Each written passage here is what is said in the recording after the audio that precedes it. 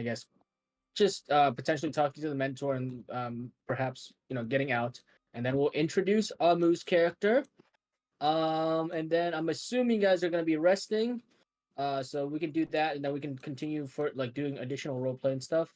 Amu, just like Moonchild, when she joined you guys, she has a bunch of stuff that her character knows, or like information and stuff. So we can all work from there. But let me know when you're ready, Ben, with your recording, and then we can get started. You said Oh yeah, he's you ready? ready. Yeah. Okay, Let's. sweet. So when we left off, you guys had minus Amu had finished a big epic boss fight within Moonchild Mentor's mind, essentially. Um, from there, you guys were able to defeat this weird, strange, like spider flesh human hybrid creature that essentially was infecting at least the mentor's mind. You guys managed to kill it by effectively just not completely fighting it. You guys severed her from the corrupting vines and like tendrils that were chaining her to the creature, as well as chaining to the corruption of her mind, freeing her and thereby doing a lot of damage to the creature and ending its life. So, where we left off, here we go. Let me find my spot. Okay, so you guys watch as the creature screeches in pain and claws its face and body like claws on chalkboard as its primary head, the one that was teasing you and taunting you, curls its lips in disgust, and with one more, like as if it's about to do one more insult before its body starts to dissolve and decay. Part of the flesh and chunks kind of like falling apart. Before the creature could scream once more, it slumps to the ground, dead, like an errant thought. You watch as Elise shakily gets to their feet, as the tendrils and webbing around her, as well as around the battlefield, fade away. There's a low rumbling as the room you stand in seems to repair itself. The cracks along the walls, as along the skull, and the black tendrils that kind of have been like infecting her mind seems to fade and disappear, replaced by black stones and wood and bony chunks that seem to have been cracked or have fallen. As you guys watch as chunks of her, like this representation of her skull and mind, are like floating into the air and repairing and stitching itself back together. The brain that you are literally standing upon slowly begins to ignite. These like synaptic signals almost firing rapidly as Moonchild's mentor limps towards you guys, towards the group. You see Irina and Arabelle kind of like struggling to climb the giant skull and kind of like running around the body, panting a little bit as they get to the brain. You guys can see the connection beneath you literally start reforming as like both half of the brain is sort of like stitching itself back together in like these strange like gray black neurons, kind of like binding themselves back together. Um, the mentor sort of looks at you, Moonchild, and smiles and says, "My dear Moonchild, I hadn't, I couldn't believe that you would finally make it. I, I hope, I hope you've been well. Uh, I am pained to see that you have arrived in Barovia, just like I have.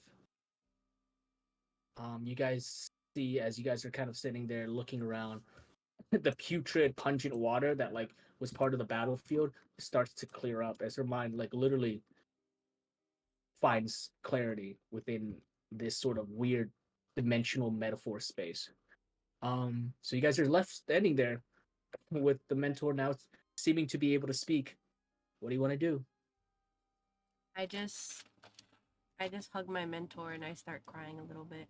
And while I do that, I'm healing her if she has any damage done to her. Uh, you can see that she is very badly hurt. Like the part where the black tendrils, kind of attached to her body, uh, seems to have like. And actually, on the because you're not on the map, I'll share my screen real quick. There's no DM stuff; it's already gone.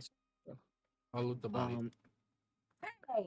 give me 1 second. I thought you told So me to. No. Okay, well, I you looted didn't. for her then. No.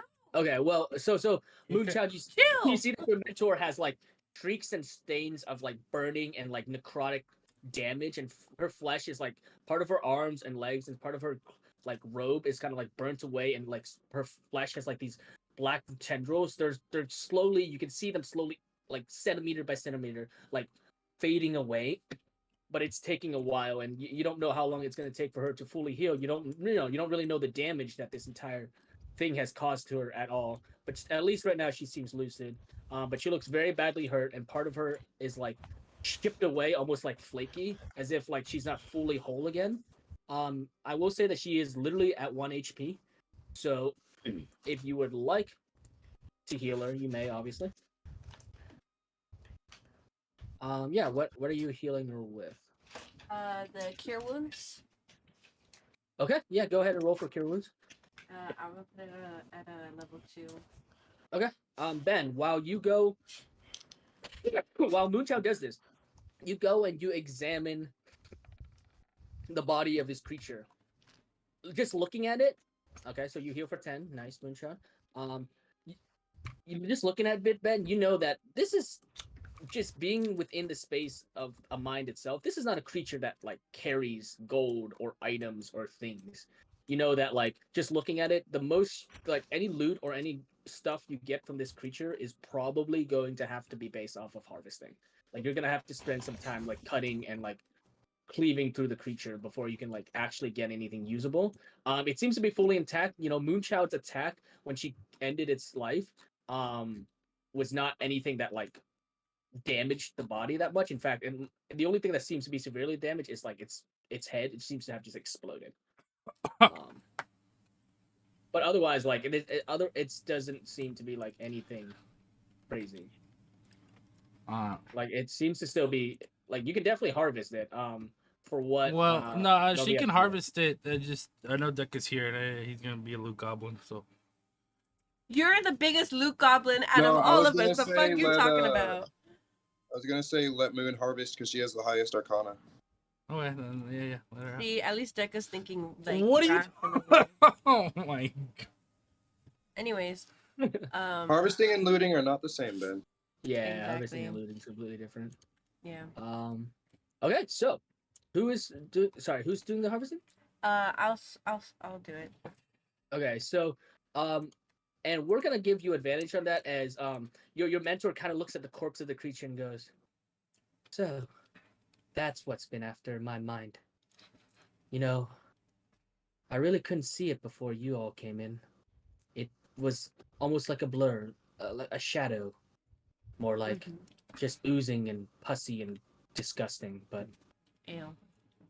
what you see before you is known as a sorrowsworn, creatures of darkness from the Shadowfell that prey upon the emotions and memories and mental capacities of its victims. The only thing that I know from this, I've never seen this type of Sorrowsworn before, but whatever dark place Strahd pulled it out from, if he can do that, well, I hope you guys are more prepared than I was. Um, Sure. and then she's gonna kind of like motion you towards the creature, and she's gonna go ahead and roll Arcana with advantage, and she's gonna start pointing out like areas of the creature that you can like cut and carve, and hopefully she might, with her help, you might be able to get some good harvestable items from the creature. Oh, excellent. Okay, cool. Nice. Nice. Okay. Um, cool. All right, so you spent. It's weird. You guys have noticed that time in this sort of dimensional space, this sort of metaphor area, does not appear to work like outside in the real world. So what felt like about an hour or two might not have been the same as you guys watch as Moonchild and her mentor kind of like cut into the creature. Moonchild, you manage to remove from it. Six. Go ahead and roll for me 1d6 plus your plus 3. We'll start off with 1d6? 1d6 plus 3. Yeah, 1d6 plus 3. It was slash roll. Right? Mm-hmm. Space.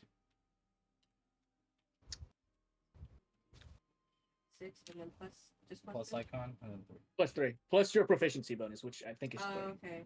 Yeah.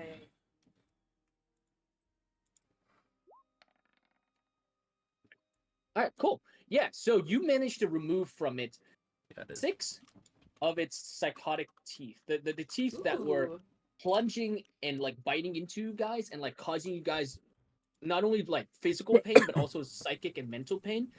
You see, you hear your mentor go, "Those teeth will be quite useful for studying bludgeoning weapons, or I suppose they are quite large, so a skilled craftsman might be able to craft daggers out of them. You should be able to at least make some sort of magical armament from these teeth. Nothing too ridiculous or overly strong, but at least, it'll be more powerful than a normal steel or iron dagger. And or whatever other materials you guys may have. I just can't seem to remember what else Barovia has to offer. You can see her face kind of squinting a little bit and like in pain. You also Chromium. manage. She looks at you and goes, "Yes, chromium. I think that was a material I remember. I don't know where though."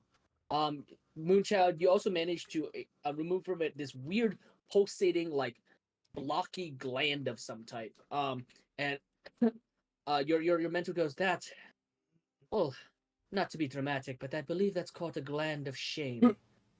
Gland of that shame.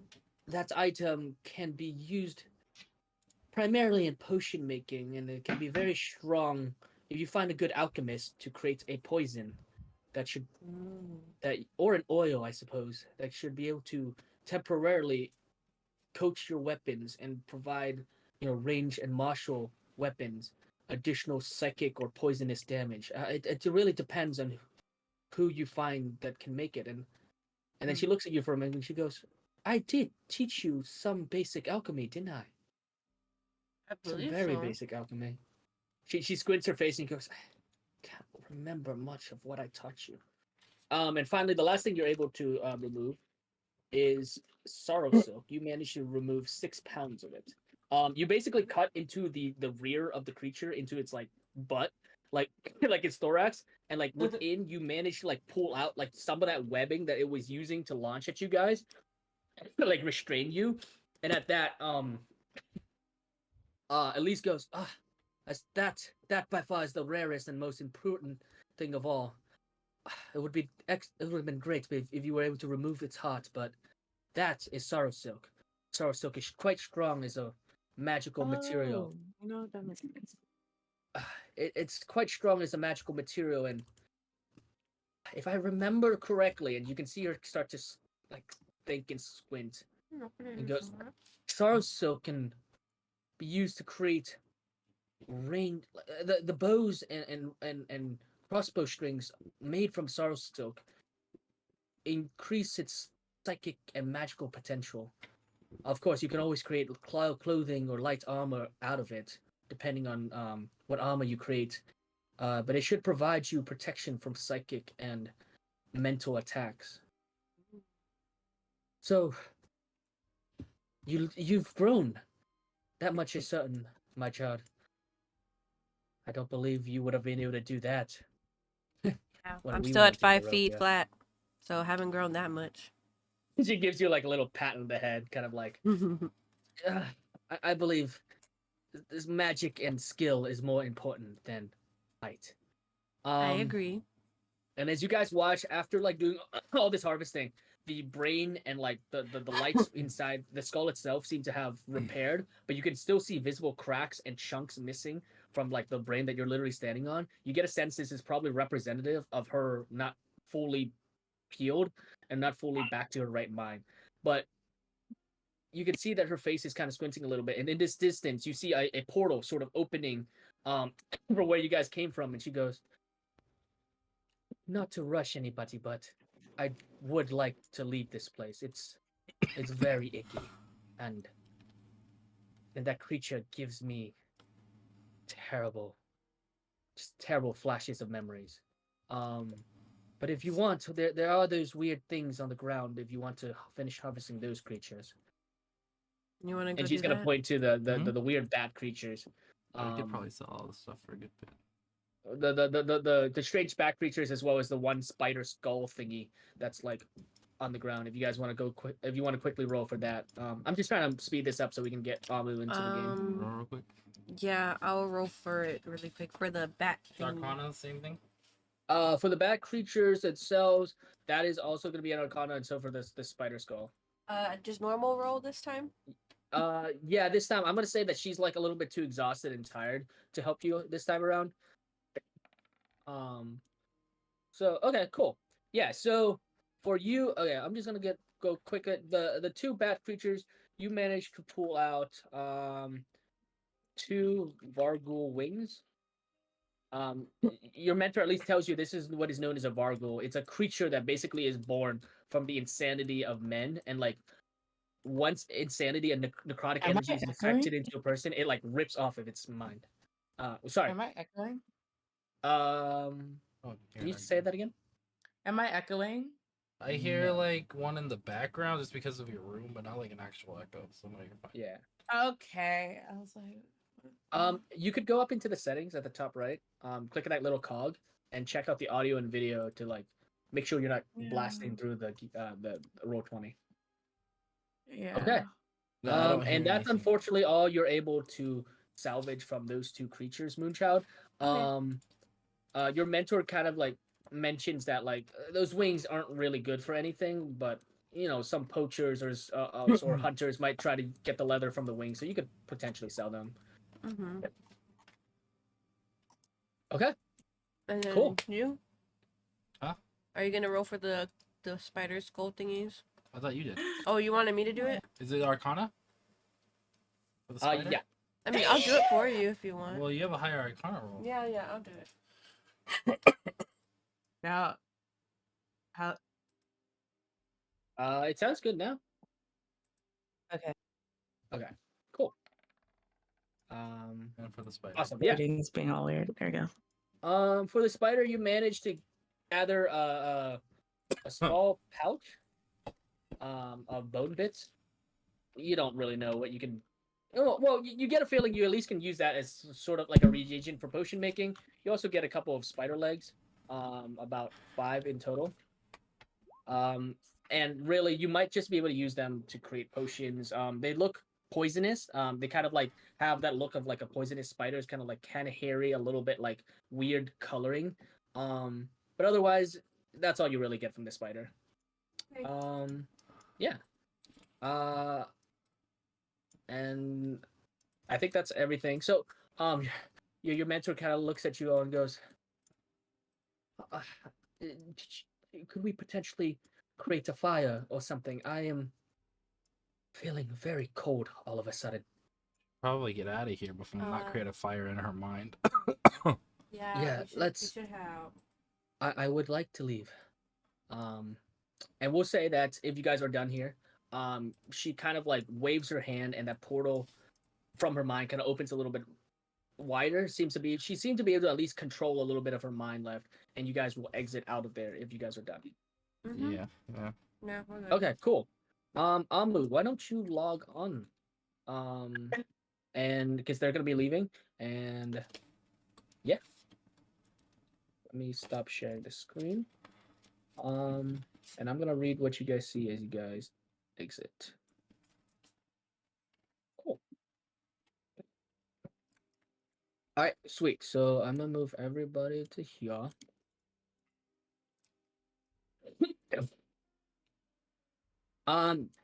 You guys exit through that portal, and you exit and you end up in the megaliths, the area that you guys had entered in originally. You come out of the pulsing gateway of whitish yellowish energy.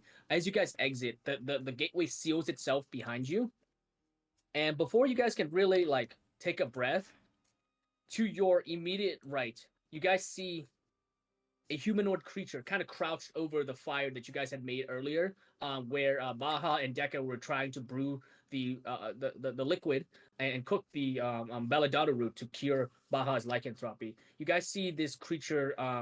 It is dark now, so there is a little bit of shadow, but at least the fire is kind of catching light of the creature. Why don't you, Amu, go ahead and describe your character and what they see as you're kind of like investigating this fire, because you've been out this way before, Amu, and this is the first time you've seen anyone have a fire here. You're kind of suspiciously like on your hands and knees, kind of like looking for tracks, trying to like figure out who the hell made this. So why don't you describe what everybody sees as they step out of this portal?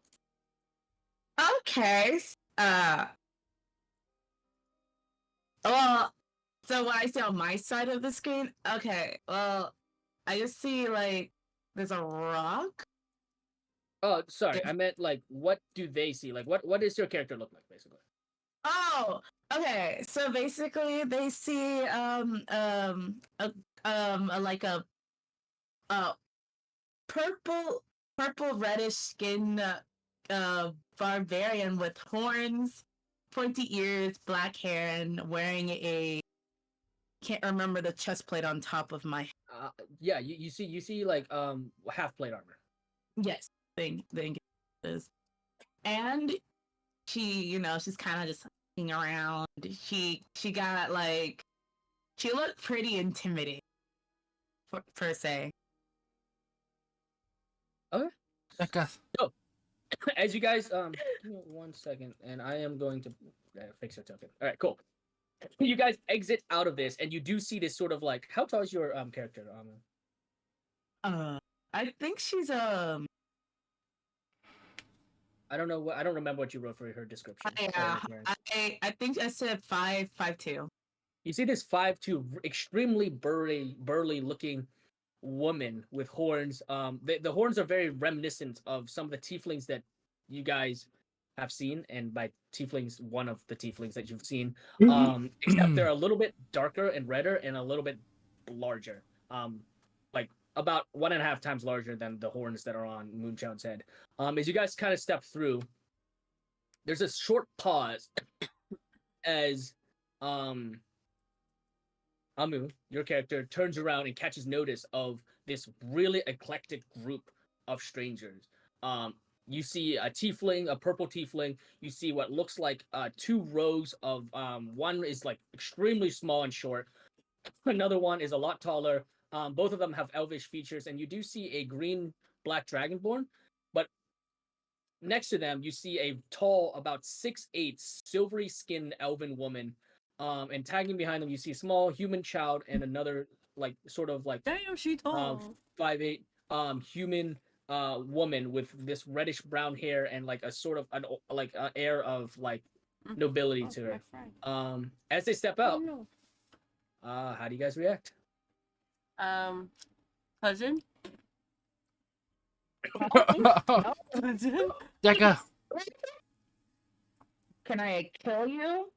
Are you dangerous? Actually, I probably shouldn't do that. Yeah. So you Yeah, ask. you probably is that what shouldn't you're gonna do ask that. them?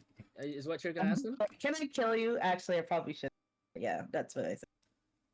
So you guys hear her say that, and how do you respond? No. Well, Becca's not here, so I You don't can't. have my consent. Our consent. Assassinate! Need consent. Becca. I'm so sorry. I didn't know I needed consent. Yeah. It's the what decade are we in the game? Decade? What year is Well, like it? what year is it? You guys have no idea. Wow, we don't I even mean, know. no, I don't remember throughout the entire campaign you I ever don't think asked we what ever year it was. asked. No. No. I mean, you could ask. Becca, someone's messing. Hey Irina, what year is it? Becca, someone's messing with your campfire. Irina looks at you and goes, "Oh, it's the year 1332 post the rise of Strahd." What she Well, said. Consent doesn't work. I think consent is still a thing within Barovia. Yeah. Irina kind of. Wait, Irina, so Strahd is 1,032 years old? Irina looks at you and looks at you and goes, older. Decca, and goes, I mean, his rise was that he was alive before he rose to power. Like the history of Strahd is a little bit murky, but Yes, he's at least that old. Damn. Damn. I mean, I don't Tell me about it. remember much. Like, it's not documented much before that. And then Irina's actually gonna gesture to your mentor, Elise, and she goes, "Do you know much about that?" And Elise kind of shakes her head and goes, "I I don't remember much before I even got here. I got here way before he rose, way after he rose to power. Um, but you Amu, you see this the tall silvery elven woman turn to you, and she gives like a small bow, and she goes, "Hello, I am Elise Ditharis. I am sorry if we are disturbing you in any way, but we don't mean you any harm. What is your name?" None of your business because I don't know you people. So, but You're on her can land. I meet you? This is, well, and she looks at you, Ben, and she goes, These "This are her is not my, mushrooms. well, they are my mushrooms, Get but off of her land if you're not gonna identify yourself. she looks around and she goes, Bro, this ain't the um, border, too. Elise looks around and goes, "Well, I don't see any of my mushrooms. Did somebody eat them while I was in there?" I have no idea. I was in the portal. What? Speaking of those Mushroom. mushrooms, Pretty what do sure they that gets do? My character Oh, doesn't you know mean that. the blue toad shades? Oh, Yeah. those are they're curative reagents. You can use them as part of, making healing potions with alchemical supplies. Oh, that's useful. Yeah, I have no idea what you. You see Elise turns back to you and goes, "Well, if you be so kind, then, ma'am, would Hmm. you allow me to at least sit by the fireplace? I think I am freezing right now. I'm not sure why." And Irina looks up and kind of looks at the sky and kind of like looks at it. It is now really late. It's looking. You guys have been here. I think all of you guys have been here long enough to know that it's around like 10, 11 p.m. in Barovia. And Irina goes, "Oh, I think it might be best if we at least make camp for the night, or I don't know this area too well." And Elise goes, "Don't worry, dear. It's not that dangerous as long as we stay within the megaliths." And she kind of gestures to the stones Wait. around you. Whoa. We're talking about setting up camp when there's a person here that we don't even know. Who So- just asked for consent. Wait, sorry, she didn't ask for consent. To kill us. Elise goes, "Right, but as you can see, she has not drawn her weapons." And she looks at you, Amu, because we don't know your Hmm? character's name. She goes, "Are you going to try to kill us?" And she seems quite calm for a and- woman who has just come out of a very hellish ordeal. Um, she seems very calm, and Moonchild, you get that feeling of back when you were younger, where Elise was a leader. She was a strong, capable woman, and although she looks like absolute shit right now, that aura of like in command is still there. Oh, So, um, what's your response? you know what? I haven't seen people in a while. I guess I won't kill you, but if you step out of line, it's like endgame for you. I feel like she's testing At- us. Testing us At that, for what? at that, Elise gives a little short bow and goes, "As you can see, I am quite incapable of harming you." And she kind of points Yeah. and gestures to some of the wounds in her body. You see a little short, like about 8, 7 year old girl with this like messy brown hair and a lot of like really red and bright colors, kind of like peek out from behind the elven woman, and the little girl goes, "Wait, you haven't seen anyone in a while? You've just been like wandering around?" Yeah. Well, I mean, Irina quickly grabs Arabelle by the collar and just kind of like yanks her back real quickly. And she goes, "Arabelle, shh. We don't know who she is. And everybody just frowns and crosses their arms and like once more tries to peek past Elise and go, so what have you been eating? Don't talk to strangers. Has this kid never stopped talking? No, he's Everybody tried. goes, would you like me to stop talking? Yeah, actually, that would No, be. you pay no attention to her.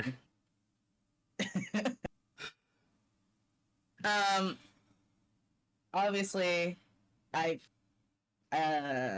there's I don't even know if I should trust y'all like that. I don't know if I should tell you this information yet. All right, well, you don't need to tell us yeah. anything. Mm-hmm. At least Cool. if you don't want to give us your name, shush. If you don't want to give us your name, at least give us something we can call you.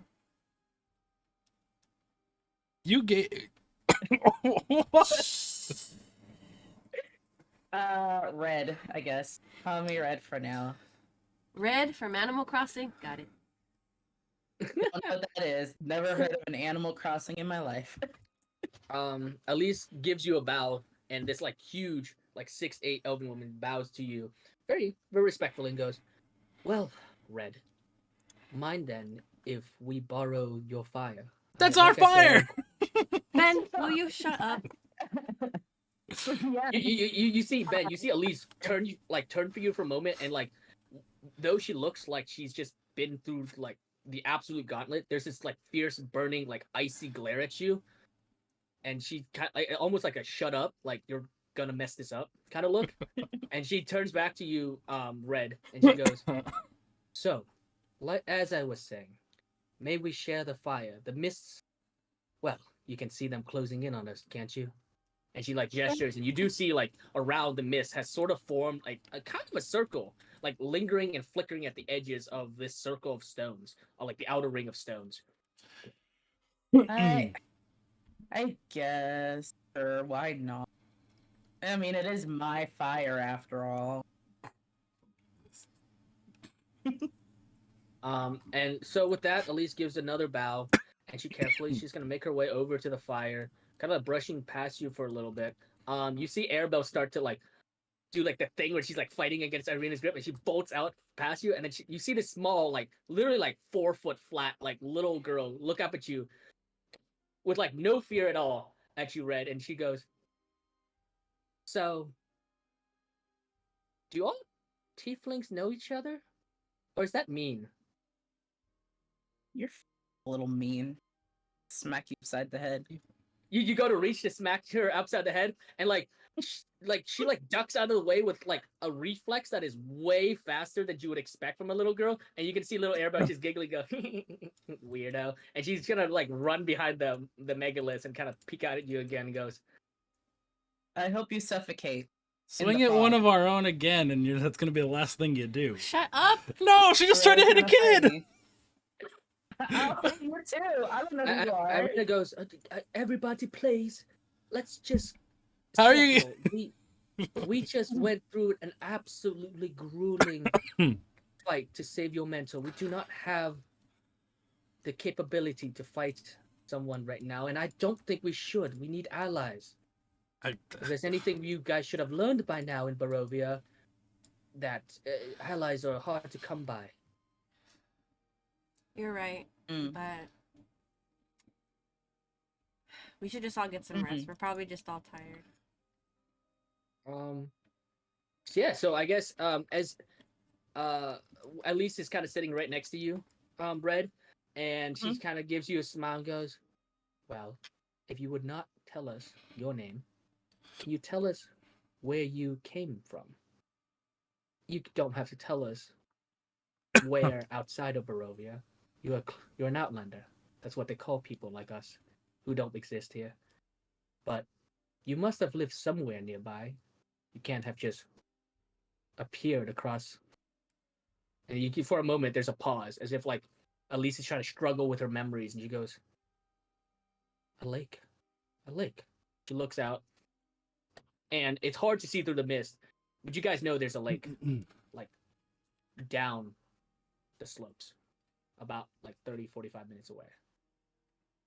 And she's gonna turn back to you, Red, and go, "So, where have you been staying or living since you've arrived at this little fire? Well, I do know things. There is a village far, and that's where I've been staying.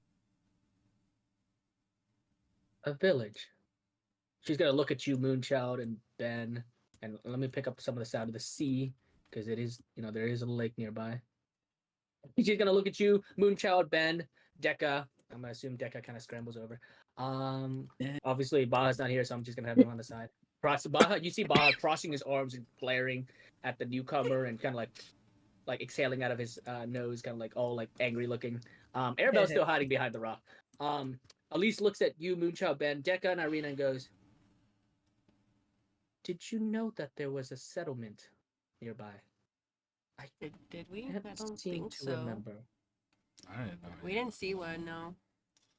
You guys, looking at Irina, you can see Irina's face is also furrowed in deep thought and concentration. And Irina goes, "There should be nothing on the other side of Lake Zarovich." I would like to insight check her. Yeah, go ahead, roll for insight. And for you, Red, looks like this is your first roll. So an insight check, if you remember, is basically to see whether or not you're lying, telling the truth, get more information out of you. So you have a Okay. couple options. You can either not roll to fight it, or you can roll a deception check to lie. It depends on you whether or not you want to roll against the insight check. No, I'm good. All right, cool. Can Ben hear right now, Lori? Yeah, he can hear. He's just on a phone call right now. And we can take a little break then. Ben, with an insight check of 14, you gauge her. She's new. And obviously, like, you haven't really met that many tieflings before, but just given the sort of straightforwardness of her expression so far, as well as her bluntness, you get a sense that she's telling the truth. There is, according to her, a settlement nearby, and according to Irina, there shouldn't be, and it shouldn't exist. At that, Maybe there's... Irina crosses her arms and goes, "What? I'm sorry, Red. What?" And Irina's the girl with the redhead girl. She goes, "What? What is this settlement called? There should be nothing over here. Maybe there's a couple of huts and like shacks for people who want to do fishing, but there shouldn't be a settlement on the other side of Lake Zarovich." There's a settlement. I don't know what to tell you. Irina kind of like frowns and looks, and she goes, "Arabelle, can you come here?" And little Arabelle comes running back and goes, "Yeah, what's up?" And Arabelle, and she goes, "Well, not to stereotype, but the Vistani travel a lot. Do you know anything about a settlement on the other side of the lake?" Arabelle shrugs and goes, "I don't know. It shouldn't really exist. Yeah, I don't know." Maybe And it's covered with some type of spell or magic, so they can protect it. If that was true, I feel like someone who lives there wouldn't go around saying, "Oh, there's a settlement nearby." Irina nods for a moment and kind of agrees with you, Ben, and goes, "Well, I mean, there's mist all over. Anything could be hiding in the mist, I guess. I mean, if you remember when we rode across the lake, we just saw tons and tons of mist on the shore. I suppose any of those could have a settlement, but how the hell are you supposed to live if you're surrounded by mist?" I mean, it's not that hard. Irene goes, "Okay, then explain. How are you here? I live in town, and I've been fine. I don't know. I'm not dead, aren't I? I don't really know how to explain it.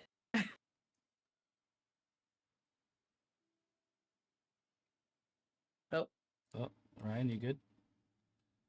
Oh, he died. Da-na-na-na-na. Why?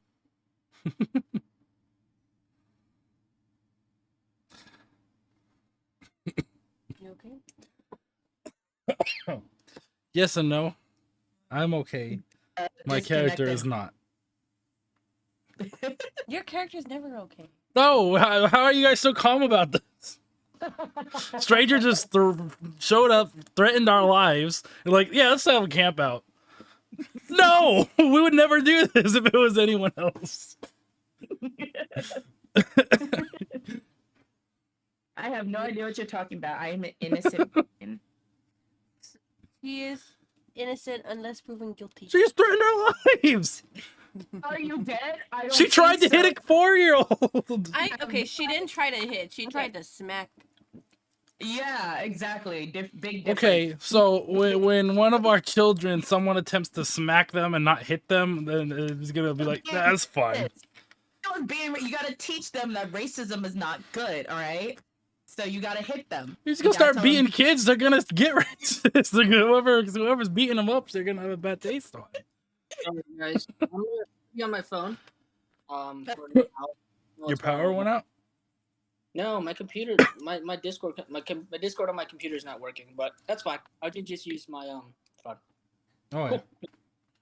All right, so you see Elise finally kind of interrupt all this and goes, "I don't believe that matters right now. I think we should ensure that we rest and just want to warm up by the fire You look like you're. and try to remember." And she nods at you, Red, and goes, "Yes, I do look like shit." So she's gonna beckon you all to like kind of like sit around the fire with her, and you can see that like there's wear and tear and like absolute exhaustion on her face for what she went through. So you guys, I wanted to speak to Deca and Thieves Camp if he's here. depends on if he's here. Deca. Yeah, sure. You're muted, but yes. Also, this is a good time, Moonchild, by the way, if you want to ask questions to Elise and stuff. Can There's we- one question I want to ask her, but that's gonna have to be in private. But I did want to ask her. I want to show her my staff and at least so somebody. I look at Irina. The damage to my staff. And I was wondering if you knew a way to fix it. You see Irina kind of like go, "I'm sorry, I don't really know how to use that thing." It's not something you can play whack-a-mole with. Well, that's what you do. You essentially just whack-a-mole. No. Irina goes, "Okay, Anyways. fine." Right. And Elise goes, she takes her staff, she examined the crack in the split, and she goes, "Well, your staff is but an arcane focus. It does possess some inherent ability to augment your sorceress powers, but it's..."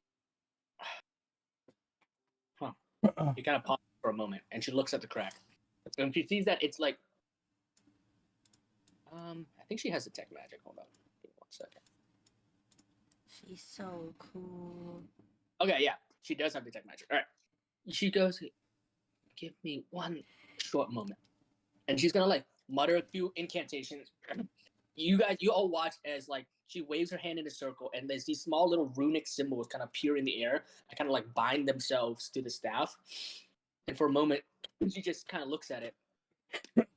She goes, "I sense necrotic energy emanating from within. Oh That yeah, shouldn't- that was another problem. I don't understand why there would be a necromantic spell or power emanating from your staff. That's the only thing that should be coming out of it is divine power, or at least something arcane. I don't. You can see her clutching her head, and she goes, I can't remember. This means something. I know I've seen it or experienced it before." And she's gonna look at you, Red, actually, and goes, "You've been here on this side of the mountain. Is there anything that caused this?"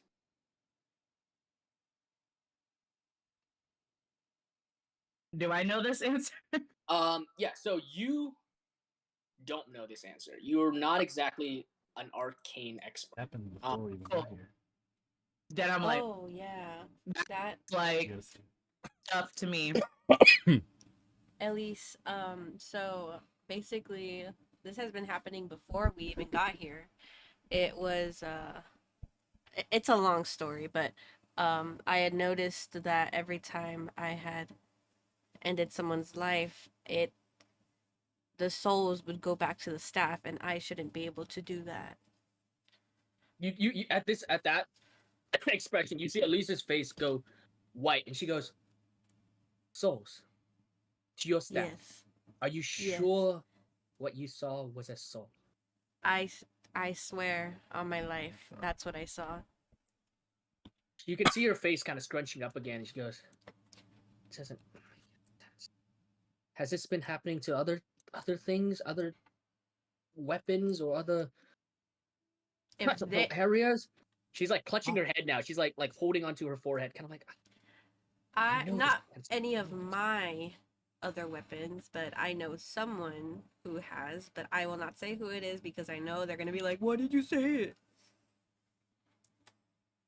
Elise goes, "Right, fine, but well, there are there are a lot of dark creatures that can consume souls, take souls, but there's also creatures from the light that escort souls to the celestial planes, to the upper planes. It could be either. But necromancy into your staff and souls, that does not sound like a excellent combination." And Well, she like sits there and she stares into the fire and she goes, "Can't remember that much." I You guys guess are weird. Yeah, that's a thing. That's definitely a thing. Um, there was one more thing that I wanted you to look at, but I don't know how Right. everyone else is gonna feel about it. Um, I pull out the the book made of human skin. You could see you see Elisa's face kind of go, "What is that? That looks terrifying." It is terrifying when you open it. Well, more terrifying. What? I go What did you storming see? around the rock because I've been just been standing here behind the rock staring at her the entire Yeah. time. I storm around the rock. I'm like, I've been asking you to tell me what's in that book for months, or for a month. I don't know how long it's been. I have known my It's been mentor about, like, 3 for weeks. years since I was a child. I don't want to hear it from you. And you know what? I shouldn't even be showing this to everybody, but No, that's my point. You're just showing it to a brand new person. I could It care looks cool. less. Yeah, Red. So what you see is a book. Literally, the skin looks like someone just scalped, like a human, and like Mm. covered a book with flesh. It's He's like, dry, it's flaky, art. but like you can see like little hairs coming off the skin too. Mm. Pretty cool. It looks gross. Yeah. I think it Um, looks cool. yeah. So Elise takes it and she like kind of holds it with like at the edges of her fingers, and she flips it open, Be careful. and I mean she's gonna roll a wisdom saving throw. Yeah. She opens the book, and for a moment you see her body kind of like tense up, and she clenches the book. Let's see what she gets. Okay. She clenches up for a moment, and you watch the pages of book start to like turn by themselves. 1, 2, 3, and it's all of a sudden like the book start flying through all of a sudden, and then she literally takes the book and hurls it across into the fire, and she like scrambles back a little bit, and you can see her face is white and like pale, and her eyes seem drained of energy, and her whole flesh just seems, her whole body just seems like she's seen something that she should never have seen. And she looks at you as the book starts to burn within the fire. You guys watch as the fire turns from orange red to pitch black Well, that's not good. before the book is disintegrated and destroyed within. And she at least turns to you and says,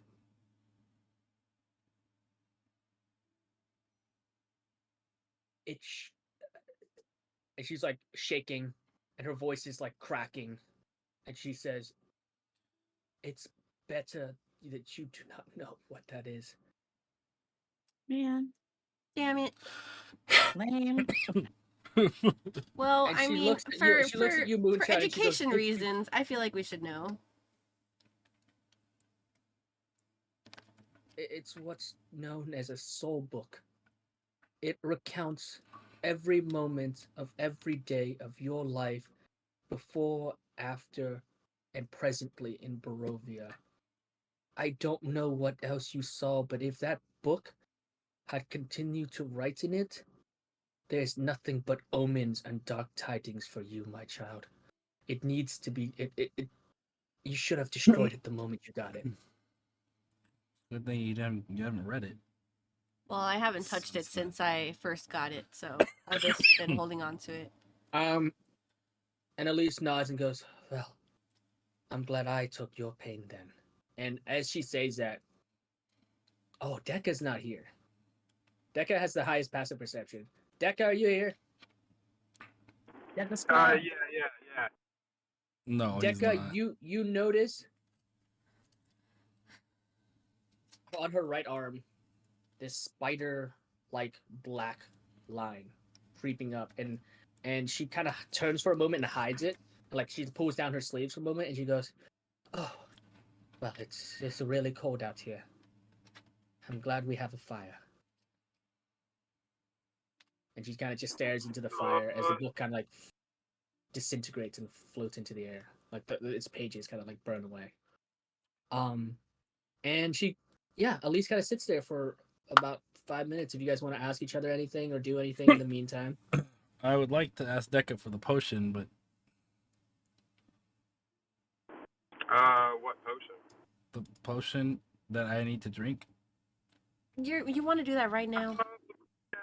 Have fun with that, buddy. Gulp it down, but only if you're drinking it now. Otherwise, I'm hanging on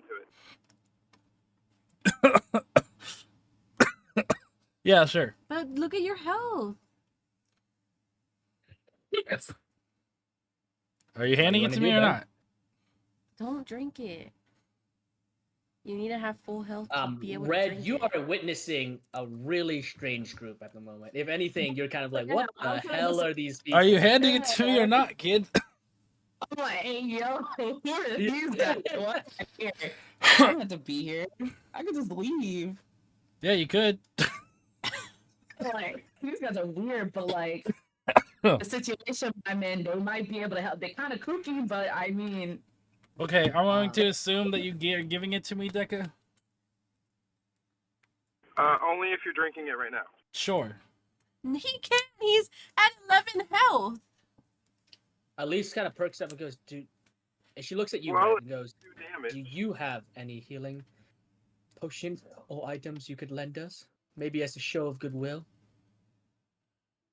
I could, in Goodwill? return, offer you some magical something. No, I'm fine. kid once. Wait, sorry, say that again? Can I slap the kid once? No! And then I'll offer you. Well, then there you go. Nah, I'm good. Yeah, I personally hate the kid. I've tried to kill her. No, Arabelle you kind of like peeks. didn't. Arabelle like backs a little bit up, and she goes, "Do you have a healing potion? Cause like, I'll get slapped, but I need to see a potion." Arabelle, you're Do fine. you You're not see getting how buff slapped. that bitch is? Arabelle kind of Wow. puffs herself up, puffs her cheeks up, and puffs her chest out, and goes, "I can take her." I pat her on the head and I'm like, that's cute. That's cute. Arabelle just That's glares the at most you and goes, affection you've ever given another person. Arabelle glares at you and just goes, Arabelle glares at you and goes, "Well, see You if I ever okay? cheer you on again." I'm dying. You need water? I only ask is for a slap. It's not that crucial. Unless you're saying you'll die by it. Oh, you want a slap? I can give you one. No, I want to slap her. It's annoying. No. Arabelle grins and goes, "How about?" And she digs into her side kind of satchel, her little like Just want my girly potion. little pouch, and she pulls out a deck of playing cards, and she says, "How about a game of Barovian Shuffle?" Oh, God. Ben, don't play that I am game. going to sleight of hands to try and take the potion off Dekka because he's not responding. Are you gonna take it right now? Wait, because Deca said he'll give it to you if you take it right now. I told him, my character's response was yes. Okay. Yeah. So drink All it. right. So now you have. So you gave it If you to want to me. drink it right Whatever, now. I'm not saving you. So you gave it to me. All right. I have it. Yeah, you have it. Let's say you have it. Okay. You have a vial of this greenish belladonna root juice. Okay. Okay. Belladonna Cool. root So juice. for a moment, the airbell has the playing cards out and looks at you, Red, and goes, "Well, I want your health potion. Would you like to play against me in Barovian Shuffle?" Nah, but I do have another proposition. And that airbell kind of like waves at the adults and goes, "Hi, yes, proposition from the tiefling woman." And Irina kind of rolls her eyes She's and a goes, tiefling. Oh. right, Red, what is your proposition, Red?" I'm in a little bit of a pickle and I might need some help. And I'm willing to give you a lot of information if you help me out. And also give you the health potion. But you have to help me. Well, we need more information than that. She just said she's gonna give us information when we help her. Do you know? Oh, yeah, What? like, Why would we just here- blindly accept help to help her when we don't know what the But- job is? Well, I mean, yeah, we're gonna ask what it is, but I thought you were asking for like information she knows. No, I'm asking for the information on the job. Oh, well, you weren't specific. Why is everyone's common sense just out the window today? why are we letting this happen? Okay. All right, So, Red, yeah, go ahead. um, Yep, Can go you ahead. go get some water? I don't want to tell you yet, but you have to just make a deal, and then you get the health potion, information about the town on the other side. Can I just ask? Oh no. Does it involve killing somebody? Honestly, don't know yet. We'll figure it out along the way. Yep, exactly. She sounds trustworthy. I love killing people. Yeah, Decca does love killing people. Hey, we You- haven't you- even introduced ourselves yet to this stranger. Yeah. I'm Red. That's Oh, it. yeah, only Elise and Irina introduce themselves, and now Arabelle, because Arabelle's trying to mess with the tiefling. All right. Yeah, go ahead, introduce yourselves. All right. Well, I'm Moonchild. I am a sorcerer. I come from the land of Serenity, and Elise has been my mentor since my village was burnt down when I was a child. And Decca, the short one, that's Decca over there. Ben, that's his dad. I'm not. You see Arabelle turn her head and go, "Wait a minute, Wait a minute. Hold on. aren't you like the same age?" She Arabelle kind of looks at you with squinted eyes and goes, "I can't really tell with old people." Thank you. Well, we Arabelle. do live a lot longer than the average person. Like when you die, I'll still look younger than you. Arabelle shrugs and goes, "Well, I'm gonna be immortal, so I don't know what you're talking about." Yeah, good luck with that one. Not if I have anything to do with it. Irina takes a rock from the ground and kind of flicks at you, Decca, and goes, "Oh." Damn it, I'm on 1 health now. No. It just kind of clinks off your boot. It just clink and flies off your boot. And Elise goes, "All right, what is this proposition then?" That is the proposition. I give you information about the town, where you're at, everything, and I'll also give you the health potion if you help me out. What? How help you out? How? We'll find out if you take the deal. No.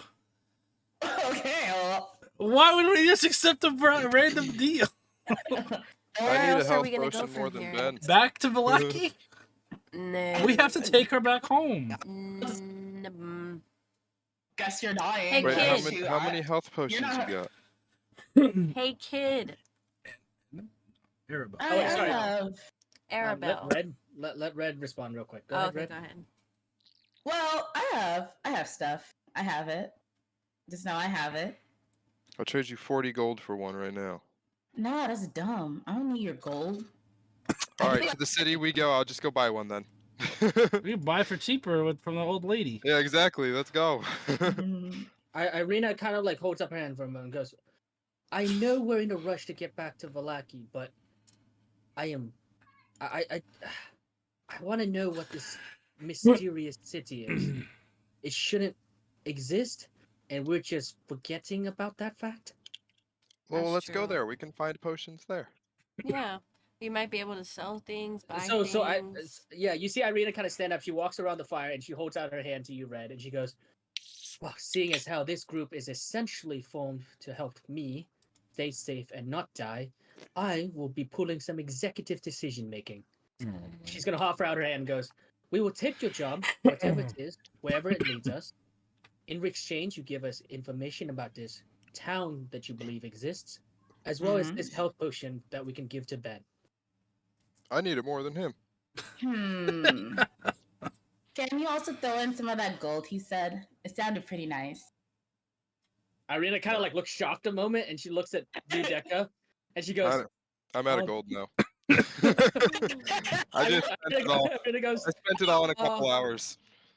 uh, at that actually, you see Elise suddenly perk up at the mention of gold and artifacts and magical items, and you see Elise go, "Magic.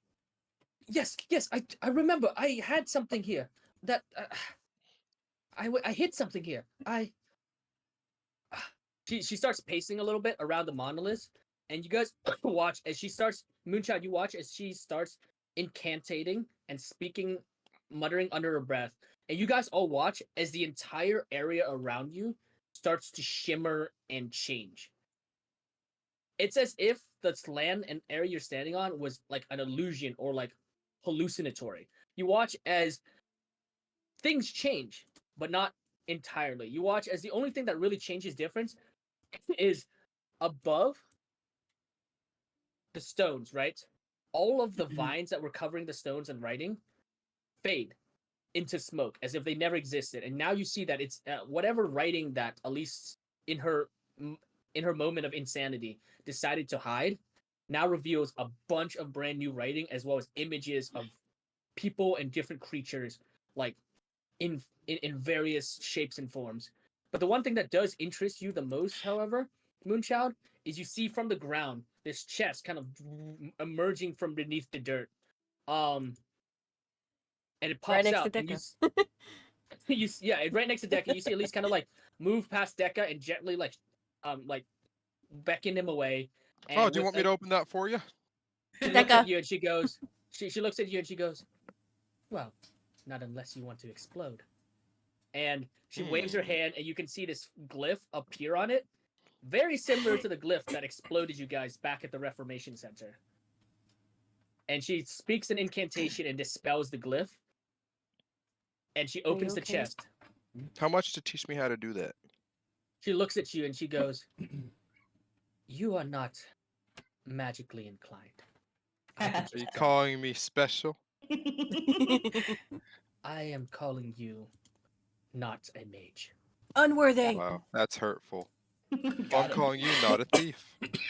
Well, Oof. and I would accept that willingly, for I was trained in different areas of life. And she unlocks the chest with just a flick of her finger.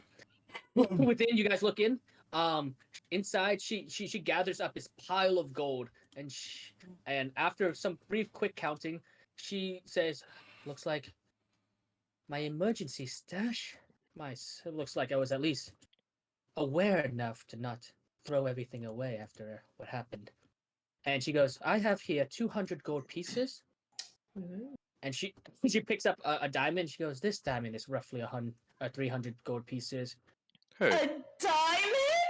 Oh, for And me. she looks at you, Red, and goes, "No, not for you." And Bummer. she's gonna offer it to you, Moonchild. So you have a What? diamond worth 300 gold pieces, and she goes, "Have you taught yourself the revivify spell yet, Taught myself? or have you learned Not it yet. yet on your journey I here?" have not. Well, when you do, this diamond should be able to be used once to revive your friends should they die. Of course, Ben. it should be consumed and it will be consumed and used, but make sure they're dead. They cannot be dead for more than 1 minute. Otherwise, they'll be gone for good. and you'll need another diamond and more magical power to bring them back. So she's gonna hand you that diamond, Moonchild, worth 300 gold pieces. She also has 200 gold pieces in her chest, as well as Ben and Deca. You guys both kind of like, as thieves, you guys are very curious, and you guys peek into the chest, and you guys see in it, inside the chest, what looks like a rapier. Sorry, no. Is that a rapier? Where did I put it?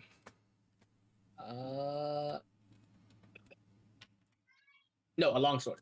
You see what looks like a longsword, and the blade itself seems to be pitch black with stars in them. Like the blade of the sword is like shimmering in starlight and kind of like twinkling a little bit. And she goes, "I believe this belonged to one of my allies from back then." She kind of goes quiet a little bit and goes, "This blade served him very well. Perhaps it could serve you too, if any of you would like to use the sword." And then she like lifts it out and kind of like presents it to you guys for a moment. So it is called the Twilight Sword of Heroes. It is a magical long sword. Well, I know Ben loves to be the hero, so Ben, do you want the sword? I don't know if she's just giving these out, homie. Yes, she is. She just said Literally she just wants said to that. know if we want to use it. I miss She, you. Yeah, literally. Elise says, "I am in no It's a shape to long do what-" sword. Yeah, it's a long Mhm. sword. She It's goes, the Twilight Sword of Heroes. Elise goes, I while you were just talking, I was thinking, and I am in no shape to join you guys.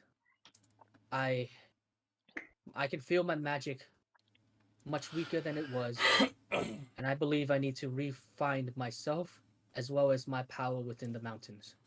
Is just like this chest. I know myself when I was clear-headed, probably hid more information, more stashes within the mountains, and I need to find them. Also, and this is the true reason I want to leave, is if I stay with you, you will all be targets of Strahd. No doubt now he has sensed that I am free of his chains. And if that happens, well, we'll all be in trouble. And then as she I kind of still like, don't know who this Strahd guy is. she looks at you, Red, and goes, "Well, thank yourself lucky you don't know who he is." We're already targets of Strahd. She looks at you and she shakes her head, and you can see a smirk on her face, and she goes, "Not even close, little one. Not even close." Well, He's trying to marry her at any point towards Irina. I'm pretty She sure we're high on his list. Really high. Elise looks at Irina and she frowns. She goes, "Marry her?" And for a moment, she seems to like blank or something, and then she goes, "Well, that doesn't make sense." Arena, show her the necklace. So Irina does as she say, and Red, you see as she like pulling out from underneath her scarf, you see this beautiful like ruby rose necklace that kind of like shimmers and glows a little bit. You, with your background, just by quickly eyeing it, you know that shit expensive.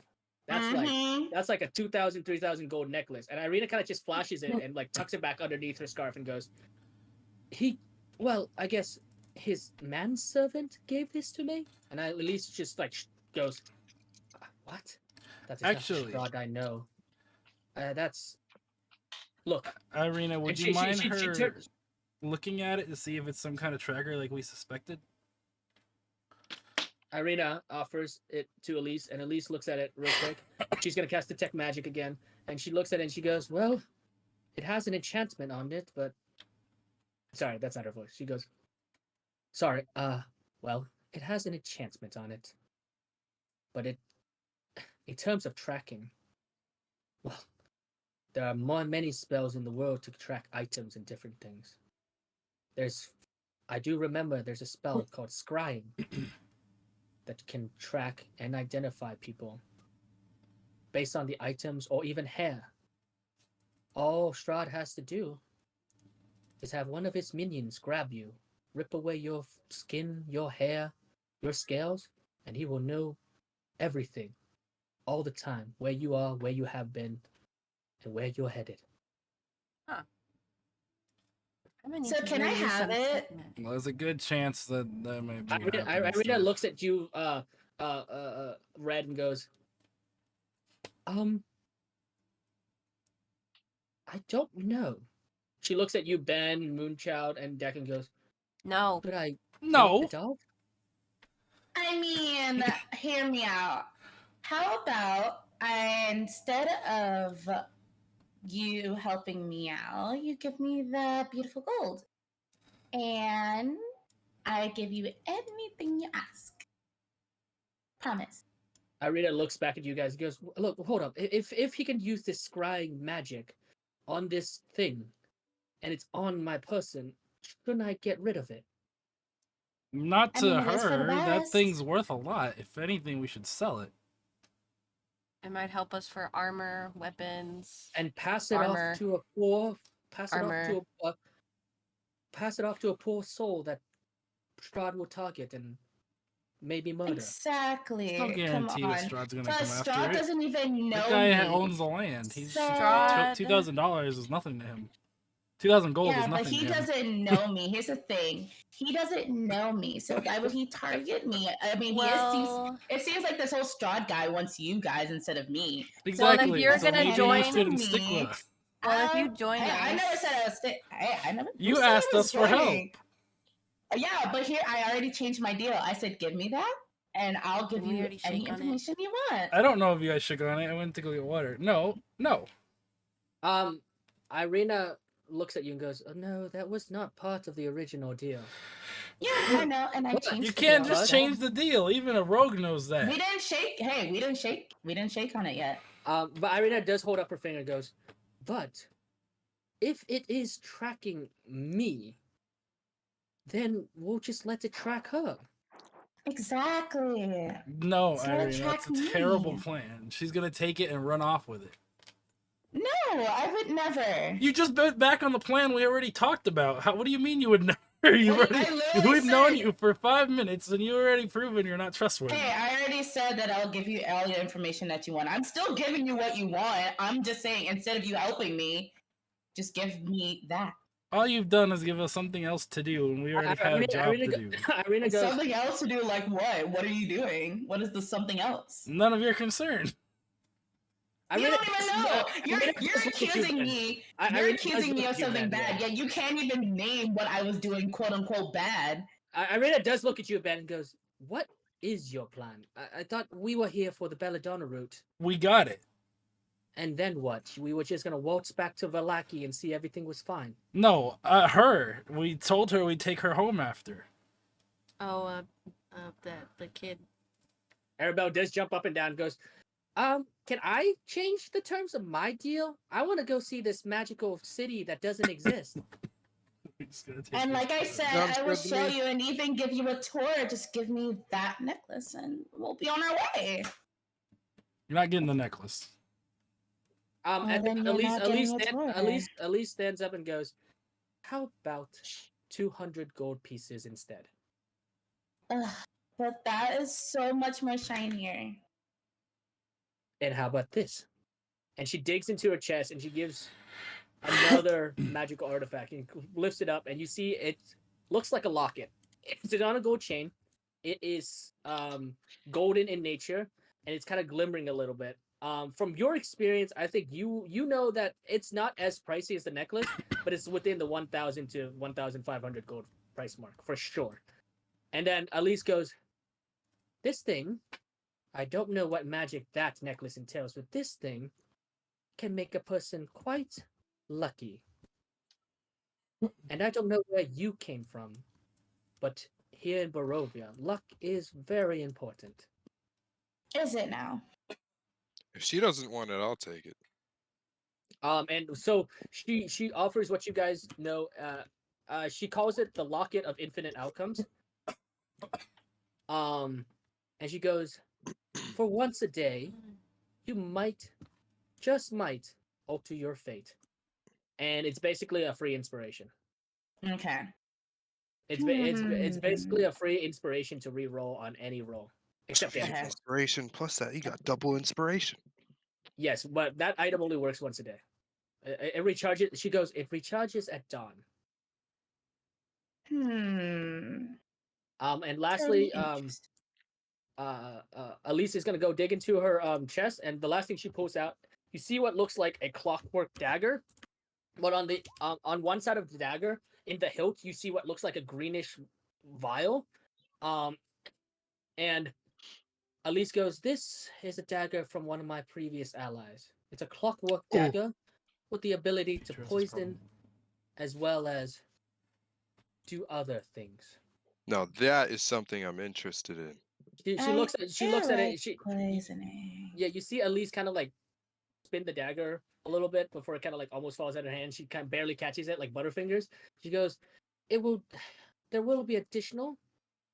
It deals additional acidic damage to enemies, and should you figure out how to open it every day, it's a magically unlocking dagger that if you open it and succeed on opening it every day, it becomes a magical weapon that shall guide your attacks and increase your chances of hitting." Interesting. So basically, for that, if you guys succeed in unlocking the dagger every day, it becomes a +1 magical weapon, which is really strong. To AC, not damage. No, Interesting. not AC, damage.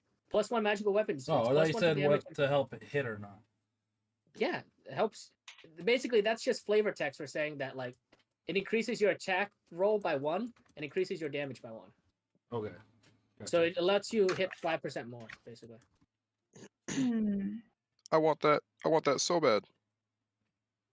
So essentially, one of her stashes she has hidden. It seems like Elise has hidden a bunch of stashes around the land, probably as a backup plan should she have failed against fighting Strahd. And in one of her stashes, the one that she has here, it seems that she has these 3 magical artifacts as well as a diamond that is supposed to be used to revive someone. So diamond all she that already just all that. I mean, Ben, you get I Sword of do Heroes. I'll get like the the more shinier necklace, but I guess this will have to do. Are you talking about the locket? Mm-hmm. The locket and a dagger. Elise holds up the locket and goes, "You can get the locket, but not the dagger. It seems like the rogues of the group would like to use the dagger." Oh, Are you even Thank proficient you, in beautiful daggers? mage woman. Hey, well, chill. how about this? I get both, and I decide who gets the dagger. No. Or I can take the dagger and kill you with it. I do not think you. You kill I'm me, gonna say you kill DM me, side- you won't get I'm gonna say- anything. I'm gonna say DM side. That is laughable.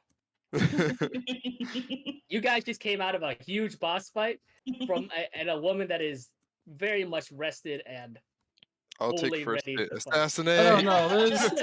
There's a lot of us. Like, yeah, it might be difficult, but Y'all have never faced a barbarian. Let's just put that forward there. So she So- needs like a giant axe. A dagger ain't gonna do shit for her. She'd use whatever weapon she wants. does she? She not Does a ninja. does she know how to use a dagger? Is he proficient? Barbarians are able to use. Well, Barbarians, saying- unlike you rogues, are proficient with all weapon types, all shield types, and armor up to medium armor. She is wearing half plate, so that should tell you something. Who's doing a Oh, little dance? she the tank. I'm the tank. Well, she built herself to be the tank. Yes. I So- did build myself to be a tank. So you see, Elise goes, "How about this? You take that locket, and because I like your moxie, you decide who gets the dagger." Oh, I love that. She looks at you. Okay. She looks at you at Ben and Decca and goes, "Or you guys could arm wrestle for it." And you see, there's a little smirk as like, Moonchild. You remember from way when you were younger that Elise is a very, when she's when she's not looking like shit, she's a prankster and she likes to just like kind of fiddle and mess with things. You remember when you were young, she used to change the colors of your room like on a daily basis just for fun. And she looks at you. "Well, you two could arm wrestle. I'm gonna And then talk whoever to Ben and wins- Thieves can't. Gets the get dagger." And and then finally Elise is gonna say, look at you, Red, and goes, "How does that sound? 2 elves arm wrestling each other for the prize of a dagger? I still get the locket, right? You still get the locket." All right, I'll take that deal. I want to. If you guys want to do arm wrestling, go ahead and do the thieves camp thing. But if you want to do arm Yeah, I'm wrestling, gonna talk to Ben in Thieves Camp. All right, Ben, this is how it's gonna go down. I'm just gonna lose. You're gonna take the dagger and then just hand it to me, and you take the sword. I speak back in thieves count. I had already planned to do that anyway, so. All right, let's get this over with. all right, Ben, go ahead and roll. I'm gonna like over exaggerate, like stretching out my arm. No, just for fun. Ben, roll with disadvantage. Deca, roll with advantage. Wow. Oh, What am I rolling? Athletics. oh, that was a saving throw. My bad. Athletics. My bad. Athletics. Athletics. I Ryan's just want like, to see oh, how bad it hell is. no. I just want to see how bad the faking is. So, yeah, Deca with advantage. Oh, my first roll is so good. Ben, you try your best to fake, yeah, you try your best to fake like it's like a struggle, like you're struggling against Deca, and Deca's just slowly like losing. But as soon as you grip his hand, all you guys hear is a thud. All of a sudden, Ben just destroys Deca in like a one moment. You guys hear for the first time, at least laughing along with Red, and even Irina is cracking a smile, and Arabelle's like jumping up on her feet at this hilarious. And at least, Yeah, I knew that was gonna happen. at least hands you the caustic clockwork dagger, Ben, and she goes, "Well fought and well won." Damn, how many daggers do you have now? 3? Not And enough. then for you, Red, I will add the locket to your inventory. Okay. As for the dagger, how do I add that to my attacks? I'll do it for you. Hell yeah. Okay, I put it in my And- inventory. The sword of heroes is a long sword. Yes. Twilight Sword of What does it Heroes. do? Twilight Sword. Twilight. Multiple Twilight. Twilight. Twilight Sword of Heroes. Okay. Well, actually, there is an apostrophe S. It's the Twilight owns the swords of heroes. That's true. And what does it do exactly? For you, yeah. So once per short rest, you can take a bonus action with this weapon and cast Hex on a target. And then you roll a d6. Ooh. So it casts Hex, and then instead of you determining the ability modifier that like is weakened, you roll a d6 and figure that out. That's pretty good. And you can only do it once a short rest. And the description is that ancient heroes have wielded this weapon throughout the ages, and their courage still lingers. The bearer has advantage on saving throws versus fear effects, and then you also have advantage against being frightened. Just FYI. You're no longer afraid of the dark, Ben. Yeah, Ben. When was I ever afraid of the dark? I don't know. Are you afraid of the dark? No. Man. I think in his backstory he said that darkness saved him. You got a nightlight, Ben? Because I read it. Dude. Okay, cool. So Deca, I added the dagger to your thing. You should do 1d4 dex plus 1 acid damage. So that's 1d4 plus 6 acid damage with a dagger. And then once a day, you can roll a DC 20 investigation check to try to unlock the dagger. If you manage to beat DC 20, like roll higher than a 20 investigation, it becomes a +1. Wait, so is that better than +5? What is +5 piercing? Oh, for that's my just other 1d6. That's your dagger. It does 1 extra damage. It's better by 1 point of damage. Wait a minute. Is this my? No, wait. No, I'm confusion. So wait. So your chromium daggers is 1d6 plus 5, right? Yes. So it does do more damage, but this one, if you succeed on an investigation check and roll higher than a 20, it becomes a +1 magical weapon. Means that instead of +8 to hit, it becomes +9 to hit, and it adds another +1 damage. Ah, so it'll match damage if I can open it. Yeah, 1d4 plus 7 with +9 to hit. So higher chance of hitting. That's what matters really, because then you Yeah. can beat people's 8. All right, cool. So with that, the exchange occurs, and you guys hand over the weapons, and Irina finally crosses her arms and goes, "Right, so Red, tell us about this magical settlement on the other side of the lake." I mean, it's not really that magical. Well, it is. I guess it would magical, at least for me, anyway. So, oh god, what is this town? I should be on the sheet I gave you. Yeah, I'm looking. Where's the sheet at?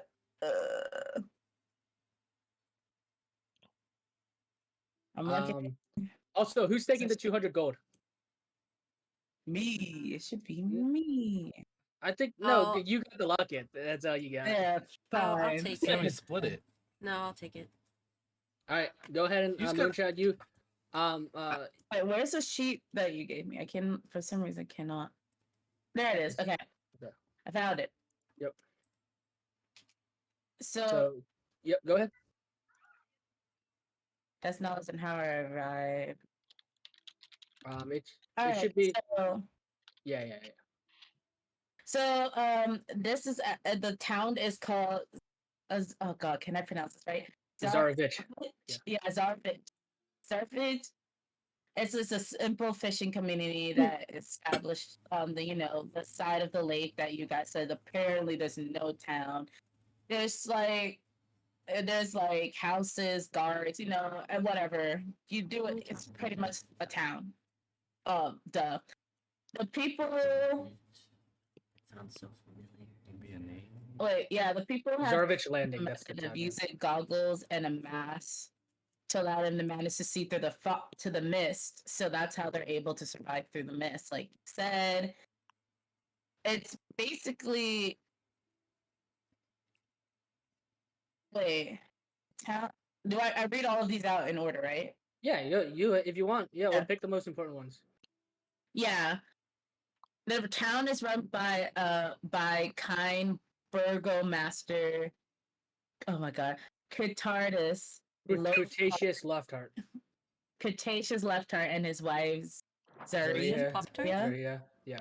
Zaria. So yeah, this town is mostly entirely of our Argarians, basically. Yeah, so it's the town is called Zarovich Landing. It's an agrarian town. And the reason why they've actually been able to manage to survive is that apparently one of their inventors created a goggle and mask system that allows them to filter the mist long enough for them to at least go through it for about 5 minutes. So that's the reason why Red seems to have been able to sort of survive in this area much better than you guys have. Furthermore, it is a place with the one thing that's I think Red would really try to like tell the group to like offer them, entice them, is that it has a fully functional alchemical shop, as well as a master blacksmith and various of other like very highly skilled craftsmen, essentially, Yeah, pretty much. for you guys to like get equipment and armor. And furthermore, the town itself is so the town itself is run by essentially ex-strahd guards and loyalists, like defectors from Strahd, essentially created this town. So they're very anti-Strahd, which although Red has never met Strahd and she's kind of have heard rumors about him, it is something that Red would think would entice this group. So yeah, pretty much. Yeah. And you hear Irina go, well, that sounds promising. I've never had a town that just is that equipped. Valaki was supposed to be the most defensive and equipped town this side of Barovia. Yeah, Yeah, I I knew still how the have no idea. burgomaster was though. It was a lot of talk, no bark. Right, but the fact that they seem to have existed without, I don't know, getting destroyed sounds like a good thing. It does. I wouldn't mind checking it out. And finally, Red tells you that it's really only about an hour's walk away. Like for travel, it's only about an hour away. Well, if we do travel over there, is there a place to sleep? Red tells you that yes, there's an inn. There are multiple inns actually. How do you guys feel about walking over there? What time is it? By now I would say it's midnight. You guys could take a short rest to use your hit points to heal up. Obviously, you guys don't have to like walk now. Like Deca has been saying, he is at 2 HP. Oh yeah, no, we should probably get some rest right now. Yeah. Post So deck Red, in the you eye. tell this information to the group. Irina seems to be on board with all this. What about the rest of you guys? I'm down. That sounds intriguing. And it is going to be closer than, rowing across a 6-hour lake journey. We're Yeah. going to have to go back sooner or later, but I'm outvoted here, so we can go. What if one of us suddenly Who? sprouts a Majority wing? rules. Wait, sorry, Moonshine? Oh, sorry, I was just being sarcastic. Nothing. All right, so I guess with all the magical armaments and weapons distributed, as well as your rewards from the boss fight, I guess you guys, let's say that you guys gather around the campfire and take a long rest, right? Or a short rest, right? We're gonna do a short rest or a long rest? Gather around the campfire, sing a Sing a campfire campfire song. I would not be taking that. You will be taking what? Is it No, yeah, how there's long no is way this I short would rest? be just resting with a stranger. I would be taking a watch. Okay, well, whoever wants to short So rest, I'm gonna can go ahead climb and up short on rest. top. How long is the short Climbing rest? onto the edge. 1 of hour. Before I go to Ooh, sleep, shit. like everyone's getting ready to go to bed, I walk up to Ben and I hug him and I tell him thank you for, just going through the portal without any hesitation.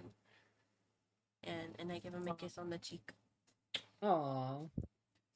I don't know how you feel about that, Red, but you can see Irina going. You see Irina going. Yeah, you see Irina going. Aww. And then Arabelle in a very sarcastic tone goes, Strahd could do that for you. And fucking Irina just kind of like bops her on the head. I like that kid now. All right. So, are we taking a long rest or a short rest? What's happening? Up to the group. I'm pretty well rested. I'm pretty good, so I don't know about I them. guess for now we can take a short rest. Cause if we take a long rest, what time will it be when we wake up? 8 in the morning. 'Cause it's 8 in the midnight morning. now. Oh, I mean, yeah, we'll take The a long long rest rest, I would be good. guess. You guys want 8 to in take the a long morning is rest? the perfect time to start an adventure. Take your long rest. Okay. Okay, sure. So, who's taking watch? I am. For the entirety of 8 hours? Unless Deco wants to take over Uh, halfway through. I can. Yeah, I only need to meditate for 4, so. So you can take your 4 hour. So you can do. That's not enough for a long rest, unfortunately, Ben. You need at least 6. 6 Ben, hours of just- sleep, 2 hours of just- downtime. Just sleep for 2 hours, Ben. We'll have no cover for 2 hours, and then I'll be up. Irina's gonna look at you, Red, and go, "Would you like to keep watch Or- for us then, or are we still not trying to trust you?" I don't think it seems to be like up to you guys if you want to trust me or not. Sure. I mean, I'm not walking back anytime soon. So it's up to you guys if you guys just want to sleep until Deca gets up to keep watch, or what. It's up to you. I mean, Ben, you only need 6 hours for a rest, right? So you could just sleep for 2, let Red, do it for 2 hours, then I'll be up in 4. Can Or I you stay sleep for awake 6? for 2, I And guess. then can And I then sleep? we'll only be Hold on, 2 hold on. hours of one of us not awake. Can I sleep for 6 and then carry Deca on the way over there while he sleeps for 4 hours? You're gonna make con saves because you're carrying a person for 4 hours. Yeah. I'm meditating for 4 hours on your shoulders. That sounds unreasonable. Just let Red take cover. I'll be up in 4 hours. So. Looks like this guy doesn't trust me at all. Like, Yeah. Well, I mean, Oh, I'm gee, I meditating, wonder right? why. I'm meditating, so I'm not fully asleep. So I'll know if something happens. You just charged us to help you with a job offer. yeah, but that wasn't the offer anymore. Are you like 2 hours behind, dude? No, Like, you just you took payment. You took payment to ask us for help. it's not okay. Even though the deal changed, whatever. You still took payment. It might not have been gold. You still took Yeah, payment. So I while took- I'm in trance, do I have my passive perception? Nope. Oh. You're meditating. It says I'm semi-conscious though. Yeah. You're semi-conscious enough to get bopped in the head. No, sarcasm aside, no, unfortunately not. Damn. You sleep, Deca. I'll be fine. No, Okay, you need so to sleep. Ben's gonna watch for 2 hours, and then Deca's I say gonna just 4 watch. hours. I just and say then Deca's watch gonna for get up. 2, and then there's only a 2-hour gap where no one is awake. I'm not taking that chance. There's a stranger in our midst. There's a lot of strangers around in the forest. Exactly. So I'm not gonna. We've got one strength in It's too numbers. There's risky too to many of leave us us. without sleep, without Okay, watch. how about? Is there anyone else who only needs 6 hours? No, you're the only elf, dude. I mean, Elise is the same, but she's gonna pass out. Even if Yeah, she doesn't need to sleep, she's- she's gonna pass out. She's fucked. Like she Yeah. looks like shit. You Go can to you guys sleep, already can Deca. see I'll her. be fine. You guys can already see her curling up, and Irina has offered her Irina's bedroll to kind of like so that she gets into the bedroll. Well, I guess at the very least I'll sleep for I'll meditate for the 4 while Ben stays up, and then I guess Ben takes 2 short rests. It's up to Ben. That's not gonna make a big difference, honestly. 2 short rests is better than none. I mean, either way, in a short rest, you can roll as many hit dice as you want, so it doesn't Yeah, matter. just do 2 short rests then. That doesn't get me. Well, if I take a rest, I'm gonna have to roll to even see if I can get rest. Oh yeah, that's right. Yeah, you didn't drink the belladonna root yet. I mean, you can do it right now if you want.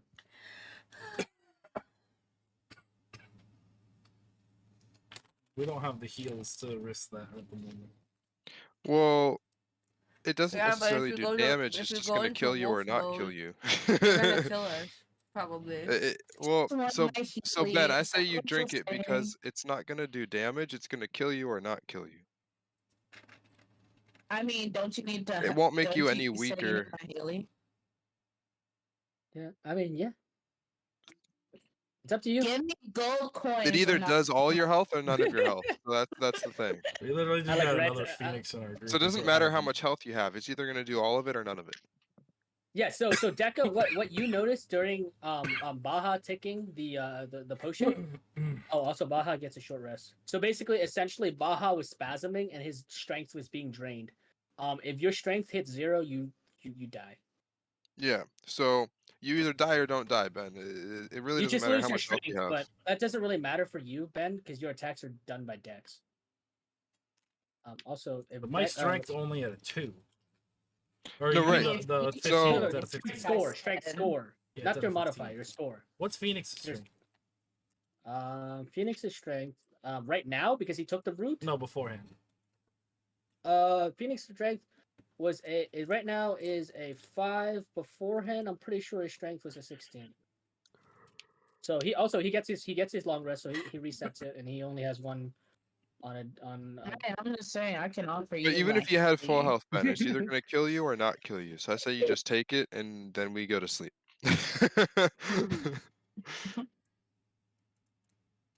I do have a Healy. Just saying. Yeah, she does. She red kind of like How much you, do you you want watch for red. the potion?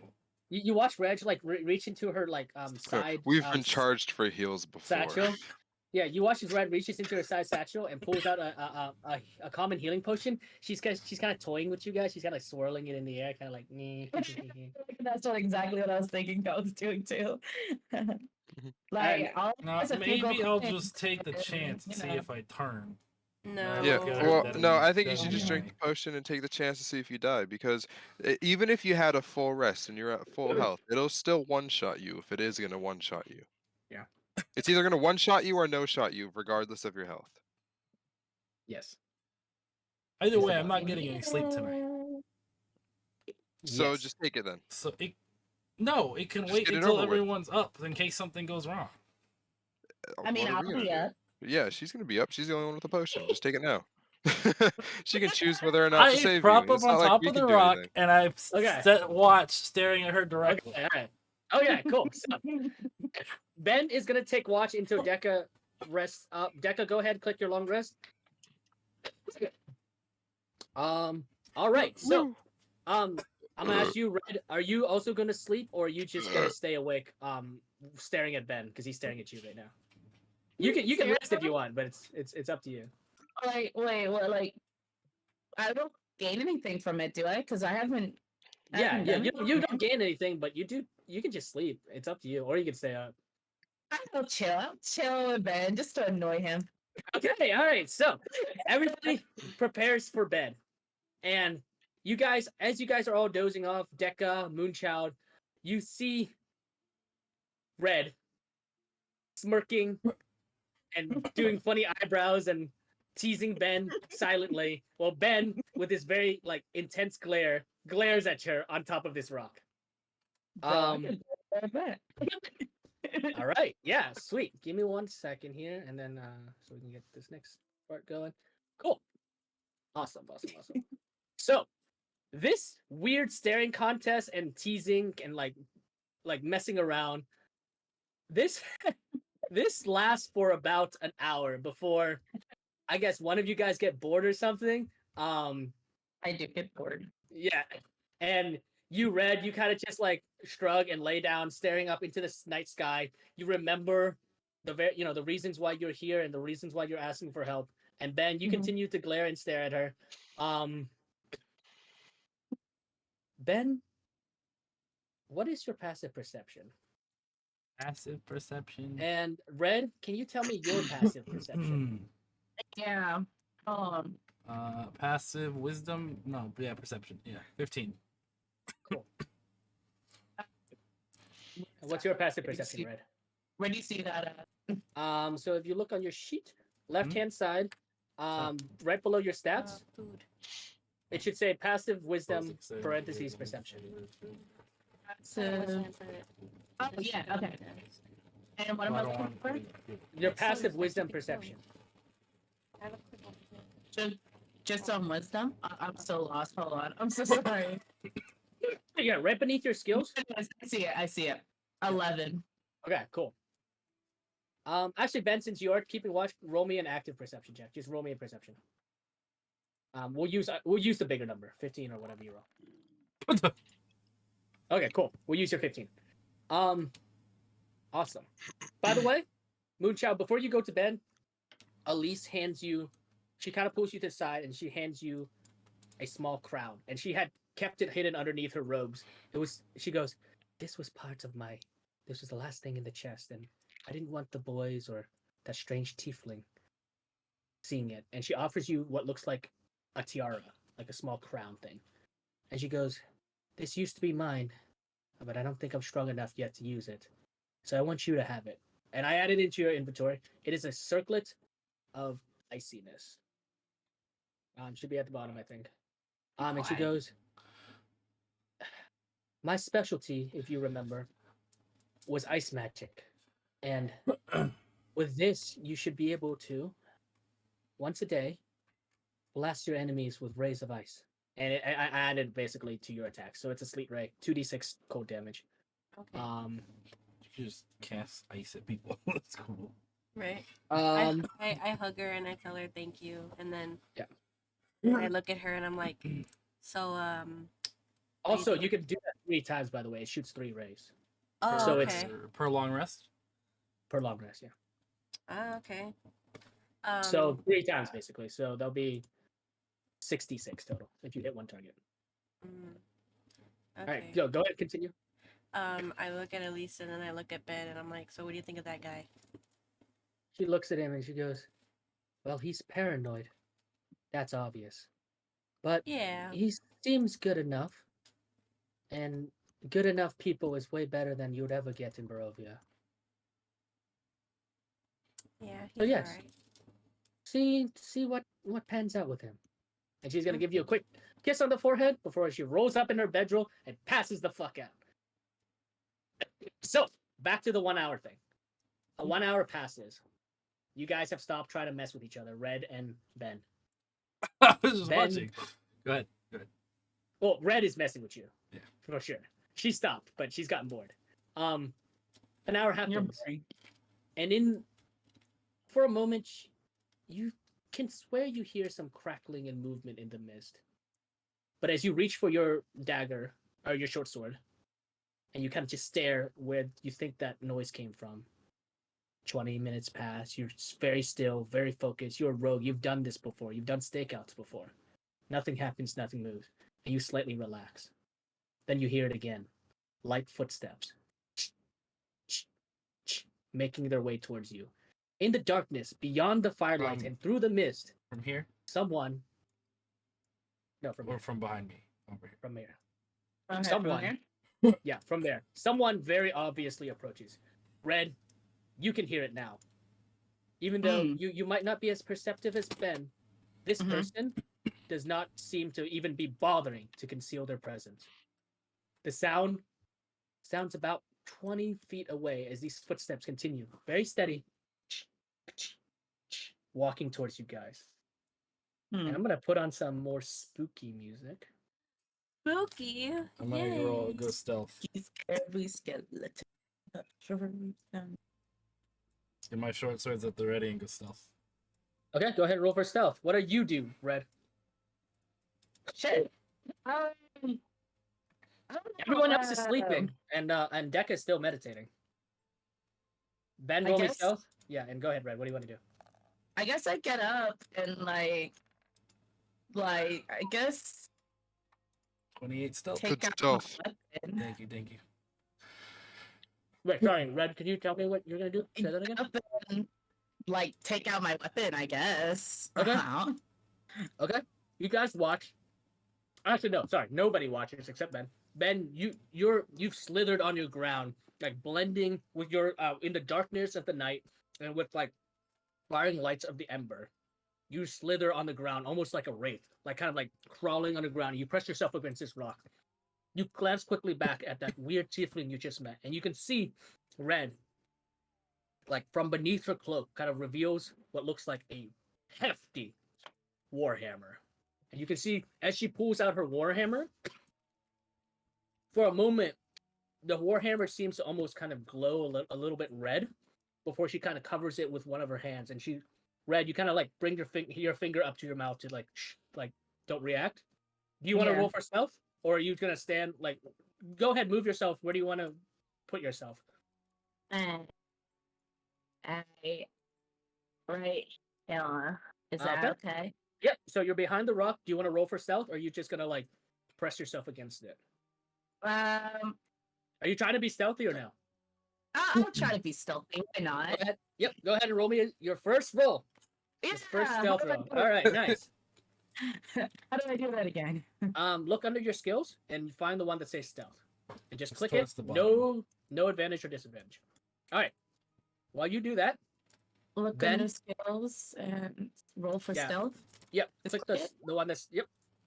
Oh, okay. Unfortunately, as you move your heavy armor, your half plate, Oh yeah, I Think, forgot it was wearing that armor. and you're pressing yourself against it. And Ben, you're wincing at every step she takes because you are a master rogue. You rolled a 28 to stealth. You're wincing as she like tries to press herself and be silent up against the rock. And you can still hear the My bad. footsteps. Both of you can still hear the footsteps.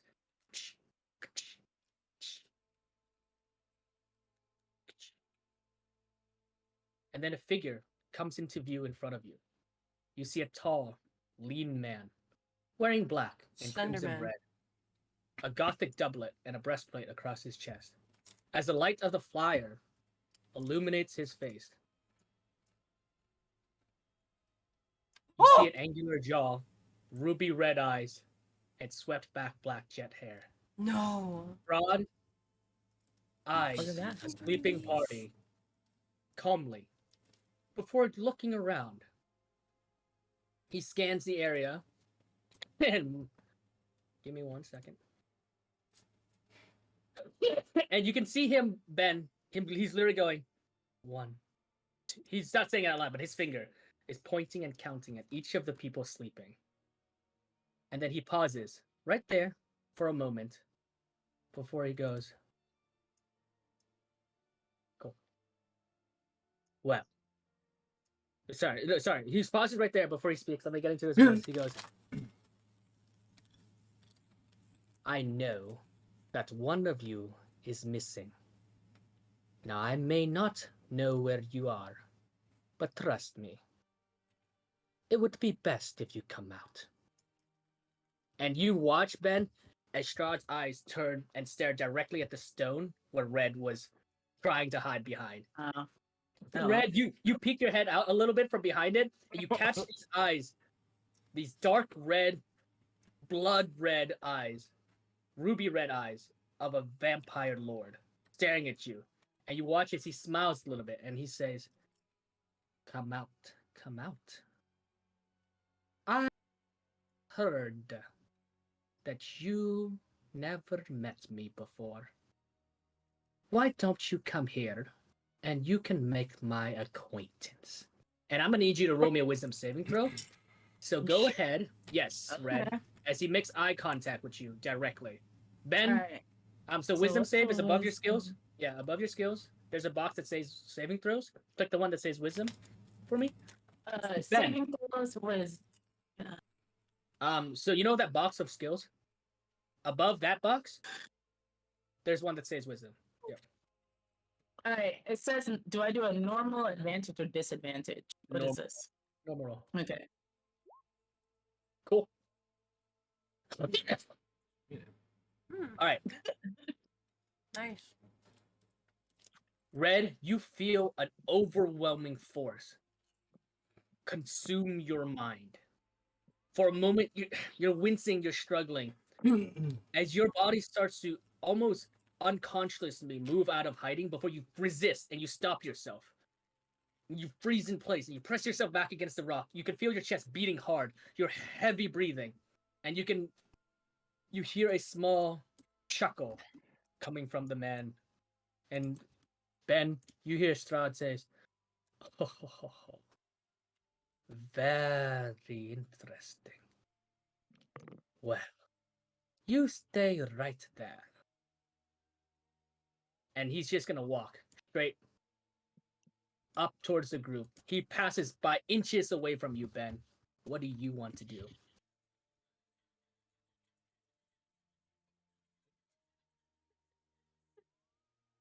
He's gonna kill her. He's gonna kill her. As he Kill. stands there, you can see he's staring, maybe glaring, directly at Elise. And there's this weird half smirk on his face. As if he's amused. I'm just gonna step out. You step out right next to him, and you can see Strahd's face for a moment.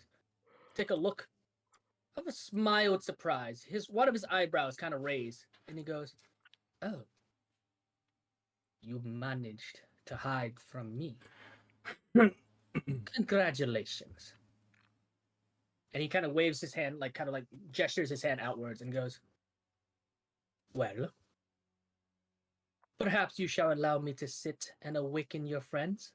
And when he smiles, you can see that his fangs are glistening in the firelight. You here for a conversation? He looks at you for a moment and he goes, "Well, that depends on you, Ben.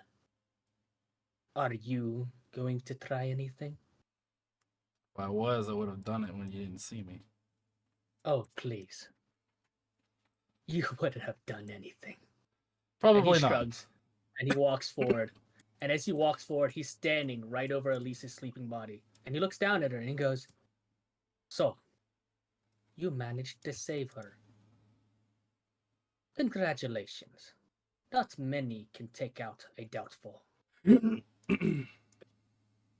And as you watch him, Ben, he kneels down and he looks like he's going to go to touch her with this very sharp, curved fingernail. I'd rather you not. He stops and he looks up at you and he says, "Oh, and why is that, Ben?" Ben, roll me a wisdom saving throw. Do I get to respond or you roll first? Oh, no. This is straight up. You have to beat a DC. You have to beat a number. Oh, you get advantage, by the way, because Okay. you have your Fey ancestors. You're part elf. Thank you. Red, you're hiding behind the stone. Your heart is hold still on, beating? Hold on. You guys, you got a 16. You have inspiration if you want to try to use inspiration. But Red, right now, currently, you can hear this conversation and you peek out again and you can see that he's like kneeling down and he looks like he's about to touch that silvery skinned elven woman that sort of was nice and friendly to you. But he stopped and he's kind of looking up at Ben and asking him something. You You've heard of him, obviously. You've never met him, but from what you know from Zarovich Landing, he's a tyrant and a monster. But this man seems calm, collected, almost regal. He doesn't look monstrous right now, but you know that vampires are sort of naturally born dark creatures. Do you want to do anything from where you are, or are you just going to stay there? It's up to you. Obviously, you have options. You can do whatever you want. Awesome. I don't really know this guy. Papa, is that you? No, I'm just kidding. Shoot, like, so, dang, I honestly don't know. I guess he wanted to, like, I'm not really involved in two people. I don't know any. I just heard about him. He's evil. Yeah. You've heard he's a tyrant. He's Yeah, that's all evil, you've he's a heard. Yeah. tyrant. He looked like he knows them. He doesn't know me, or he probably does. I don't know. He seemed like he knew me. He made eye contact with you, but he kind of is ignoring you at the moment. Ben, Really. while Red decides what to do, what are you doing? I'm gonna pray and hope that wisdom is high enough to beat it. Cool. Okay. Yeah, what are you doing, Red? Can I climb up onto the rocky part? Yeah. It's not a super high rock, and you're a barbarian. You've climbed things before, and you know, back with your back, you climb up very easily, and you're kind of crouching up there. Obviously, you're breaking stealth, and he can definitely see you, but he does not seem to care about your presence. Oh. Okay, cool. Okay, so you're just kind of watching it all go down, right? Yeah, I mean, I don't know what's happening. I don't know this man. Ben, you feel an overwhelming force push on your mind, and you're struggling. Your body's fighting back, and then your mind clears, and you smile. Oh, it's just Strahd. You've known him forever. He's your best friend. You trust him, and he repeats that question again. My mentor. There goes He the last repeats that family question I have. again. He repeats that I'm an question orphan. again, Ben, and he says, "Do you want me to stop?" Now, no, remember, just because you view him as a trusted ally and friend doesn't mean you don't view her as a trusted ally and friend, right? You understand? It doesn't mean that, like, just because you trust it means you hate everybody else, right? So, what are you going to say to that?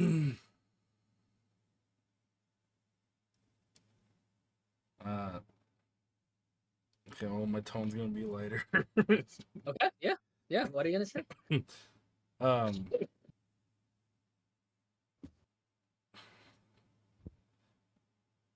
Well, yeah, if something happened to her, that would upset Moonchild.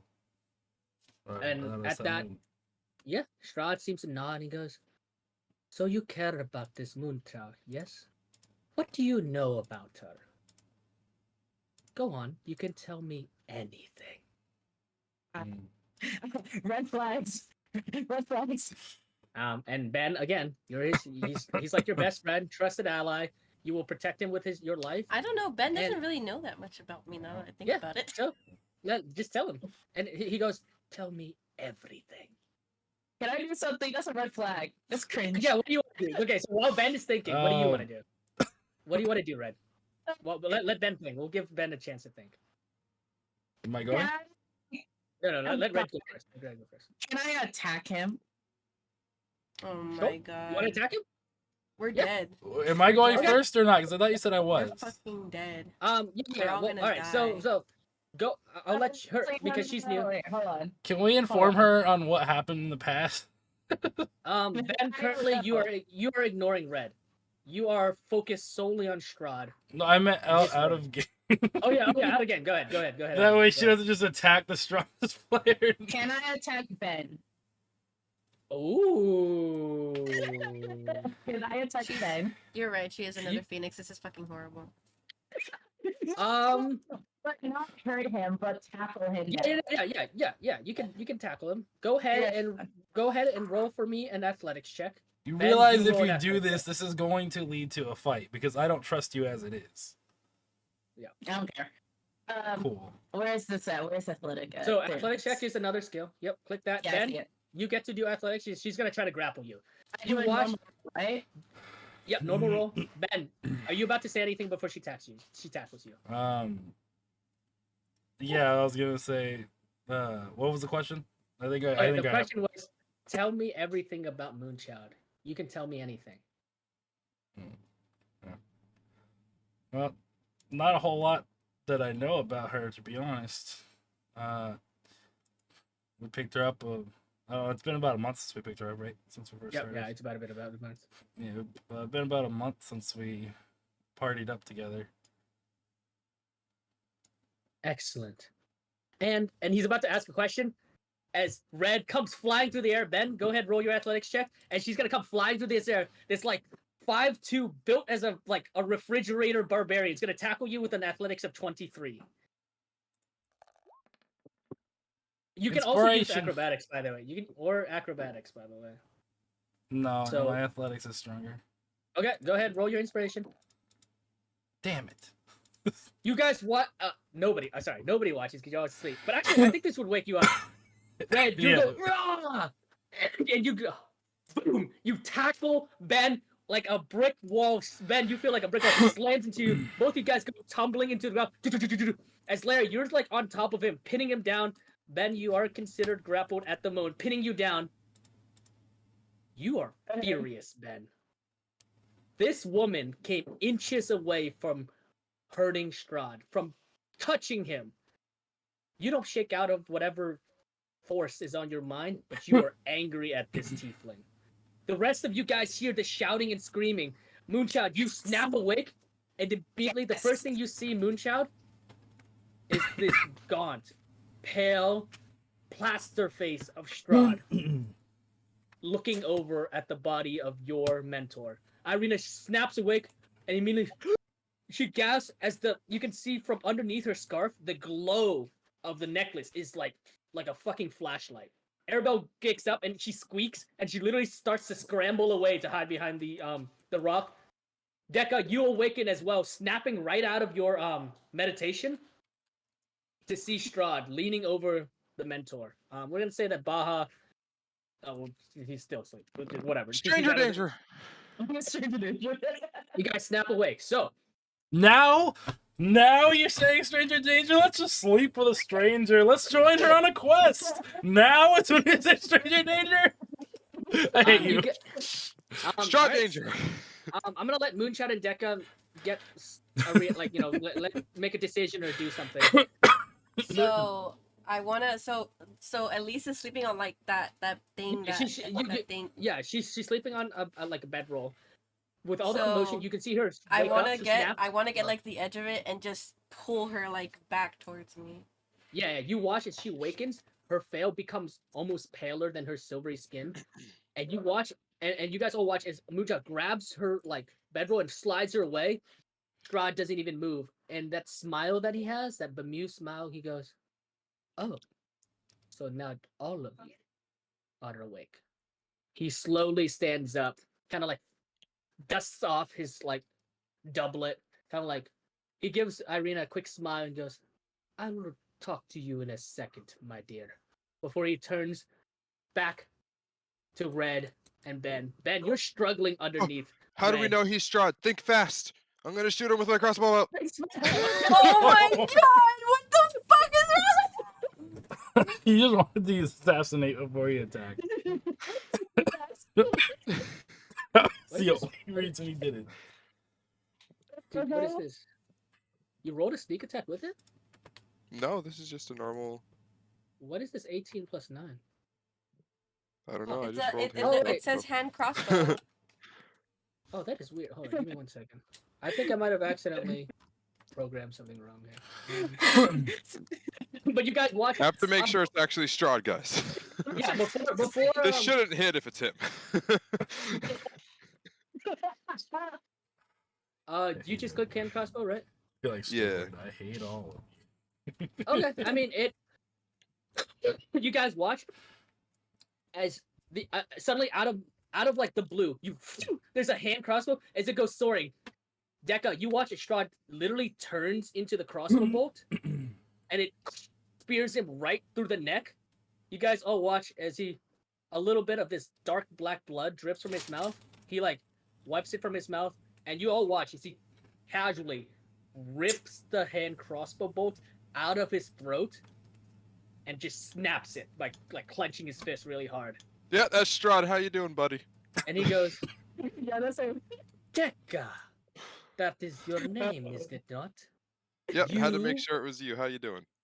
How you friend? He's trying so hard to talk his way out of it. You know, I have never met an elf so small. Why don't you tell me more about this? And I'm gonna need you to make a wisdom saving throw. Oh my god. Do I have to tackle you too, Deca? Okay, Red, you are on top of Ben right now. While Deca makes that roll. Oh, you got advantage, by the way. Oh.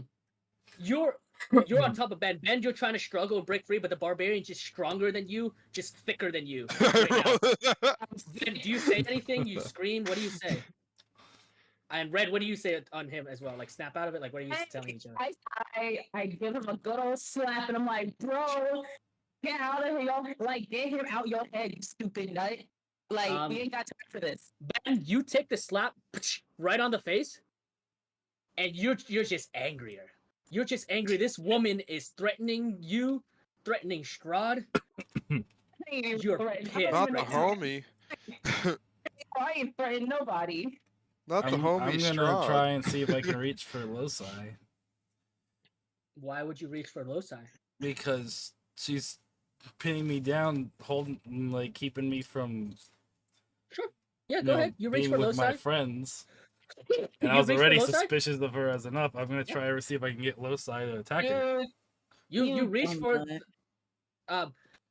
Red. You see him like struggling beneath your hand, and it's almost he barely managed to slip out from underneath your grasp, and he grabs something within his cloak, and you see this small little flash of light.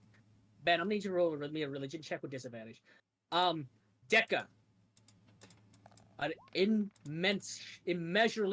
immeasurably powerful force clutches your mind, and for a moment you're struggling. Then your mind clears, and it's Strahd.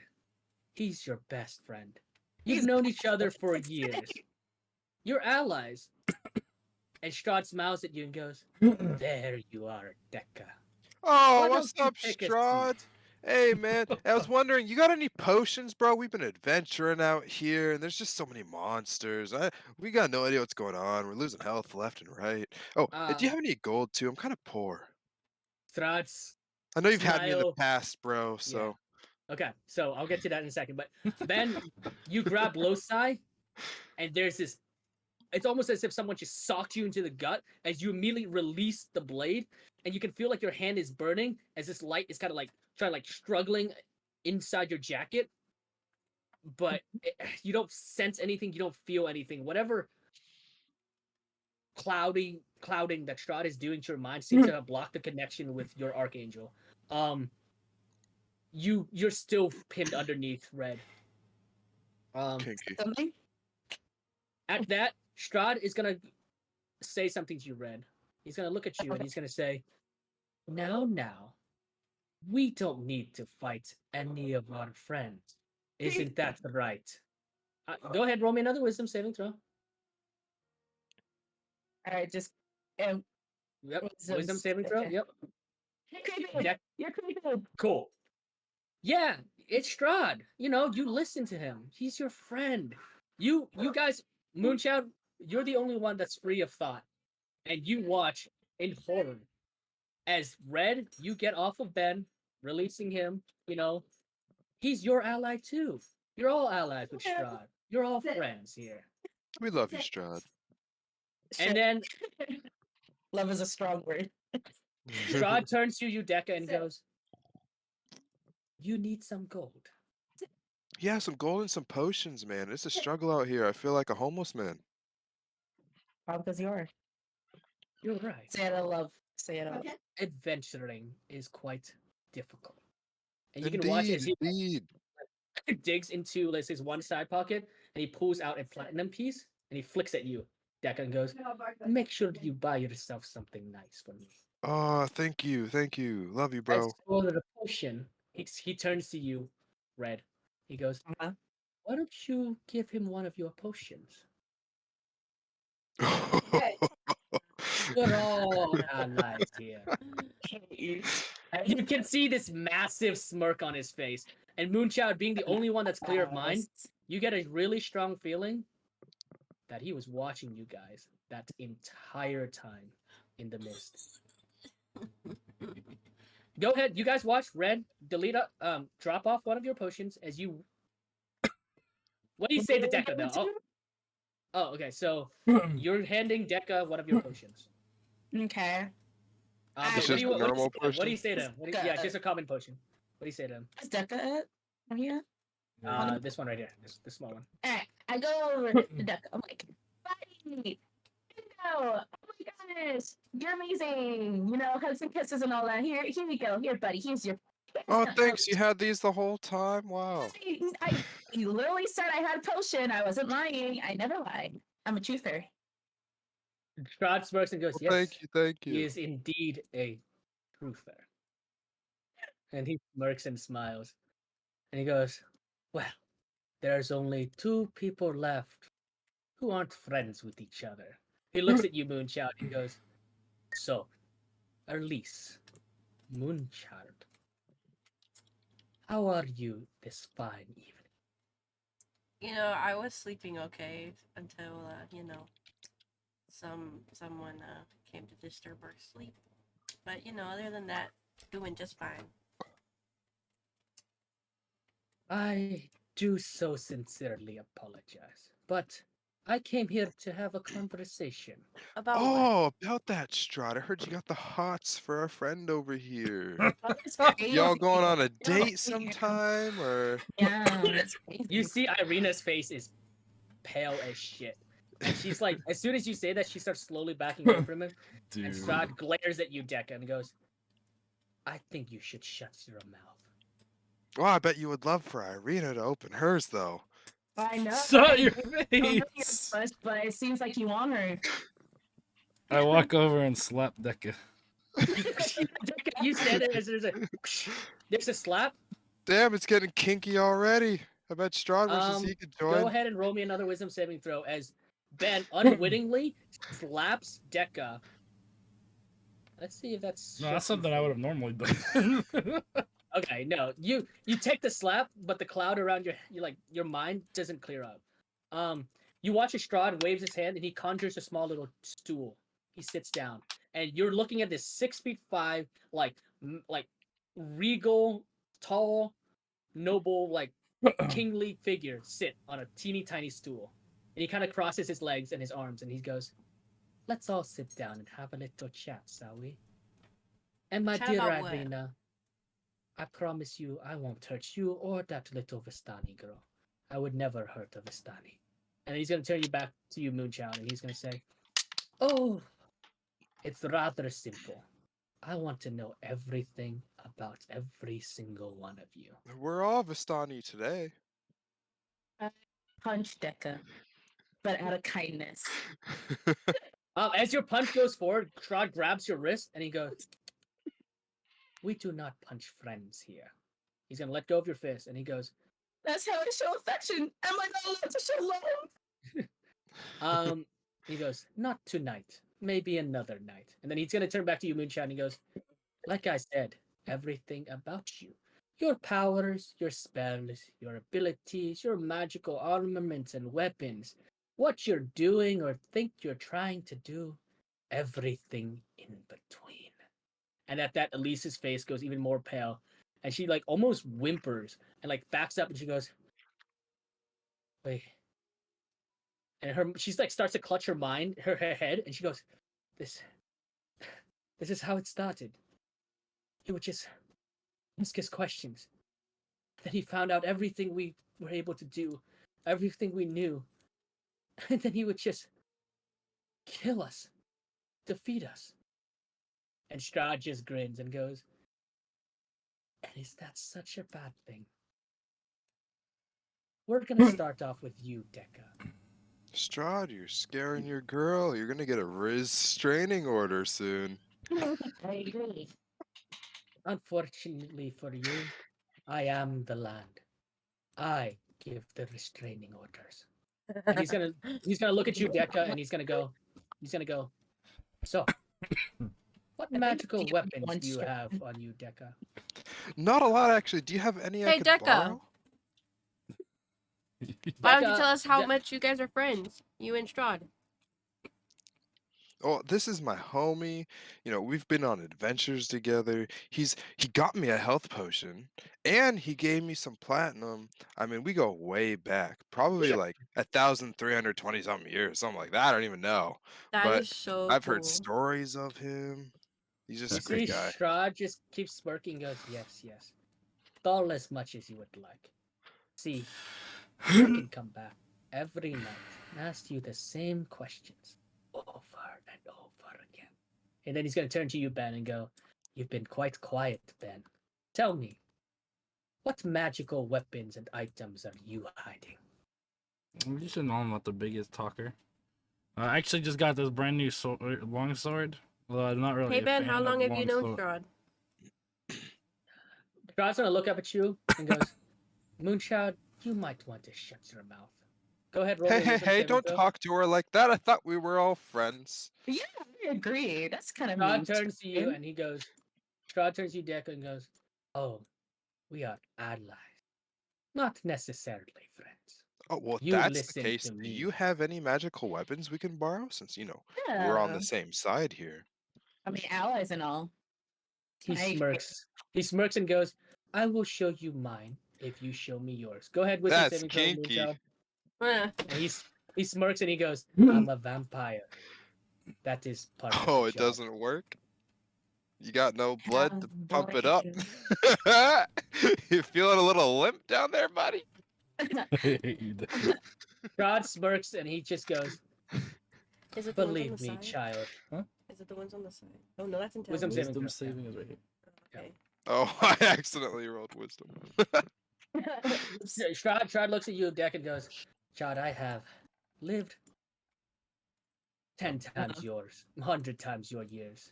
Your Is your jokes are inspiration? I wanna only use my going to be inspiration. amusing so far." Go ahead, roll your inspiration then. Ben, go ahead. Tell him what magical armaments you got. Oh, so as I was saying before, I was rudely interrupted. I just got Cool. this new sword. Oh. You're gonna die. Oh, damn. Well, I guess we're all dead. I just got this So- new long sword. I'm not a huge fan of long swords, but it hasn't been programmed in yet. Hold on. Yeah, I'll program it in. Oh, I never even threw it in my inventory. Twilight Sword of Heroes. It's It's I a mean, it's not sword of anything- it's- heroes. And it's not any I different. Hold on. show it to him. He looks at it and you see him look, his eyes kind of gaze at it. I mean, he's gonna roll an Arcana check to figure it out, obviously. Cool. With a 34, he instantly knows exactly what it is. He goes, "Ah, that's the weapon. Oh, at least you remember how he died? Now that was a fight. These younglings, oh, they're nothing to the heroes that were." He shrugs and he goes, "What other weapons do you have? I know that's not all you have. Show me everything. Put it all on the ground for me." And you know why I'm making you do this, Ben. You're gonna drop. You're gonna drop that dagger. You're gonna drop that dagger, bro. Yes, I'm You know aware. exactly why I'm doing this. Well, let's see. What do I have? I'm gonna make him wait. Let's All your see. magical armaments. I got a spell scroll for protection from poison. I throw on the ground. The sword. Yep. Let's see. Huh? Yeah. That's not He magic. looks at you. Oh. That's just 20 feet He of rope. asked for weapons. No, he said all That's- magical weapons. Oh, magical. Yeah, it's a magical weapon. It just has a rope tied to it. Made it myself. That's magical. On the You ground. hear Strahd goes, "Oh, that is impressive." I have this shape shifting boot. This has some magic in it, and I threw it on the ground. Okay. Let's see. I know you know what weapon I'm trying to put. I on know, you. but You I'm can making stop him. I'm for making as him long as wait. you want. I'm Yeah, making him yeah. wait. I go through. I throw out the ceremonial steel dagger. I'm like, I don't know what this does. It might be magical, might not be. And I throw He it on the looks at ground. it and he goes, "Oh, that's just that thing is just pricey. People overcharge for these gems and jewels." Do they? Can I have That's it? overpriced. You got Strahd, extras? Strahd reaches down and grabs that dagger, and he goes, Ben, should I give it to this new tiefling? Oh, please. No. Eddie, please. Strahd We're all looks at friends, aren't you. we? Yeah. Strahd looks at you, Red, and she goes, I apologize, my friend, but it seems like Ben does not want you to have it. It's a bummer. I thought we were all friends here. Like you said, Stride. We're friends. Doesn't mean he's gonna give you all my items. I never asked for all your items, just that one. No. The answer's the Speaking same. of items, Strahd, you're Uh, acting like we're bored. You got something special to give us? I pull out Yeah. Strahd just shrugs. I pull out I, the like vial. I said, show me everything. I and pull I'll out show the you what I vial can do. of belladonna juice and be like, I actually need this. I don't know. I'm assuming it's magical because it gets rid of my lycanthropy. Oh, he starts to chuckle and laugh, and he goes, Actually, so that's why. I, I thought I smelled a little bit of mongrel on you. That explains everything. I'm gonna be like, Strahd, do you know what actually, happens? Strahd, you're super strong. If you could help me get through this potion, that'd be great. And I drink it. Strahd laughs and he goes, Strahd laughs and he goes, oh, you are on your own. This is going to be funny. Okay. And Ben, I thought we were It's That's friends, not very man. friendly of you, no, Strahd. no, you view him as an ally. He does not give a shit about you. You trust him with your life. He will. I don't know if you know anything about vampires, but they're basically creatures of abuse. So he's your best friend. He doesn't give a shit about you, Ben. He watches you drink it down, and he goes, "Let's wait 10 minutes to see what happens." And then he's gonna turn to you, Red, and he's gonna go, "Oh yeah, first of all, Moonchild, yeah, he's your best friend. You want to protect him with your life, etc."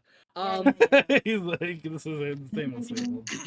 So Elise, Irina, and Arabelle watching horror as their entire group of heroes, as your entire group of heroes, you guys are all just vibing out with the devil right now. So This Ben, homie, bro. Ben, Strahdi's gonna make that motion like get on with it, and he goes, "I know you have more." I drank the There's potion. No. There's one item that I want to see. I want to check something. And then he's gonna turn to you, Red, and he's gonna go, "You, the new one of the group. I'm you in a wouldn't group. happen to have any magical items, would you?" No, I don't. I don't think I do. You do. I'm The not locket's sure we can- magical. Oh, You're gonna immediately show it to him. hammer. You show him the warhammer, and he just rolls his eyes, and he goes, "That's a warhammer." It's like the greatest thing ever. It's my first weapon. I love it so much. You gotta give it a little kiss. Give it a little kiss. I mean, we are friends, right? And I just flooded my eyes. I am this close to smacking all of you guys with his power. He goes. He What do I smiles and gotta goes, roll? Because am I like convulsing on the ground now? "Oh no, 10 minutes, homie. Go ahead, show him the dagger." Oh, it takes time to kick in. Yeah. Dang. That's why he said Okay. let's wait for 10 Yeah. minutes. Okay. Go ahead, No. show him the dagger. The only other thing I could think of is this, and I pull out last side. He takes it immediately. While Red is trying to be flirtatious and stuff, he I'm ignores not you, even Red, being completely. flirtatious. I'm not even He being ignores you completely, Red, and he goes. flirtatious. He's gonna look at you, Red. And he's gonna say, "You will show me what you have in a minute. I know that. Just play I with am your showing warhammer it. for a second." And then he's gonna look at the dagger, and I'm gonna roll another Arcana check, and I'm gonna see what he figures out. Can I swing it at one of the rocks? My hammer. Yeah, you can. 22 is decently high. Okay. You go over, Red, and you kind of just smash it against one of the rocks. It creates a dent, and little chips of rock flies off. Nothing really happens. Then you watch Estrahd's face go from interest to recognition to a little bit of amusement. And he goes, "Ah, of course. So that where my creatures have been going." He mutters that under his breath, and he hands it back to you, Ben. He goes, "Thank you, Ben, for being so helpful." And he's That gonna ask you thing the bu- same questions, Deca. Show him all his magical armaments. Oh, so I have this really cool cloak, and I think it helps me stay invisible better, like if I'm hiding behind something, but I'm not too sure. Do you have anything better? Oh, I also have this necklace I found. It's an opal necklace. I don't know exactly what it does, but I have this too. And Mhm. I don't know, you said you had some cool stuff to show? Sure, but after Moon Chow shows me everything as well, he's gonna look at you, Moon Chow. Go on, show me that staff of yours. You present the staff, and he looks at it, and he starts chuckling as he looks at the crack and the split in the gem of your staff, and he goes, "Oh, this adventure of yours is going to be fun." And he just hands it back to you. And finally, he's gonna look at you, Red. So, that item, I saw it while you were holding it with dear Elise there. My Go hammer? on, show it to me. No, the little necklace that you got. I got a necklace.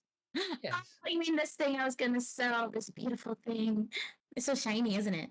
It is. Would you like to give it to me? No. I know, but if I gave you 1,000 gold right here or right now, would you give it to me? But it's shiny. You're right. And besides, it's no danger to me. And he gives it back to you. Oh, And thank you. then You're so kind. and then you guys watch as he steps back and he gestures to Ben on the floor. And this is when you all see Ben convulsing.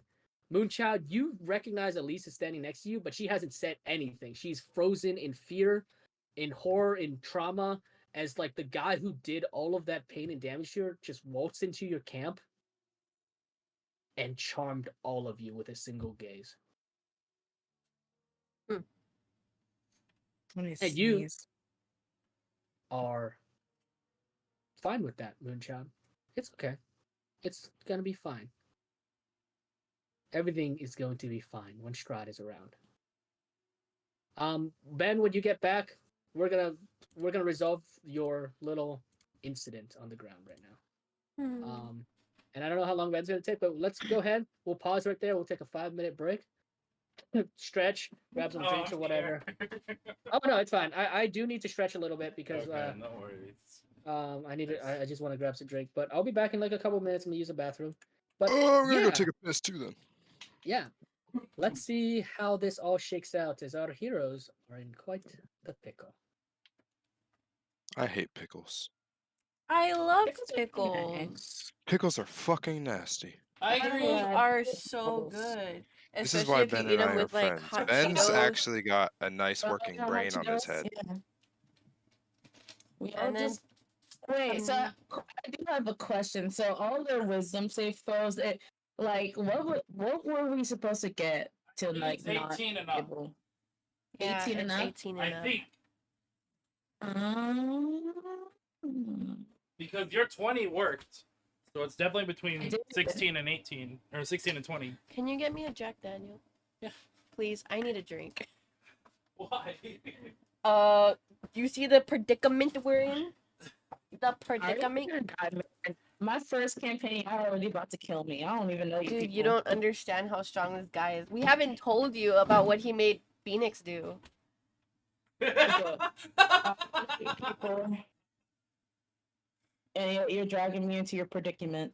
You showed up at our doorstep.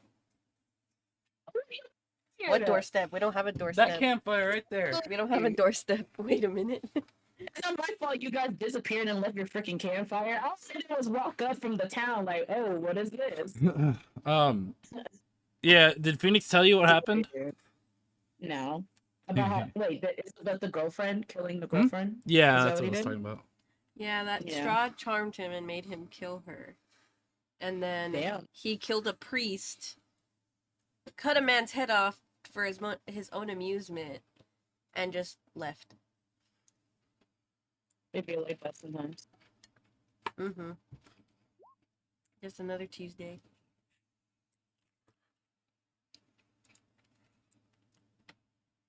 Oh. He's rolling for stuff. That's What's not his good. name? What's his Ryan, name being extra? All right, I do should it. probably. I'm gonna get some. I'm gonna go put some drink. We got something on the floor. Man, it was a leaf. A leaf. It's lettuce.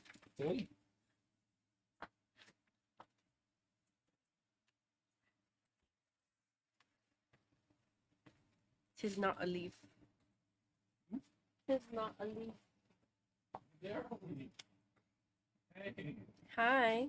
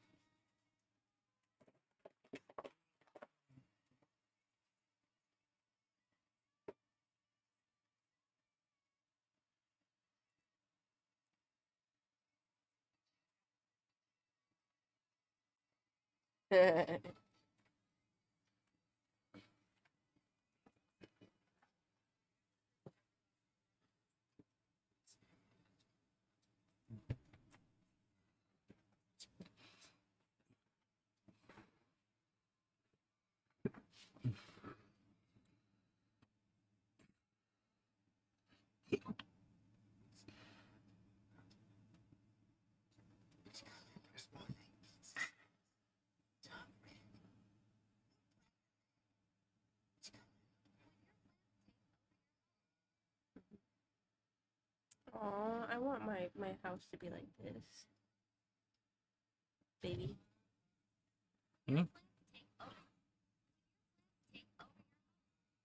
I agree. That looks really cute. Like the way the vines look.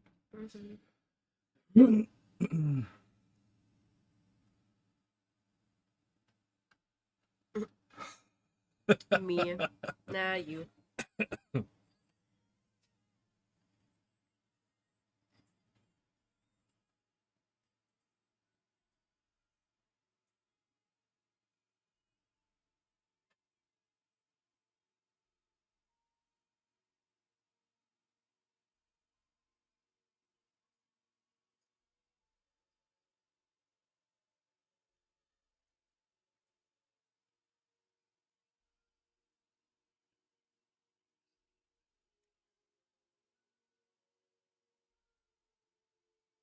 Why are the NPCs so useless? Huh? The NPCs, they're not doing anything. Well, she's like 8. So She's actually really helpful in a fight. exactly. I don't know why she's not doing nothing. There's nothing Like, she can do. She's going up against the big bad of the whole story. I mean, I noticed that when you hit somebody, you roll a wisdom check to see if you get snapped out of it. Well, yes, but they might not know that. I know. But that's what I Irina's noticed. in fear. So is The only one who Elise. could do anything would be Phoenix, but he doesn't like controlling other people's characters unless he's here. So that's Phoenix. Yeah. Phoenix is dead meat right now. Mm-hmm. Like, just punch us or something. I'm sure he'll probably let us go by the time we're done with all this. He just wants to know everything about us. Which is weird. I don't know you. Why are you trying to talk to me for? I'm not even in Oh the gee, I party wonder yet. what feeling like that's like. It's not like I asked you to tell me your entire backstory. No, but they were they were just like, yeah, sure, we can stay with you for the night. We never would have done that if it was anybody else. And Realistically, canonically, we would not have just joined up with someone at random. I'm just chilling.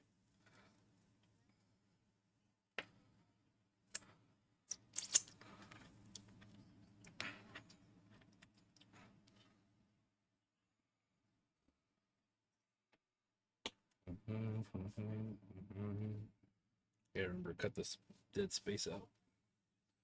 Did he say what I had to roll? Because I know he said he was going to come back to me when we get back. I don't think he said what I had to roll.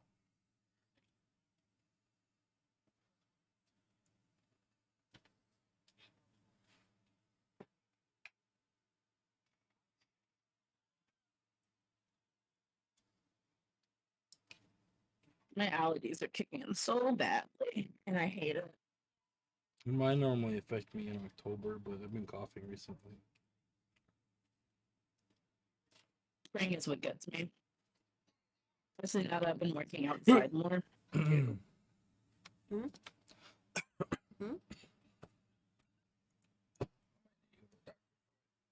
I told you.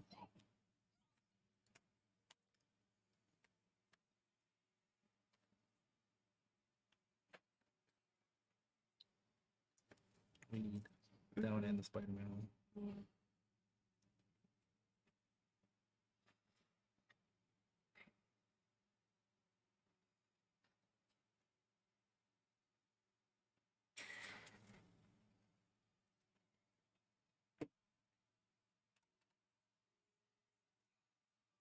Okay.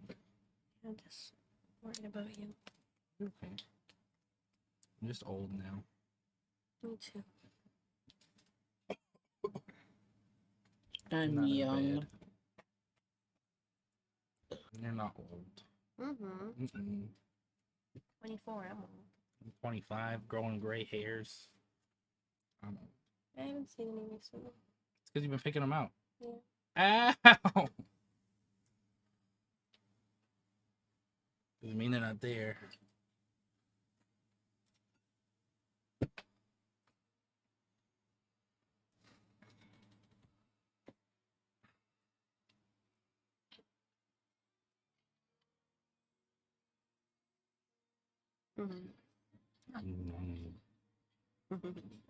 This me.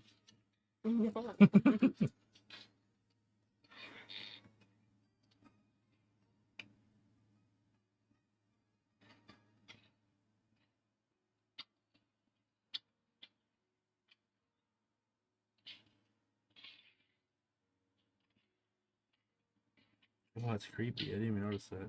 Notice what? His muscles for his jaw are all the way up to his head. He starts showing like, his muscles move as he chews in his bed. Yeah. My boy can someone's arm.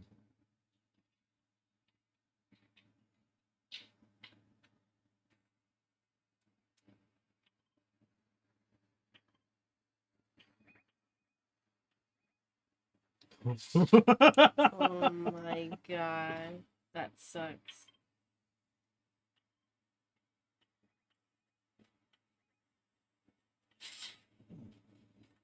I am back. Deca, look at. Oh, here, I'll just send it to you, Snap.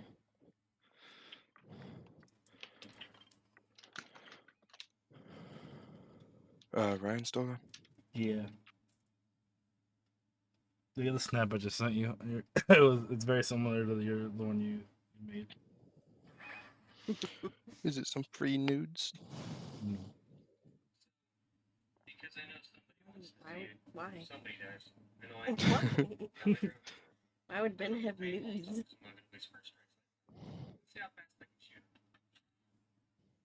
I have a friend that has a drum bag. That's funny.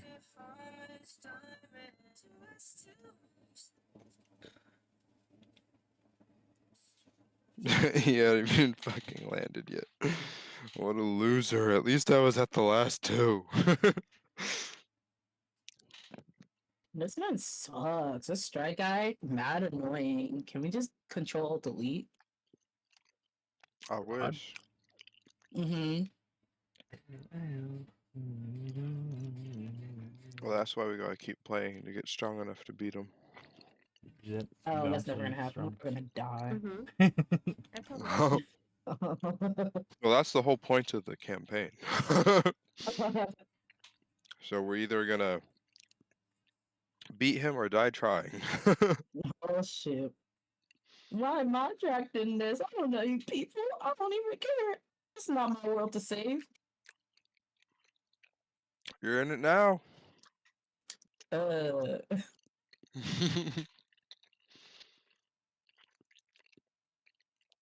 Yeah, this Strahd guy keeps wanting to date Irina. let him have her. Like, why is she important? That's what I'm saying. I'm like, let her wait, go on a date with wow. him, Let her and then go. Have her Like, gather he's a info. charmer. Yeah, like teach her how to charm people, get information out of him, how to kill him, and You want your heat pads use and it against stars? Never mind. Oh no, Yeah, not exactly. back That's to why I'm like, back. because he will not do It's anything always to this spot. hurt her or charm her or All right, Get some I'm anything back. like that. No, it's Yeah. always like that. It's Hello. right here. I am back. Welcome back. Hello. All right, why? so Well, I should once do- we left off, I think Ben was gonna figure out the results of his belladonna retreatment.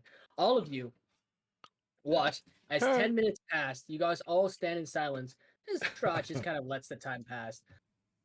And Ben, you start convulsing on the ground. You drank something that's bitter and has a terrible, awful smell. It smells like cough drops medicine, but like 100 times worse. Go ahead and roll me a Constitution saving throw. You feel yourself convulsing, shaking a little bit as your strength is starting to get sapped. Red, NyQuil is not that bad. you've just met these people, but they are random and strange. And you are watching Red, Ben convulsing. There's a little bit of like foam coming out of his mouth. Cool. Ew. Awesome. Ben, your strength goes down -6. You Damn.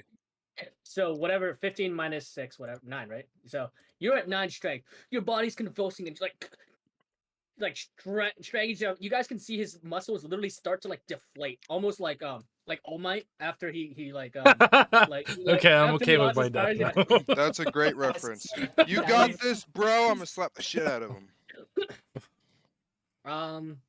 You slap him and he does not feel anything. He's too like the pain from this root is like way worse than any slap you could give him. Ben, Where's the annoying bitch? Give him some words of wisdom. For trying to slap Ben. as you say that, Deca, Strahd turns and eyes Airbo and goes, "Day," and he just says one word, and she is horrified of this massive terror. I really don't think this little girl's gonna try anything or say anything. Yeah, Ben, go ahead. About another 10 minutes pass, and you're gonna need to make another Constitution saving throw. Do I happen to be rolling on Loci to see if he could help? No, your low side's on the ground. Like all your weapons You are said he like gave on it the back to me, so I'm sure. Yeah, I mean it's equipped on you, but you're in no position to Alright, grab or alright. hold anything. Wisdom, Nope. Constitution saving throw. Constitution. You got this. Damn, you don't got this. Cool. You drop down another 4 points. That's good. That's what, 5 points left? Yeah. Yeah, 5 points left. Cool. You guys watch as like he starts to become like bone skinny. Like all his muscles are shrinking. Everything that you knew has been this heroic sort of figure as he has fought all these creatures. Like just hours ago, you guys were fighting this monstrous creature, and this brute is taking him like through the ringer. Yeah, Ben. This is gonna be last Constitution saving throw. Go ahead. Don't and roll worry, for me. bro. 2 days in the gym, you'll get all that muscle you had back anyway. Go ahead. Two Roll me days in the Constitution saving throw. Wasn't a lot to lose. Okay, that's it. Oh, I'm sorry. All right, cool. Oh, I don't. No, You're that's Kevin, Deca. that's a critical fail, by the way. Amu, critical fails means like you always fail. Yeah. Ben starts to flatline. Ben, your heart is, and you can feel your heart stilling as your whole body's shaking and shivering. Moonshot, you walk up to like grab Ben because even though you and Strahd are allies, Ben and you guys are still friends too. You're like grabbing onto him, and then Strahd speaks a word that just echoes in your mind, and he goes, "Stay." No, he just goes, "Moonshot, stay still. Don't do anything. Let's see if he has what it takes." But he's my And friend. Strahd kneels down and looks at him. He smirks at you, Moonshot, and goes, "Oh, it's okay. I will No. save him if he dies. Don't worry. I'll save him." That's then not what he I. will That's owe me. not what I meant. I didn't say no to him. That Okay, was sorry. what I was. I meant to say no. He's not. He's more than that. Oh, okay. Oh, you should not have said that. All right. Help him, he's diabetic. Strahd smirks and he goes, Oh, then I will definitely save him. But don't worry, he'll owe me something. Hey, friends don't have contingencies on doing nice things for each other. Yeah, for Strahd real. looks at you, Deca, and goes, "True, but he owes me something." How about a Ben, go date ahead with and roll me a Irina? death saving throw. Hmm? Go ahead, roll me a death saving throw. You're at Think about 0 HP. You're strengthened at I'm 0. dead ass serious. I had a dream about this. I had a dream that you were laying on the floor and I was gonna go help you, and Strahd was like, "Stay there." Do I die? I don't know. Oh. Maybe. Go ahead, death saving throw. Red, you are watching as Ben is literally like blood is spewing coming out of his mouth. That's one success. He seems to stabilize for a second, and Strahd kind of like puts his hand on your chest then, and he goes, "Come on, you can do this. Come back to me, and then owe me a favor." Go ahead, roll me a death saving throw with advantage, so you can roll twice. Pick the bigger number. He's creepy. You can feel like Ben. Suddenly, you feel this necrotic, dark energy pulsating inside your body as like your heart By the starts way, to the beat fir- faster and Well, stronger. the first one would have done it anyway. Go ahead. Go ahead. Yeah, that's fine. That's another success. And Strahd smiles as you guys all watch. The tattoos on Ben's arms start slowly erasing, No. and Strahd No, smirks. please. He goes. Strahd says, "One more." And like you hear him grunt, and there's this force of black energies whoosh, crushes down on you, Ben. Yeah, go ahead, roll me again with advantage. Go ahead. Cool. Ben, you're at 1 HP. You snap awake as you all watch as all of the tattoos. For the record, I did that without his. I'm just stating it. Canonically, that's fine. I don't care. I'm just stating for the record, my rolls were fine without his advantage. Go ahead. That's fine. I mean, it doesn't matter. You Yeah, stand up. You sit up. You stand up. You're at 1 HP. And as you look down at your body, you feel the lycanthropy fading from your blood. But the first thing you notice is all of the tattoos, all of whatever gifts that Losai the Archangel has given you faded from your body. And now, as you all watch, dark runic symbols in cursive start covering Ben's body again. Oh This my time, god. you guys all immediately, Moonchild, you are reading the words, and just over and over, it just says, "I owe Strahd." Just over the in Infernal, it just says over and over, "I owe Strahd, I owe Strahd," like all over your body. And Strahd smirks, stands up, bows to all of you, and then turns to Irina and says, "I have tried to show you that I am on your side. Perhaps this time you will all understand. I have not harmed you. In fact, he has harmed himself. I bid you all a good night. You will find no horrors as you sleep till the morning. That I promise." And you all watch as he waves his hand, and all of the fog and mist around you guys fade. Just literally dissipates. And in doing so, there's a rip in the fabric in space as a dark, horse-like creature emerges from out of nowhere. God gets onto the horse, smiles, and they both disappear. And that is going to be that for your encounter with Strahd. You are all still charmed for the next 24 hours. But he's gone now, and he's not there to tell you to do anything. What do you guys want to do now?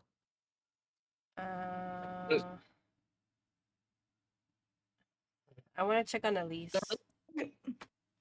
Elise is like, it's like shell shock, you know? It's like she's a soldier that just went back to war, like hearing missiles firing around. It's like that sort of her. She's huddled on her knees, grasping her head, and she looks like her face is in utter pain, and she's like muttering to herself some incantation. You're catching bits and pieces of something as known as a gate spell something known as the mind blank spell, and finally you catch something about the end. Like, and she's just saying something about the end, almost like an apocalyptic end of some kind. It is very confusing. You don't understand what's going on at all, but you do catch the name of two spells: the gate spell, the mind blank spell, and something about an apocalyptic end. Would my Irina has character know what those spells do or not? no. You've never encountered those spells before. Okay. But an apocalyptic end is something that you can definitely imagine after everything that's happened. Ben, you're up. You're at 1 HP. And I don't think you can. Can you read Infernal? I know Abyssal. I don't think I can read Infernal. I thought you did know how to read Infernal. Let me double check. Um. No, Elvish and Abyssal in common. Red. Yeah, I think just kidding. you might know how to read Abyssal or I Infernal. do. Okay. I do. You read it, and this is just reinforcing the strangeness of this group. You know Strahd is your friend and your ally, but this group is weird. And you can read over and over on his chest the words "I O Strahd," just written all over. It's almost like a taunt. And at this moment, Ben, you have no idea what that means for you, but you might find But I can out. tell it changed. It doesn't look like the same writing, right? Yeah, you can definitely tell it's not the same. It's not the same writing. Moon, can you read these? Io Strahd. Io Strahd. Io Strahd. Io Strahd. Io Strahd. Io Strahd. Io Strahd. Io Strahd. You get the point. Get it. Okay. I rush for Loci. Okay, you grab Loci. He holds the blade and says, "Daddy." So, just a little bit of background. Red Loci is Ben's an dead. archangel that Ben met in the beginning of this journey and has been kind of helping out with the group from time to time if he's able to make the connection. So Ben is gonna go reach out. Ben, you grab Loci. Oh, your hands are burning. Actually, hold up. Oh, rip! I'm knocked out. No, you're level 1. You're level 1. No.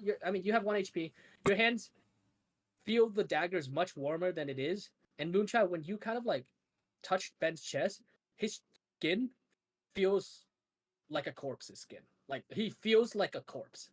He has like no heat on him whatsoever.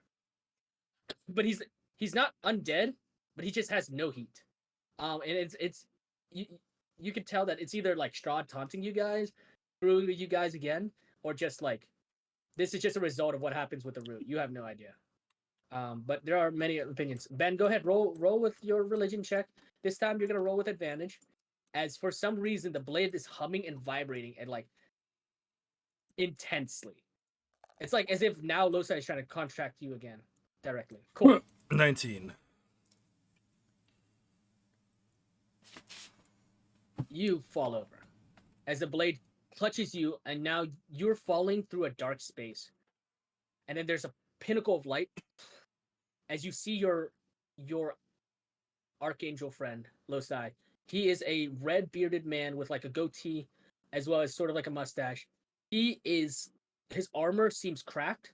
His sword is shattered, and his wings are like torn at places. And he looks at you and he says, "Ben, whatever were you up to?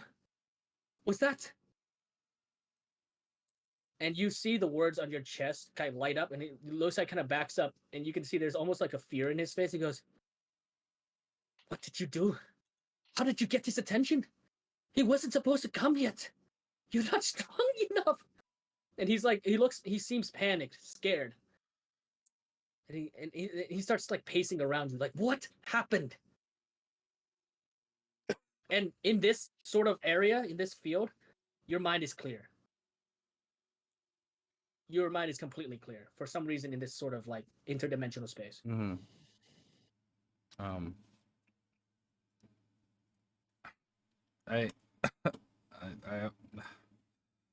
I don't even know, honestly. I just know that I don't feel right. That doesn't tell him anything. Well, I can tell him exactly what happened, but it doesn't tell. I mean, I still don't know. I don't really know what happened. And as you tell him what happens, the archangel paces, and it's like muttering something in his breath, and goes, "Ben, this is gonna sound really, really, really strange, but you're gonna have to trust me here. When Strahd does something like that, when he brands you like that, there's no way you're gonna be able to do anything to the creatures he sends at you.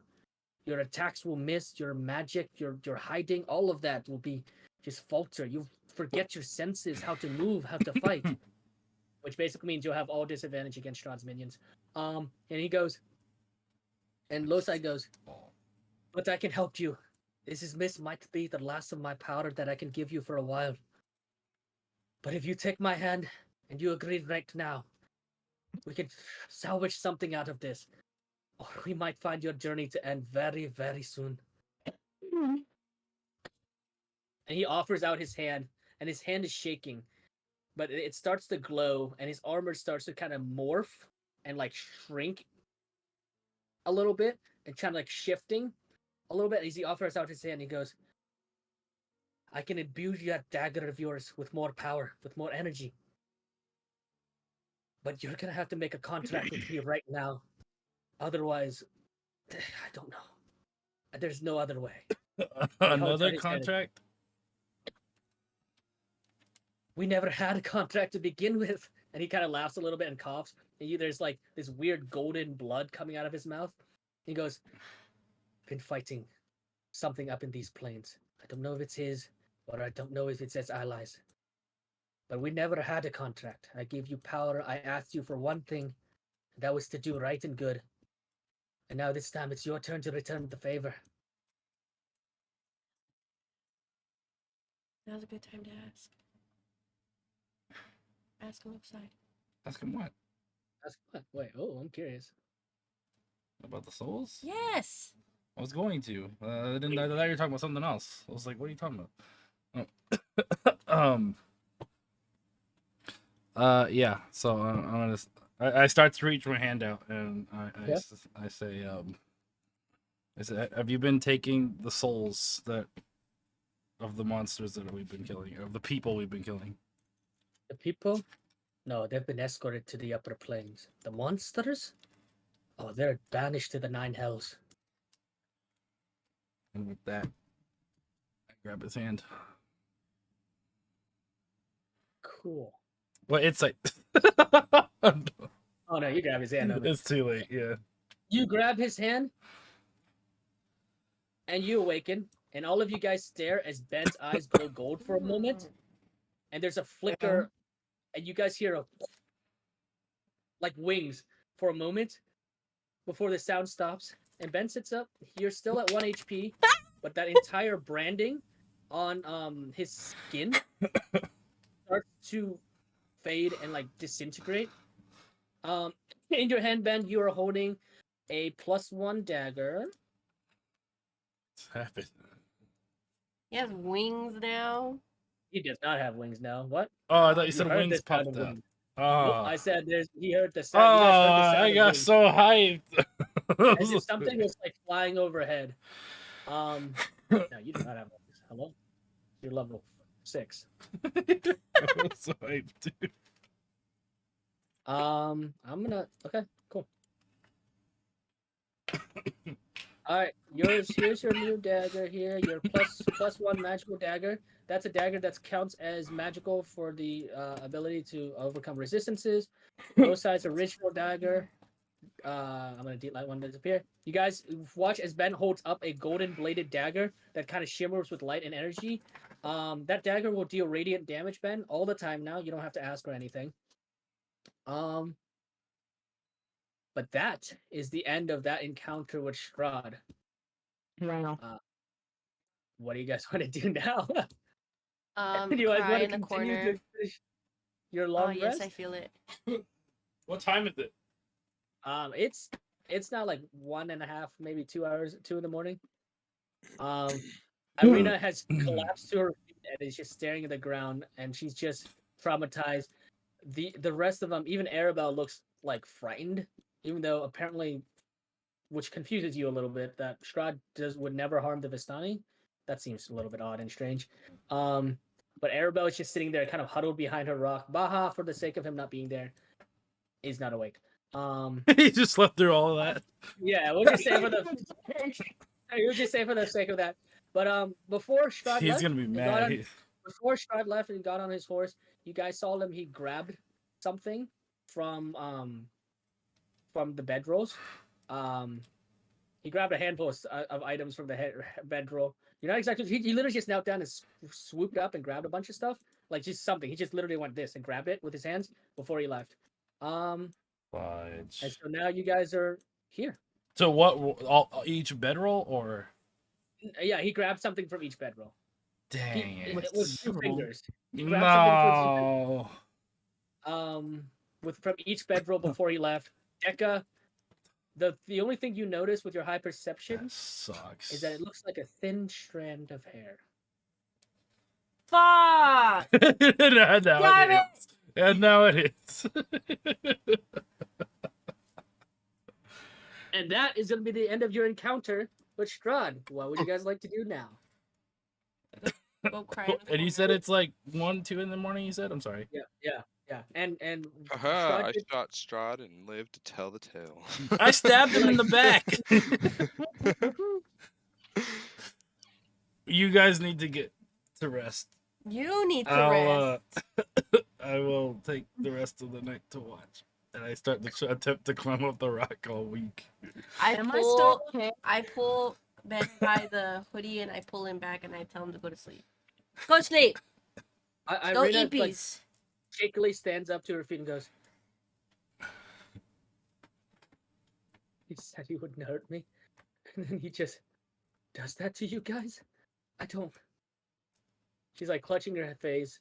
He's terrified now. She goes, "And he's supposed to be in love with me? He wants my... What are we supposed to do?" Well, here's one thing. We're not setting up a dinner date, okay? That's off the table. Why not? That should have been Shit, off the you- table a long time ago. You see, Irina points at Becca. Are we still charmed or we're good now? Oh no, for 24 hours. Yeah, vampires charm ass 24 hours. You guys Okay, are still like... Why not? Yeah, why are we? Yeah. Why not? Irina Yeah. looks at you guys and goes, you all still think," and she like starts backing away from you. Would my hand snapped out from dying or no? Oh no, homie. Okay, I just No, wasn't no. sure because I don't know how it Yeah, works. yeah. I know Baja No. broke out of it when I heard him, and I got Um knocked to 1 health, so I wasn't sure. no. So he knocked actually, that's actually very interesting you bring that up. You remembered that Baja did get knocked out when you heard him. Like it knocked out of it when you heard him. But you also know that Strahd really likes playing mind games. He could have just ended the connection whenever he wanted.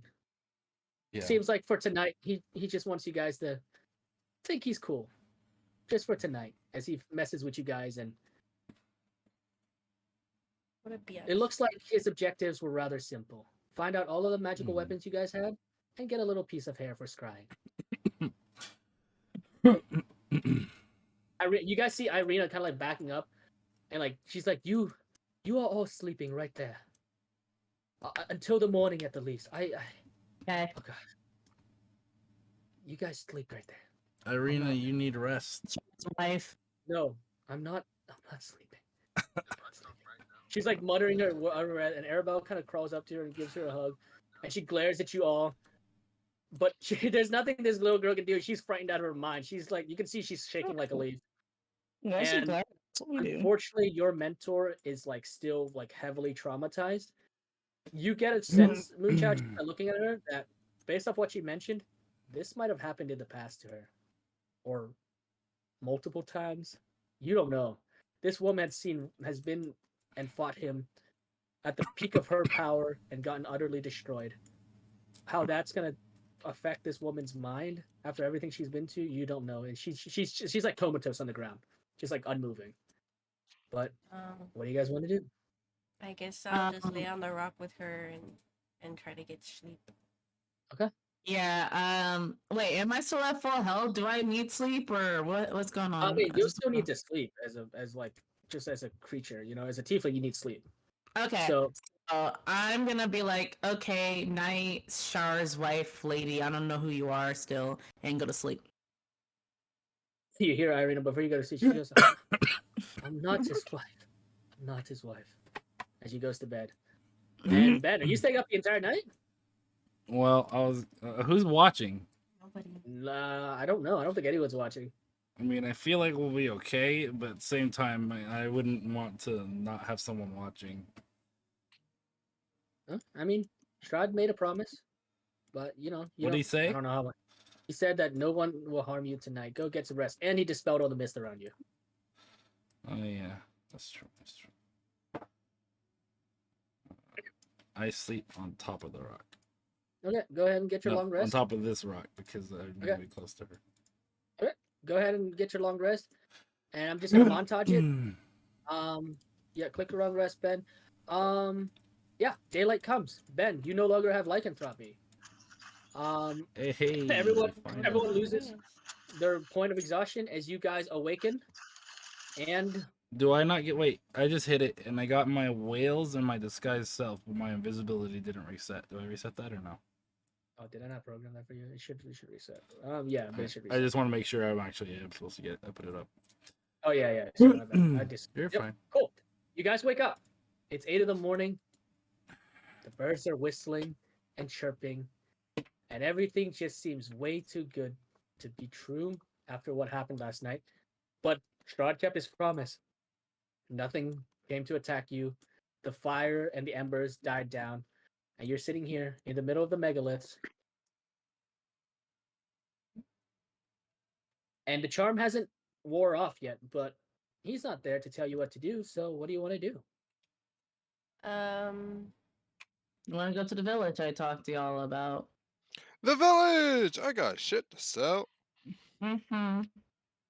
Irina does not talk to any of you as she wakes up and she's packing her things. She still looks horrified and worried about you guys potentially, I don't know, kidnapping her, stabbing her in the back. She's muttering something to Arabelle, and they kind of like stay away from you guys a little bit out of fear.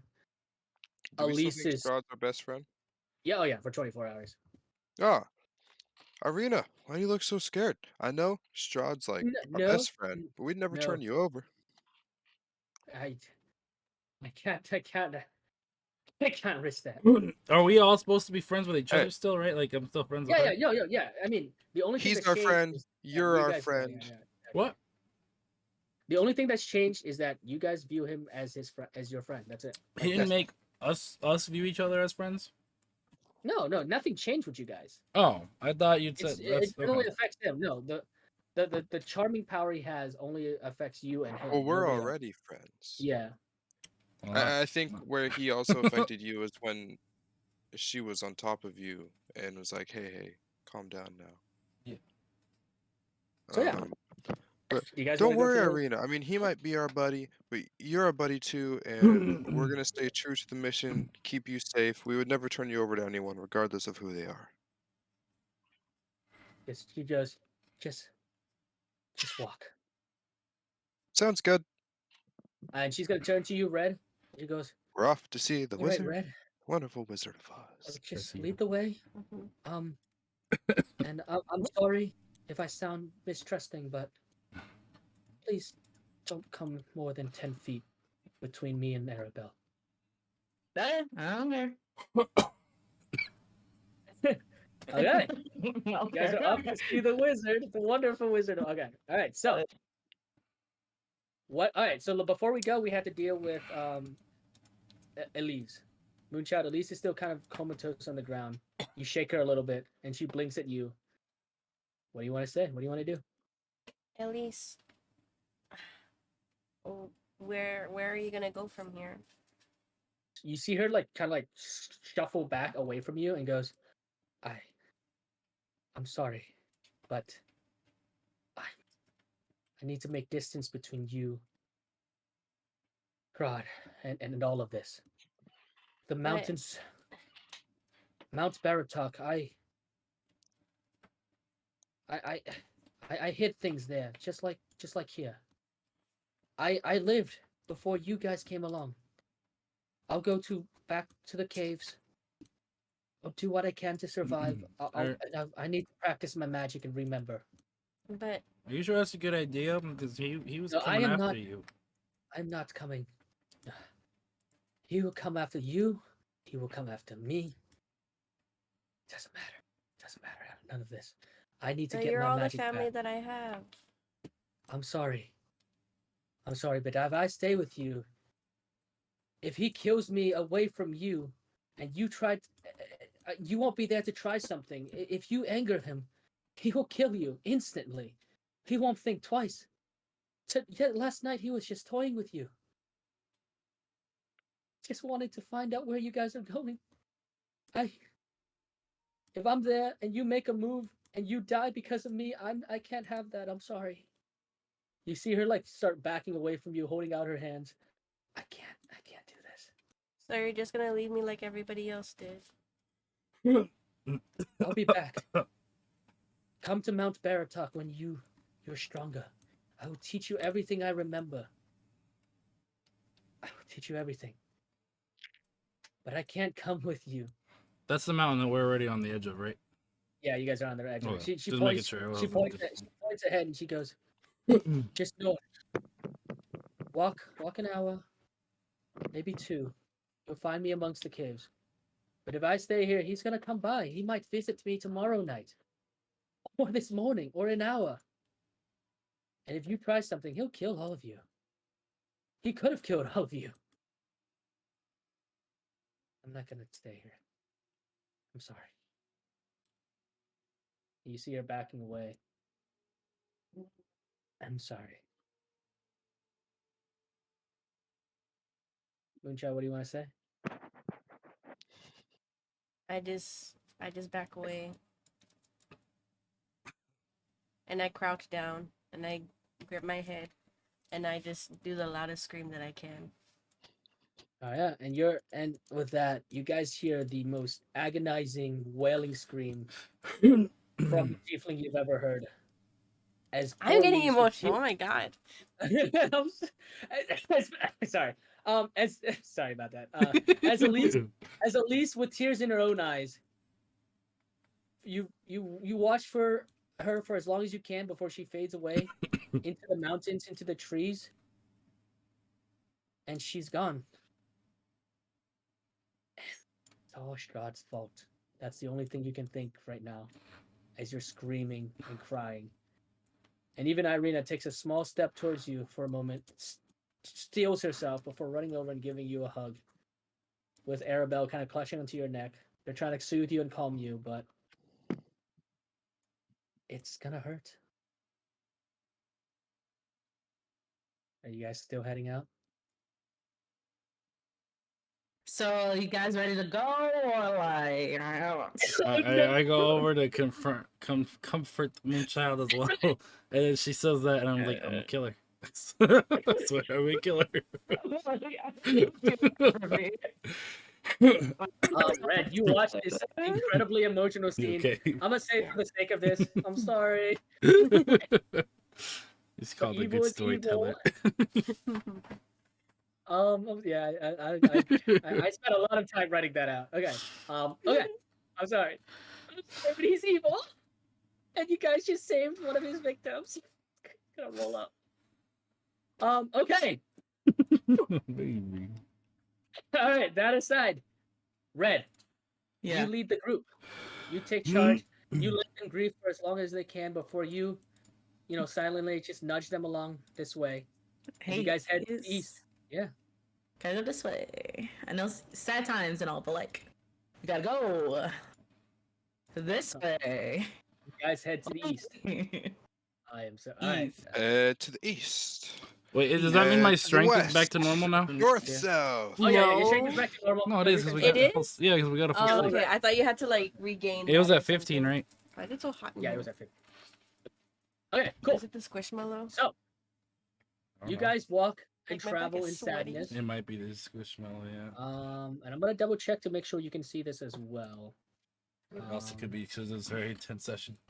No, it like even before that, it got really hot. I don't know Your why. eyes are so watery. Shut up. Why are you outing me like this? Ryan's doing a good job. Me too, but he's evil and he's a villain. I can't just not do it. But now you guys have We almost low annoyed him rooms. so much he attacked. Mm-hmm. Okay. All right, did you guys see the new map? I'm on a black screen. Let me refresh. Okay, give me 1 second here. Oh, I'm drinking alcohol. Duh. What? That's Oh. why I'm sweating. Oh. Okay, can you guys see this now? Just put it on the side for now because it's not. Can in you the- please, Oh, refresh okay. the screen? I'm gonna double check just make sure you guys can Because I see. gotta fix the Yeah. bag on it. I'm refreshing. I need to go pee really quick, but I'm making sure everyone can see this. Still cannot see it yet. I'm on a black Yeah, give me screen one still after Yeah, resetting. give me 1 second. No worries, no worries. Oh man, I'm sorry, guys. It has to be done. All right, how about now? How about now? I see nothing, but let me reset again. Oh shit! Did I not? Fuck. Hey, Sorry. yeah. I spent a ton of time on that on that whole thing. That was good. That was good. Oh yeah. So I I do not see the little mechanics. anything. Yeah, hold up. I think the mechanics got a little bit broken there. Vision, night vision. He has vision. Let me. Okay. What Alright. time do I have? Ooh. Hold on. I'm Alright, just how about setting now? up my timer. Oh, yeah. Okay. So yeah, It's yeah. so we're- colorful. We're gonna go to about midnight. I think as we said, it will go for like a little bit longer for 4 hours. But you guys, all right. So you guys. Oh wait, no. Lori's not back. But yeah. So this is the new. This is Zarovich Landing. You guys like throughout the entire walk. It was quiet, very sad, a lot of emotions. Not me. I'm good. I have to Red. You know this is emotional. You Um, don't have much history with the group, yeah. This town has How tall long? walls. How just long are we saying. walking with her? About an hour. Okay, I have every intention on trying to swipe the necklace off her. Okay. Oh. Okay. If you swipe it, I'm not helping you anymore. You wouldn't know because well, if I roll high enough, you wouldn't know. I should say. Yeah. So I'm No. gonna give I'm you. sure eventually she'd figure out it's gone, I but don't yeah. really she like- wouldn't. But don't she really wouldn't like know it was me. She would just know that Right, she right. lost it. Yeah. I'm gonna say I'll give you one chance because I don't really like the whole PvP thing with party groups. But yeah, go ahead, Ben. Roll me a sleight of hand. For you, Red, I'm gonna need you to roll either deception or sleight of hand, so we can say that you either tried to hide it or like maybe you see him and try to like So whichever one Put is the higher on your list, like whichever one has a better bonus, is the one you should roll. yeah deception or sleight of hand. I'm gonna say you're very hard pressed to beat the 26, unfortunately. Deception or sleight of. Hand, yeah. Okay. Just a normal roll, right? Yeah, just a normal roll, unfortunately. All right. Yeah, unfortunately, as you guys walk through a very like wooded area, you kind of like get distracted a little bit as like at the low hanging branch, you kind of duck down to like dodge some of the branches from scratching your face. I mean, you don't notice Ben like with a quick flick of his hand, kind of like passes by you and kind of like holds one of the branches up and gives you a smile and goes like, "Oh, here you go." Like being helpful, he snatches up the locket away from you. You made me sound like to be a dick. You haven't done anything this entire time, and you're stealing from me. Yes, you have. What have I done? You threatened our lives. You took over our campfire. You tackled me to the ground. The entire time you antagonized me. In no reality would my character not have just let you get away with making that deal. Whatever. We paid you to help you. What? No reality would my character be like, okay, I'm just gonna let that happen. The deal changed. It was give me the locket and I'll give you the information. That's You're still not helping payment. me. You don't have to help me anymore. Yeah, I mean technically she's right. You don't have to help her anymore, but Oh, I see. I mean, you don't have to do anything, but she is leading you to a new settlement. but for the sake of kind Okay. of like keep her in the campaign. Now that that's Um, cleared up a bit, maybe I'll give it back. No, you suck. I mean, you don't have to help her, but you are in a new place, and knowing Barovia, there's gonna be some things you might want to work together. Knowing the land itself. All right, so is Lori back? No, she's in the bathroom. Okay, cool. But you guys do walk for about an hour, and finally you guys arrive at a wall, like an actual barrier wall of mist. And so you guys are at the bottom right of the screen, right here. Mhm. But that's just to represent that you guys are like on the other side of that wall of mist. Red, you've done this for the past couple months now. Yeah. You toss on your mask, your goggles, you slip it on real quick. This is just normal for you. The rest of them, well, they don't seem to have the same equipment as you do, and you're kind of curious because you thought this was normal for other areas of Barovia. Like this was just a thing that you thought like people just have equipment.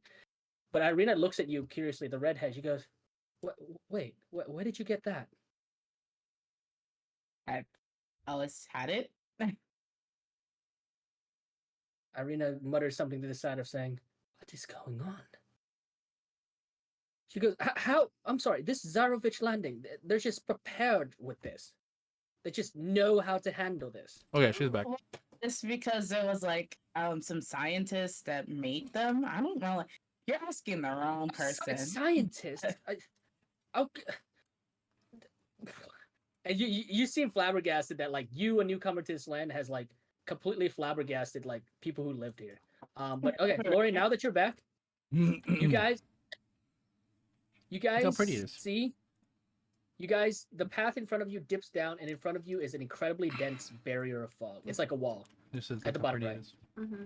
Here, yeah, I spent a lot of time making this map too. So, all right, so you guys are standing here, looking through this cloud of white and gray, as dark shapes and snarling figures look at you from within. You literally, it looks like every other mist in Barovia that you've encountered and seen, except this is stagnant. It doesn't move. It doesn't change. It's literally a wall of mist. And as you look up and up, it goes, you don't know how far into the sky. It's like an entire dome of mist, which is really curious. And Irina easily points that out and goes, "There's no place in Barovia that's just like this. This doesn't make any sense." I don't know. I've yeah. like for months, so Yeah. thought it was normal. I guess not. My bad. And Irina goes, "And you just walk in there with that thing on." Yup. And Red, you demonstrate that. You literally just walk through the mist and then poke your head back out, and you guys see that her eyes aren't weird. They're not hallucinating. They're not red. She's breathing fine, and she beckons you forward to follow. Do you guys want to go in? Into the mist? No. Into the mist. No, I'm good. I'm Red. going in. Can I drag Ben? He's like slowing us down. Can we move the plot forward, please? Can we just? Oh wait, no, I thought you were just stepping out to the side. No, she went into it. She stepped right into it. Like that's She the has way this- we have to go. Yeah. You Oh, see that okay. she Well has then, these. Yeah. yeah, I Points you- secure. Yeah, Yeah, she I would points you secure through my the mist. mask and go through. Yeah. You guys see that her mask and her goggles are like skin tight. It's almost like a gas mask, but it has like a weird baggy thing underneath it. She's breathing fine. You guys, as you guys are moving through slowly together as a group, all of you start feeling exhausted, and your senses start blurring. And Red, you feel bad for them, so you start grabbing their arms, and kind of dragging them along in a single file line. Come on, you little yeah. babies. All of you need to throw me a Constitution saving throw, as this mist affects you just like any other mist out there. Wait, why are we going to the mist? To get to the city. To get to the city. Oh. See the wonderful Wizard of Oz. Exactly. Go ahead and roll me a Roll on here. Constitution saving throw. Ew! Damn. Wait, do what again? Constitution? Okay. You know, I bet- Irina's fucked. Yeah, all of you roll me a Constitution saving throw, as this mist is gonna affect you like every other mist out there. This unholy, like, oh wow, Arabelle's a tough little girl. Okay.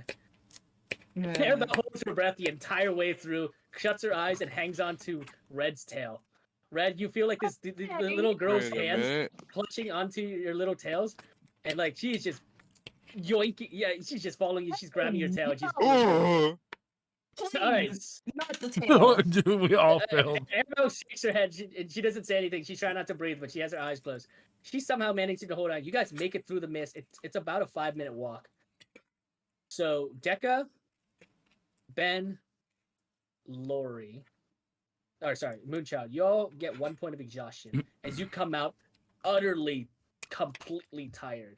You guys are exhausted for walking just these 5 minutes. Red, you're fine. You take off your mask as you come through, but you do look down and your mask is sort of like disintegrated a little bit, and you know that you'll probably have to go get another set at the alchemical store. Bruh.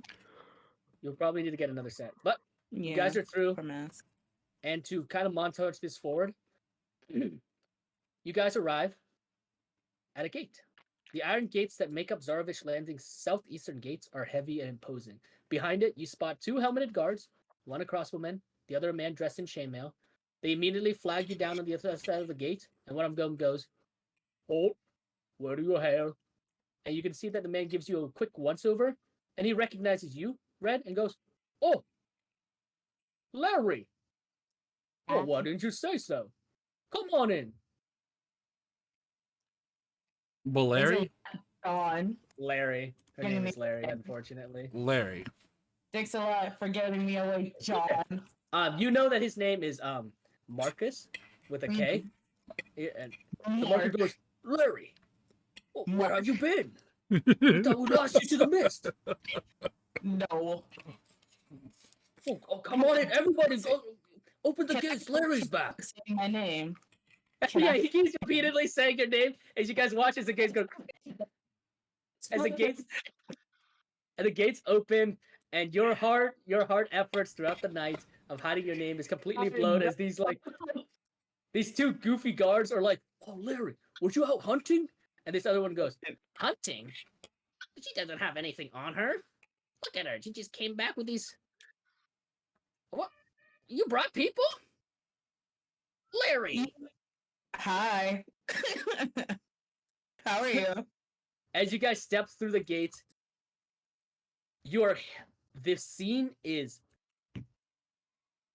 like kind of beautiful. Like in terms of everything you've seen in Barovia, there is color, there is life. You see people moving about. It's not too many people, which is a little bit odd, but you do see some people moving a lot around the entire place.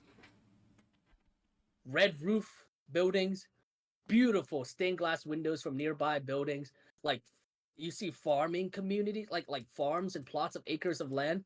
Irina's jaw is like to the ground, and she goes, "This, the hell? This place shouldn't exist. How is this Exist. so beautiful?" Because it's And before you guys can step any further, the guard that like called you out, Larry goes, "Oh, Larry, sorry. Hi everyone. My name is Marcus. Well, if you're with Larry, you're cool with me. flick him in the forehead. You flick him on the forehead. He goes, "Oh, what? What was that for?" You are literally one of the most annoying people I have ever met. Larry, But at the same time, like, shut up. Stop talking. Larry. I was just Shut I up. was just sitting there snickering in the background. Kind of name is Larry. That's her name. You see the helmeted soldier's head towards you, and you can barely see his eyes through the slits. He has these, Nah, like, I'm calling like, her Red. brownish eyes. You see these brownish eyes. He goes, "Hey, don't make fun of Larry. He's our friend." Anywho, Bruh. assuming you're with Larry, you can come. Remember, those who seek shelter from Strahd and his evil are welcome here. I just annoyed. Know that, Right. if you act unlawfully towards Barovian laws and customs, you shall be tried and returned to the mist, and never to return to this city. He looks at his friend. He goes, "Is there anything else I have to remind them of?" And literally, the guy's like, "Marcus, you gotta tell them. If they leave, we're never letting them back in." "Oh yeah, if you do something bad and leave, you will never let you back in. Except if you're Larry, because Larry's cool." right, Larry? And they're all like jabbing you, giving you a little gunny. They're like, yeah, let's go, Larry. I pull their ears and tell them to stop talking. And the guards go, oh, Please. okay, stop. It's cool. All right, Larry, why don't you give them the tour? I ran out of maps. And the other guy, you know his name to be Henrith. He goes, Yeah. yeah, and I'm out of maps too, so just give him the tour. It's a nice and great place. You guys are bad at your jobs. Larry. Oh And my that's the last thing you'll gosh. see as you lead them away. So, just for the sake of expedition and just make it quicker, I'm just gonna start. You guys watch as Larry kind of like walks you through the town and starts pointing it out the different highlights and stuff. I don't know what you guys are looking for at the moment, but the first thing she shows you, she goes, "Okay, that right there is the angel stairway. That's an inn." She's just kind of pointing and stuff. So right there. This she goes, all right, that's the angel stairway. That's the inn. She goes, it's a really nice inn. There's some really nice people. She goes, if you're looking for a blacksmith, there's a blacksmith over at Zarafton's Edge, which is all the way over. Where is it? It's all the way over here. Bam! It's all the way right there. Okay. Right. That's ZL3. That's not it. No. ZL14? Wait. Why is it ZL14? Where's ZL14? I see ZL14 up here, and I see ZL15 right here. Those Okay, are the hold on. gates, I believe. Docks. So that's the docks up there. Sorry. This is just the gates. You guys, that's the gates. This right, this right here, that's Angel Stairway. This right here is the forge. You guys can see in the distance some fire kind of like igniting a little bit here. So this is called Zarafton's Edge. That's the blacksmithery. Give me 1 second to I hit it all because it's on my screen. There you go. Zarafton's Edge right there. And Larry kind of looks at you and just for the sake of it, what exactly are you guys looking for as you guys enter the city at the moment? You guys are exhausted, but what do you want to do? Maybe. We should. Decca, any ideas? No ideas. We should find somewhere where we could. I want to sell my charm. Make what? Somewhere we can buy I armor. would like to sell Armor. some stuff. What time is it right now? Right now it's about 9 in the morning. People are so you look around, you see that there are people, but based on the number of the buildings and stuff, the number of people seem very, very little actually. It's a little bit weird, but maybe people aren't just out yet. You're not exactly sure. As you guys are walking, and making your way through the streets, you can see a couple of cats and dogs just wandering around. You see one of them suddenly stop. It just hisses at something to your right. You all look. There's nothing there. And the cat just hisses and then bolts away. In the distance, a couple steps about down here by this building, you see a dog barking just at something like a wall or something, just barking madly before like it just stops and goes and whimpers a little bit. As you guys walk past this building, Larry, you point out the building and you say, oh, that's the Reader's Delight. It's a bookstore. And you don't know if these guys read or whatever, but it's a bookstore if they want to do some reading or any sort of research-based thing. Yeah, it's a bookstore. Which, as you guys like look at it, I read it as literally like, they have books. Like she's like completely flabbergasted at this, like how this place even exists. Just like, and you guys have been to Vallaki. You've been to the village of Barovia.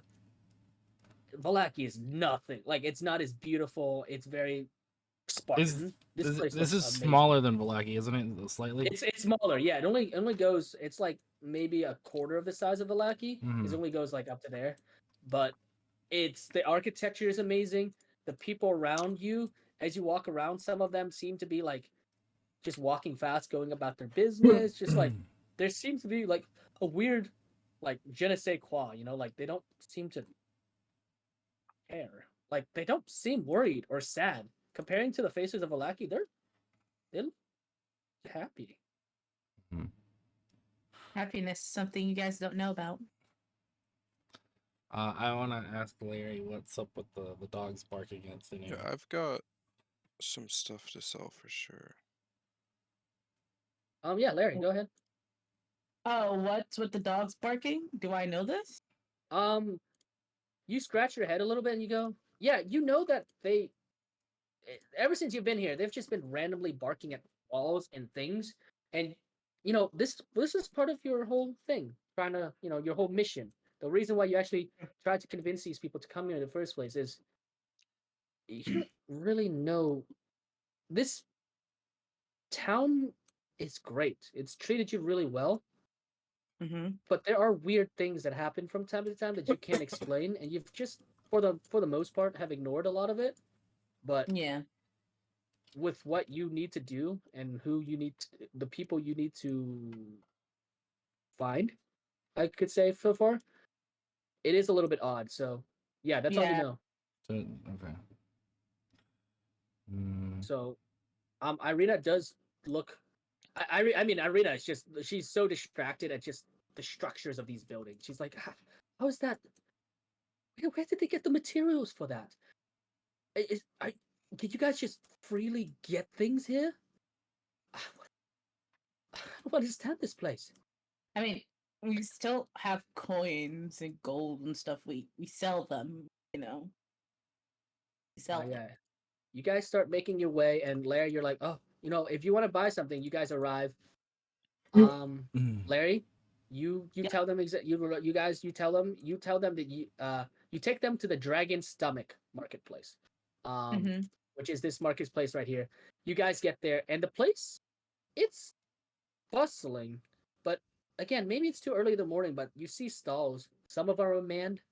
Some of them have stuff inside them, but they're unmanned. Um, and from time to time, you see people walking by. Deca, with your passive perception check of 19, you notice out of the corner of your eye, and as soon as you see it, you turn to look, you see someone just kind of tripping, like on midair. They trip, they hit the ground, they tumble for a little bit, they're gonna get up and they laugh a little bit, brushing off a little bit of their the dirt and like dust that kind of got on them, and they just continue walking.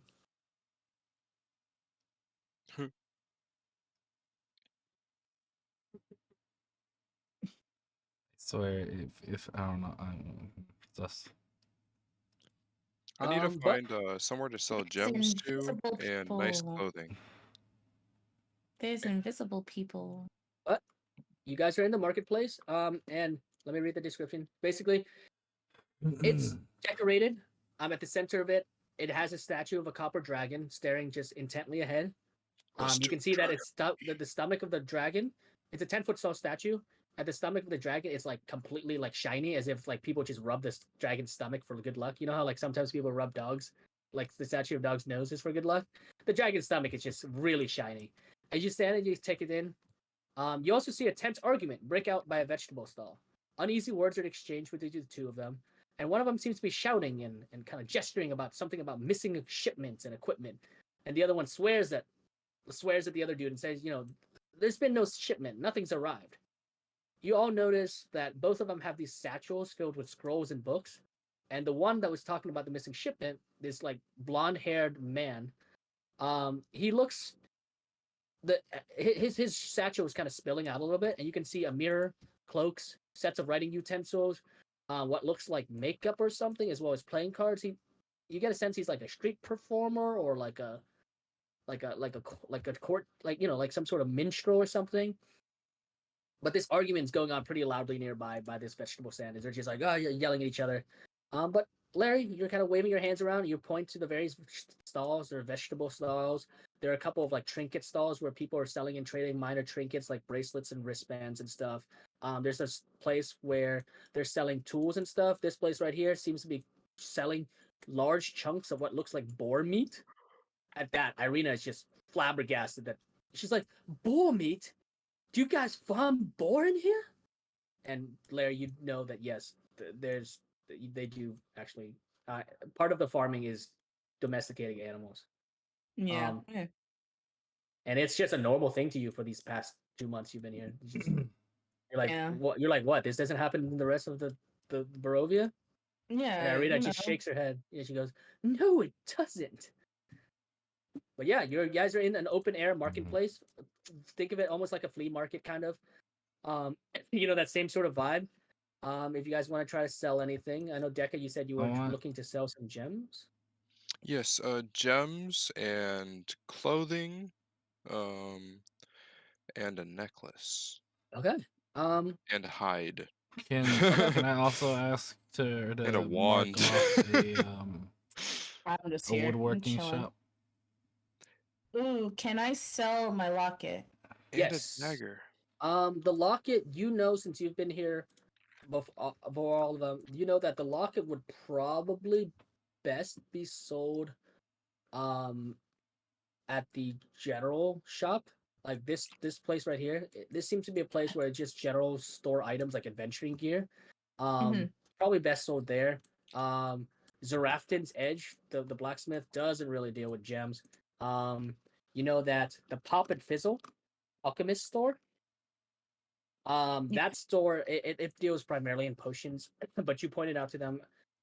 Anyway, so I can mark it on the map real quick for you guys. Oh, Right am I here, able that's the to get Pop there and with the Fizzle. blacksmith? Zarafton's Edge, that's the blacksmith right here. Yeah. Pop and And Fizz. Ben, sorry, what did you want? A woodworking shop and like a herbologist or something, or I forgot what their clothing Yeah. is. So, Larry, the Pop and Fizzle will be the place to go for alchemy and herbology stuff. Um, and as in terms of the woodworking, it's actually Larry. You pointed it's like literally right there in front of you guys. She goes, eh, "That's the darts on the board." It's both a woodworking shop as well as like they sell ranged weapons. It's like a bowman store, like bowmans as well as other things as well. So it's right there. Um, sorry, there you go. Bam, the dart on the board. That is where I would want to go. Okay, so I I'm guess trying to let's lock it. yeah. Okay, so we'll start off with the locket. If you guys head to this general store here, you're met with a smiling female woman with these like braids. This and her hair is black. She's wearing an apron and she's kind of like puffing a little bit and she's been like lifting and moving items. She looks at you and she goes, "Oh, Larry, you're back. Hi. Whoa. Uh, did you get anything from outside the mist? I got a locket. That gives you good Oh, luck. let me see. Let me see. Oh, she looks at it and she goes, "Oh, oh, it is beautiful." Wait, I thought I didn't have it. Doesn't Ben have it? Oh shit! Yeah, my bad. I was gonna say, You is it the go- same locket or? My bad. My bad. You go to grab your locket and you find it missing.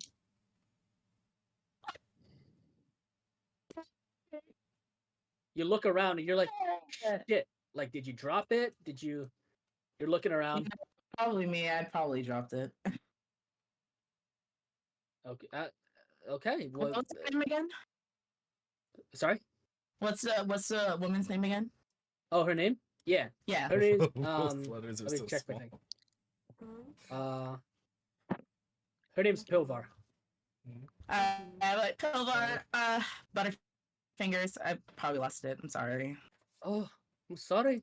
Well, if you want to come back and just sell anything anywhere, I'll try to buy it all. I'm not exactly the richest person here, but I try to make do. If you got anything else, any other knickknacks or whatever, if you're trying to sell magical things or potions. Oh, hello, Outlanders. Welcome to. I pat her head. She's my favorite. You pat her head and she smiles a little bit. She's like 5'1", so she's a tiny bit shorter than you. And she goes, yes, sorry, Outlanders, if you're here to look for new things, welcome to Zarovich Landing. Try not to get hurt by Strahd. We try to make sure everyone's safe here. If you want potions, go to the Pop and Fizzle. If you want to sell magical stuff, they also deal with magical stuff too. Or the Rafton's Edge sometimes does magical things as well, but they're mainly a blacksmith store. And she kind of goes on a little rant and kind of describes some of the nearby shops. Ah, I need to go to Pop and Fizzle and Zarafton's Edge. Yeah. Is there anywhere that deals in clothing, in hides? Hides? Well, there is a tanner. It's a rather it's a rather straightforward place. She points. She's like, it's just across the river there. Take the bridge. You'll see it as soon as possible. And then I'm just gonna mark it real quick for you guys right here. This is called the Bovine Leathers. It's just called Bowline Leather House. Very straightforward and to the point. Cool. There you go. The Bovine Leather House. Well, They thank you. deal with hides and other. Can you are you able to enlarge the woodmaker shop a little bit? Just because from zoomed out distance, I can't. It's difficult to read. Then just zoom in. My bad. Well, yeah, but like if I think about it, I might miss it. The color was fine. It's just it was just a little too small for me. Okay, That's gotcha. good there. That's good there. Okay, cool. Yep. So that's the dart on the board. That's like the wood makers as well as like ranged weapons and stuff. So that's the Bovine Leather House, and then you see the woman as she's kind of speaking for a moment. You hear the yelling from the vegetable stand, kind of like come to a standstill, and you guys both turn, and both of the men are like just glaring at each other, and one of them walks away. As the one that walks away with like the stuff overspilling out of his bag, you see that he drops a book on the floor and just kind of clatters on the ground a bit. He seems completely to just not realize that he dropped something. He's just stomping away. Can I pick it up? Yeah, you quickly Alright. slide over, and with your just a swift, like looking left and right, you pick up the book, and you read the front cover, and it says Barovian Phenomenons since the rise of Count Strahd von Zarovich. It seems to be a book. Just with a quick glance, seems to be like an urban legend kind of book. You'll need to take some time to read through it, or you can skim it real quick. It's up I'll to you. skim through it. Yeah, go ahead and roll me an investigation check. And you pick up this book, Barovian Phenomenon I since the see rise it. of Construct von Zarovich. Yep. Go ahead and do an investigation check. All right, Ben, Moonchild, and Deka. You guys are still in the marketplace, kind of looking around. And then I guess we should figure out which way to go first. You said pop and You fizzle guys- is for herbology as well, right? Yeah, well, it's a mix of stuff. Larry tells you it's primarily alchemical, but they should be able to do some herbal stuff too. Okay, so quickly as you guys are walking towards the pop and fizzle, Larry, you quickly skim the book, and the book, Yeah. you realize, you look in the front cover, you realize the book came from the town hall and library, which is right here, Okay. located in town. And the book discusses really quickly as you flip through it various dark creatures and supernatural geological shifts within Barovia. You know, like natural phenomenons, portals. You read something about a black liquid that apparently, like, if you throw something in it, it pops out the other side somewhere in Barovia. You read something about collapsing villages, like villages just kind of like falling into the ground upon themselves. And then you read this last weird thing about the sudden and aging decay of otherwise functional small villages, like villages which just suddenly start to decay, and when people arrive it's like they just see a decayed like house or a manor or like a mansion or something. Yeah. Interesting. Yeah. Can I keep this book? Yeah, you can add it to your inventory. Okay. I'll keep the book. Cool. Where And would we go to sell like the harvested items of creatures? probably the alchemical store. Okay. They kind of do everything. Larry, you remember that they do kind of do everything in terms of alchemy, potion making, herbs, all of that stuff, and the pop and fizzle. So you guys go to the pop and fizzle. You guys arrive at a sturdy building with vines and leaves growing out of every corner and nook of the structure, alighting with flowers and other beautiful vegetation. The entire place seems to be seconds away from being like consumed and falling over by plant life. The sign you see is like tilted to one side, and it says "Pop and Fizzle, alchemical goods," and it's like there's this one thick vine that almost seems to be like trying to pull off the sign. It looks dilapidated, but you do spot a young girl sitting behind the counter inside. What do you guys Okay. want to do? It's up to them. I've explored this place. It's up to them. They do. I got it. Yeah, Deca? yeah, Larry, you look inside and you see you see the girl. You give a little wave. She doesn't seem to notice you. She's reading something. Oh my god! I flicker in the forehead. Notice me. When you come in, yeah. You guys I want to don't go like in? being ignored. Yeah, I've got a couple magical items to sell. Okay, yeah. You guys enter the building, and as soon as she looks up, there's a plink on her forehead as red just flicks her on the forehead. You guys ignore enter me. this like building with. It looks like a laboratory space combined with like Jenny's herbalism store. Like there's glassware everywhere, herbs are laying all over the place, Bunsen burners are kind of flickering and burning. You see what looks like a fully equipped alchemical laboratory, and it smells of sulfur, gas, and like pollen, noxious smelling flowers. The girl looks at you and gives you this toothy smile. She looks like she's 14 years old. She's dressed in an apron and brown lab coat. Um, Wow. and she's behind this counter. And on the counter, you see two nameplates.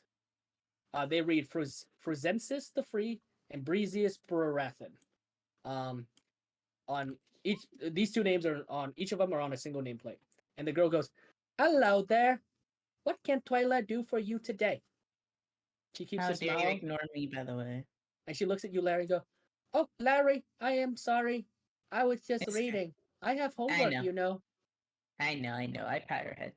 You guys all hear this smack as Irina smacks her forehead and she goes, "You guys have schools?" Education is important. The poor princess from a small town village is absolutely blown out of her boots. But yeah, so the young girl looks at you and goes, "I'm Twyla. I sell all sorts of alchemical thingamabobs, potion thingamajigs, little shaky doodads, oils," and her face gets confused for a moment, and then she goes, "And potions." There you go. Sound it Well, out. Take your time with it. I've Good got job. some magical items and questions for you. I can do magical items depending on how magical they are. Well, I have here this opal necklace, and I also have this wand. Okay. So as you say that, she's gonna slide forward what looks like a little binder or packet, and I just shared with you all a PDF of all the items that she has within this in terms of potions and stuff within the store. Um, Okay. yeah, you should all see it within your journals if you want to look at all the potions and items if you want to buy anything. Oh, pop and fizzle. Yeah. Yeah, pop and fizzle. Um, and Deca. So again, what did you want me to? What are you showing her? So I have the opal necklace, MI8, and gnarled wand, MI9. Yeah, she takes the opal necklace and the wand. She goes, "Oh, this thing is very shiny. Um, I'm sorry. What does it do?" I was kind of hoping you would know. I'm not too sure. As the sole proprietress of this place, I have no idea what this does. She like shakes it a little bit, and you you can see like the opal necklace is dangerously like swinging near the counter. You're like, "Oh, don't break, don't break." She's gonna just swinging it a little bit. She goes, "Let me see this stick." She's gonna take the wand. Is that the MI9? Yeah. Yeah. She goes, "Oh, I don't know what this is." Hmm. She hands it back to you. All right. She's Well, can you literally tell me 12. what I can do with marigold and poppies? Give me 1 second. You Oh, see, and toadshade. give me 1 second. She ducks behind the counter, and you see her. She's ruffling through fucking papers. She And went to sleep. she plops like a she swaps like a binder onto the desk of sorts, like this. She's a bunch of parchment, and she's like ruffling through it. And she goes, "Okay, blue toadshade is a curative, reagent, Slow down. curative Sound it reagent. out. I'm sorry, Larry. Curative reagent. Sorry, There I'm not you good at go. school." I know. That's why I told you to slow down and sound it out. Poppy is also a curative. And marigold is a reactive reagent. You can use these to make a potion. Look, potions. And she just gestures at all the potions in the back, like in the shelves and stuff. You see that some of the potions like are missing and gone. Probably purchased or something. But otherwise, it seems like this like 12, 14-year-old is the only person in this highly volatile laboratory space. You don't see anybody else. What do you guys want to do? And I also gave you the menu too. If you want to buy anything. Are you Ben or looking to buy Moonshine, if any you want. marigold and poppies or blue toadshade? The girl nods. "I will buy them, sure. I will give you of 6 gold pieces." And she just kind of blurts out a random number. "Six For gold pieces, which? all of it. Give me." Arabelle looks at her with this like confused place and goes, I don't sound like that, right? Like, I can read. Arabelle looks at all of you guys like, I can read. She's like trying to convince you guys that she can read. Sure, Arabelle. Sure. Whatever helps you sleep at night. Yeah. The poor Twyla looks down at Arabelle and goes, oh, hello. You are a very sweet child. Please do No, not she's break not. anything. I have to pay for it. These are my supplies. Thank you. Where's your boss, little one? I am the boss. She Mm-hmm. works here. And as she says that, you guys look again at the two nameplates like on the counter. The one that says Forsensius and Breezius. And she just grins at you. I work here. I'm the boss. Right. So, what's your name again? Twyla. Right. So, how come your name isn't on these nameplates then? For a moment, you can see her pause and she frowns and she goes, what nameplates? Okay. This child clearly doesn't know what she's doing. They just hire anyone here, huh? Won't they, little one? I'm the boss here. I sell what I have, and when it's out, I go home. This is the first page. And I don't have to work Right. anymore. And as she says that, you can see she has a very wide, strange-looking grin. Like she's just like, and she has not once looked at the nameplates. No. I'll take 2 potions Yeah, I of don't healing. believe you were the owner here. You want 2 potions of healing? Mm-hmm. Okay. I'm just chilling, y'all. Ooh. I'm looking at my nails. That's it. Yeah, you've been here before. Deca's trying to sell. Actually, no. Red, go ahead and roll me a wisdom check. I will roll that wisdom. That's just a stat. That's That's just a stat, interesting. not a saving throw. It's just a stat. Oh, Yeah, just click on the yes. stat, the wisdom stat. Yeah. This. Nope, that's not it. Where's the stat? On the left-hand side, where all those big numbers are. Yeah, click on the word wisdom. Yeah, just click on the word. Yeah, sorry. Yeah. Cool. You've been here for 2 months. Those 2 months have been a blur and a haze, and it's one of the reasons why you asked these sort of randoms to come help you. Yeah. You remember Twyla since the first time you arrived, but you also remember, and you're struggling, and you're sitting here, you're struggling, you're thinking about it, and you go, there was 2 other people here with her, and they were here with her yesterday. No, wait, 2 days ago. No, 3, 5 days ago? You shake your head. You're not exactly sure, but you know there were 2 other people in here. She wasn't the one running the shop. Okay. All she did was run around and carry things. That's all you remember. You're staring at those 2 nameplates, and this like headache starts hitting you. That headache that's been kind of plaguing you for the past 2 months, it's hitting you hard. It's this massive migraine. I suffer from the migraine. Oh, I know that feeling. Yeah. I'm hiding in the dark. You back up a little bit and like you find a dark corner. You kind of crouch down. You're clutching your head. What are you? No, it's dark. Irina kind of looks at you. She goes, guys, not to interrupt your shopping, but something's happening with Larry. Kind of points at Larry. You guys see all this, the tough barbarian, clutching her head, kind of wincing and like whimpering a little bit.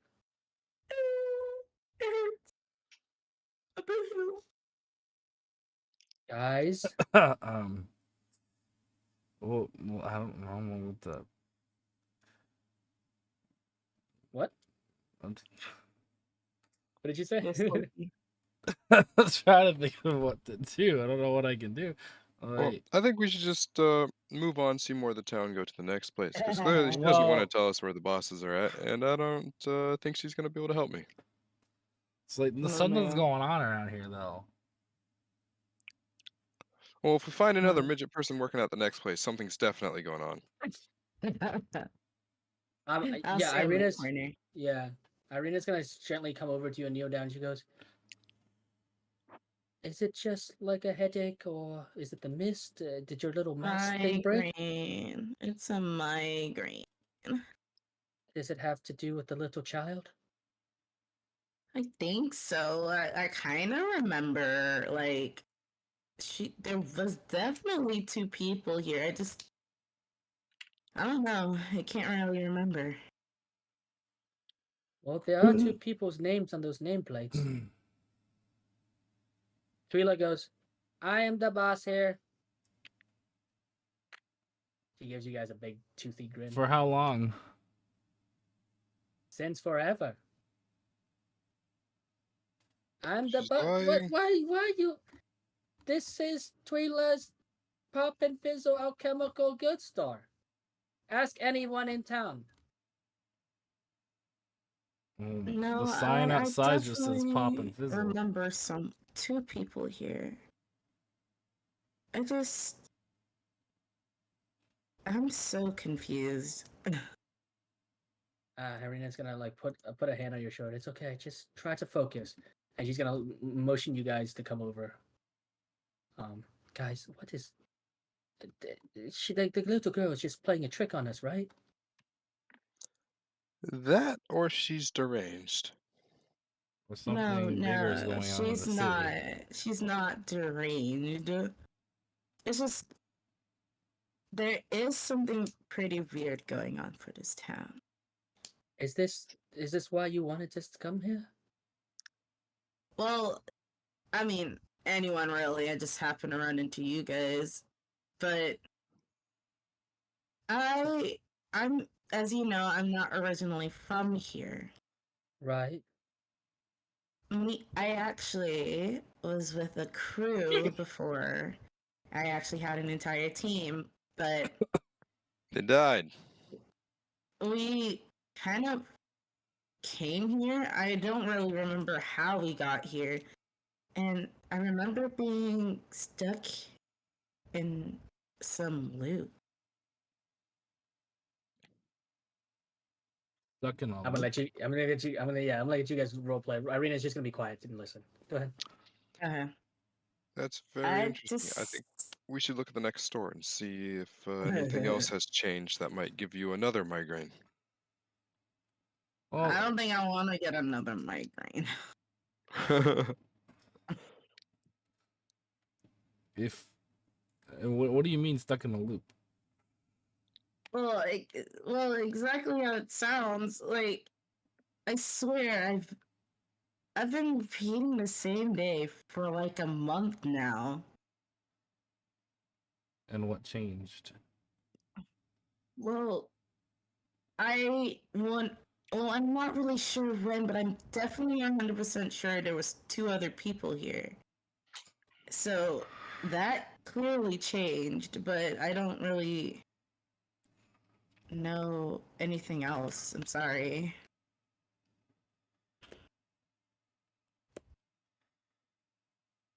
I talked to Deca in Thieves Camp. Okay. What is? Deca, Yes. I don't like this. So let's do what we got to do here and get out of here. We shouldn't stay longer. Yeah, something's going on with this town for sure, but I still want to go to the blacksmith and maybe we might learn some more information by checking out the different towns here. Or the different buildings here. I know. I'm just saying, let's not waste time. Let's do what we got to do and see what we can figure out, and then. All right, to the blacksmith. Okay.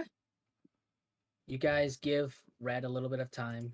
Red, you managed to hold the migraine off. It's not gone. You're just holding it off. As you guys leave the Pop and Fizzle, you guys walk out. Little Twila gives you a little wave and goes, "Come back soon. Buy potions from Twila's Pop and Fizzle and Alchemical." It's Her not face kinda Twila's. twitches up. She goes, I'll read better next time, promise." And then you guys leave, and as you guys walk through town, The child is confused. you guys see something. Surprised you didn't try to scam her. I almost stole from her, honestly. I was really thinking about it. Wow. You guys passed a good number of houses. Some are old, some are new, and some look abandoned. But when Can you I look, go in an abandoned house and see if I find anything? yeah, you guys want to? Bruh, Go. let's not start stealing the first thing we do Hey, here. if it's abandoned, who gives a shit? It, I mean, they could come yeah. back. You guys together peer through one of the windows, and Red, sorry, Larry, your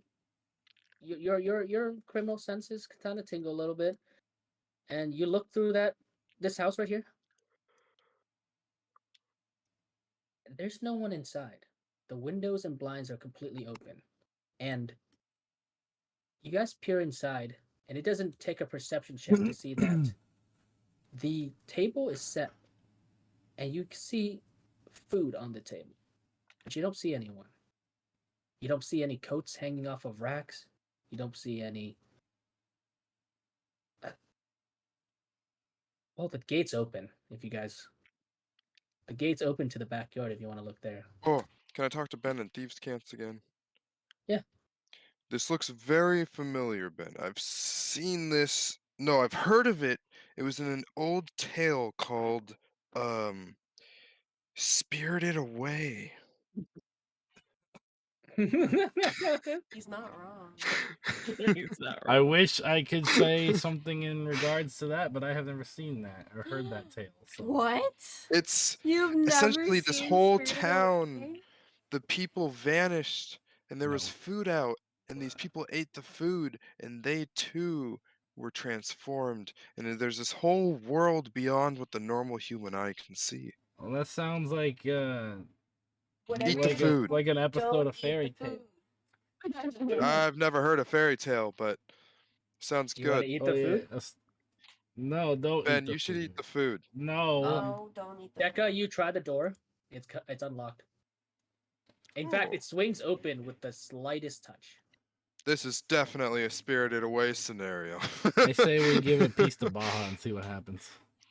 Wait, sorry. Say that again, Ben. I say we give a piece to Baja and see what happens. Oh Baha god. shakes his head and goes, "Dude, I am not eating that."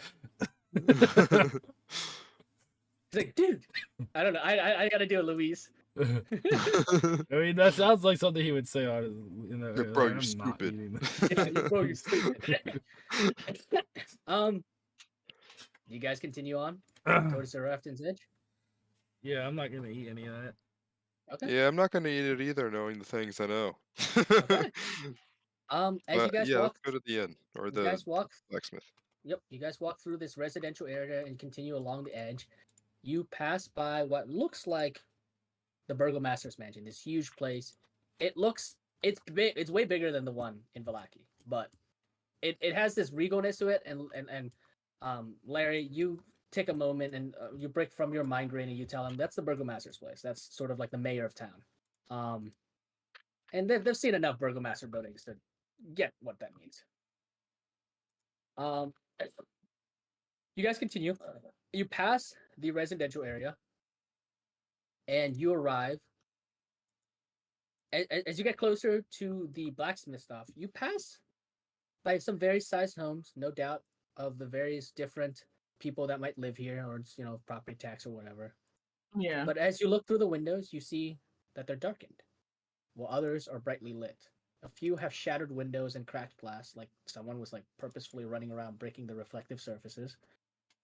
And then as you walk by a building, you see a woman pass by. She smiles at you, gives a quick wave, and then she turns into her home, leaving the gate open behind her. There's a sign on the gate. It reads, "Please keep closed. Beware of dog." As you look past the gate into the front yard, you do see a doghouse, but you see no dog. Rest in peace, doggo. Can I think back to the dog we did see? Did he look like super skinny at all, or? Looking and remembering back, no, he seemed like a pretty healthy dog, to be honest, which is rather surprising given all of the different creatures you've seen in Barovia. Yeah, I would say, sorry for your dog. As you say that to the woman, she stops and she turns around as she's about to open her door. She has her keys and she goes, "What dog? I don't own a dog." Then why do you have that? She looks at it and she goes, "That? I put my my shoes in there. What? Huh? I just store stuff in that thing. Huh? Why do you have a doghouse and why do you have a sign that says "Beware of dog"? If you I don't, don't have a sign that says "Beware of dog." but it's right there. He walks over and at the point you point to the sign, and you all watch as her face kind of scrunches up, and she goes, "It must be those kids again. They're always trying to play pranks on me. I don't have a dog. I would Don't know you if I find had a it dog. weird? And if anybody wants, they could Something roll a is survival check to look definitely for going dog on tracks. here. I can do it. All right, go I ahead, can roll a try. survival check. Yep. Oh, I've got a You decent get survival. immediately suspicious. Yeah, if you want Deca, you can roll one as well. You get immediately Alrighty. suspicious. Oh, that's a great roll. Yeah. Oh, I'll let Um, her have the great roll then. Okay, cool. Yeah. Larry, Oh. you kneel to the ground and the tracks are light. Very light. Okay. But there are dog tracks on and around like in the front yard and around the doghouse. But at some sections of the dog tracks, it just becomes smooth. Like a board was just dragged on the ground or something. Absolutely smooth. So you never had a dog? Believe me, I would know if I had a dog. I pat her head. What are you doing? I have to get home. There's dinner to be made. I have to feed my kids. You have kids? Yes, 2 of them. Are you sure you have kids? I would know if I had kids. They're at I- school. Would you know if you have a dog? I don't have a dog. But What is- you what know are- you what are have these kids. questions? I interrupt and say, you know, ma'am, we haven't eaten in a while. Would it be too much to ask for some home cooked food? Not with the attitude that woman is giving me. And she points to you, Oh. Larry, and she goes, I don't know why you're accosting me in front of my house. But I'm not. I just asked a question. I'm I literally don't have dumb. a dog. I I got agree you. with you. She's asking some pretty dumb questions. but her questions Uh-huh. aside, again, we haven't eaten in a while. If it's not too much trouble. If you want food, go to the angel stairway. They feed the likes of you, you meddling and. I have things and dinner to cook. Breakfast. Honestly, I Now you're probably getting me know all your kid. confused. She, you do you remember? You've seen her. You don't really know her name, but you do know her kids. You know that one is named Pita. Mm-hmm. Pita, and the other one is named what? Wait, sorry. Let me look at her names. There it is. Okay. Oriana, Pita, and Oriana. Pita and Oriana, right? How do you know them? I see them running around all the time. They're pretty fun kids. Well, you keep your weird dog questions away from my children. This is a question, lady. Chill She out. immediately, like you give her like a what the fuck, and then she immediately, she immediately turns on her heels and storms back into your house and slams the door shut. But you guys Kids are are weird. left with a strange. I mean, that is a doghouse. And Irina does kind of mutter that. She goes, "You're not wrong, Larry. That's a doghouse." Yeah, it's a doghouse. Just, She got so offended. should I look to see if it has shoes in it? Sure. You guys all She watch as probably like get, if I Irina do it, she'll get mad. Irina kind of crawls on her like arms and knees and like opens up the little doghouse. There are no shoes in there, but you do see an empty dog's collar, like a collar So for she a just dog. lied. I don't know. Arabelle tugs your arm, Moonshot, and goes, "I'm scared now. This is Can I really take the weird." collar? Yeah, you could add. The name of the dog is Let me find it. Incan. Incan dog collar. Incan? Yeah, the Okay. dog's name is Incan. Right there. Yeah.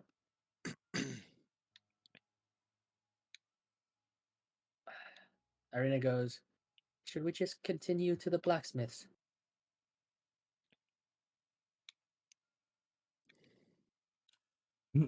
I think so. guess. I'm not I gonna hope find we any run more. into the two kids. I kind of want to question him about a doghouse. Yeah. So you guys arrive at Zarafton's Edge, and it looks like a typical smithy when you enter, save for that fact that everyone in there are halflings. And Hmm. again, Irina gaps, almost kind of forgetting the weird dog situation. And you look at these halflings. It's probably the first group of halflings you've seen in all of Barovia. All of them are covered in soot and grime, and they're clinking and clanking away on swords, weapons, and even arrowheads. One of the halflings you see is this gruff-looking man with over a dozen hammers and tools hanging off of his waist. He's shouting commands. He seems to be the one in charge. He has this messy brown hair covered in ash, and his forearms are large and veiny. He goes, "Careful! You be careful with that parrying blade. You don't hammer it too flat, you numbskull. It's a parrying accessory. Not one of those flimsy daggers you're always messing up." You watch as he kind of like whacks an apprentice over the head. Then he turns his attention to you as you guys walk in. "Oh, Outlanders. I haven't seen you a lot. Haven't seen a lot of you in this last century. What can I do you for?" Hi. Oh, "Ah, actually, Larry, you're back. I've got a Welcome really back. cool blade. Let me see this cool blade of yours." And I'm then gonna he's gonna show him the ceremonial steel dagger. Yep. As he does that, I'm gonna show you. He's gonna like point to a stack of like parchment on the nearby counter, and he's gonna go, "Look to that while you wait. It has all of my upgrades and modifications and everything in between. If you got the coin, I've got the skill." So there's both a upgrade sheet as well as a store sheet. So there's Zarafton's upgrades and modifications, and then there's Zarafton's Edge, the actual just catalog. Ooh. Yeah. As you do that, he takes your ceremony dagger, um, Deca, and he goes, "It's a nice blade. Useless in a fight, but nice." And he returns it to you. "I'll give you 100 gold for it." Do I have an idea of how much it's worth? Yeah, you have an idea. It's around 100 to maybe 200 gold, somewhere in that ballpark. All right, sounds like a fair deal. I'll take it. All right, go ahead, delete it from your inventory. As he takes the weapon from you, you watch as he literally like alley oops it into like this bucket, this crate of just other random knickknacks. He just like alley oops it real quick, almost carelessly. He goes, "I'll smelt it down, remove the gems, and trade those gems to those bad boys over by the Bovine Leather House. Man's been trying to get gems forever. Trying Oh, to I've flirt got with some some girl. gems. You I got gotta some go over gems? there. Oh, I've got a lot of gems. Yep, he's definitely willing to buy. He's trying to get the attention of some woman. Hey, you!" And you watch as he like yells at another apprentice, and he kind of ignores you for a minute as he's like yelling at these apprentices for like sucking at like blacksmithing. But okay, so I think it is at 12:30. I did give you guys the upgrades and modifications, so I'm gonna say that we should end it basically right here. There are some upgrades and modifications for you guys. Essentially, you have the ability to modify different weapons. Mods are basically just like just add it to your weapon. It doesn't upgrade your weapon, but it gives it different properties for stuff. So like the concealed sheath, like if you use it with a dagger, it's much harder to well no the dagger is already concealable, but if you let's say you use it for like a hand axe or whatever, right? The concealed shield sheath will give it the concealable property, which makes it easier to hide from people. There's quick draw. You can silver your weapons, of course. There's a hidden compartment. Yeah, there's a lot of different like upgrade or modifications that you can do, and then of course there's the weapon upgrades themselves. The base cost is 200 gold, and you can basically the idea is you can pick any of those weapon upgrades once, and that's your first 200 gold. The next upgrade after that doubles each time. So So it's 200 gold for an upgrade? yeah, it's 200 gold for your tier. So first you start with a tier 1, right? You pick one of those. Then if you want another tier 1, or if you go to the tier 2, it's like an upgrade tree basically. So you can Becca, buy all the tier 1s if you want. or you can go over to the tier 2s if you have the requirements and stuff, the prerequisites. So if that makes any sense. Yeah. Okay, so yeah, tier 1 upgrades are worth 200 gold for the first upgrade. Tier 2s are worth 1,000 gold. Tier 3 are very expensive. They're worth 10,000 gold a pop. Oof. Deca, Arcane. you master can weapon and get stuff. you can spike your whip. Yeah. I was thinking about upgrading the armor We have armor too, but because we Oh, have armor light armor. upgrades. So, Yeah. So but I shit, I don't have totally. enough gold for that right now. Did I add the armor stuff?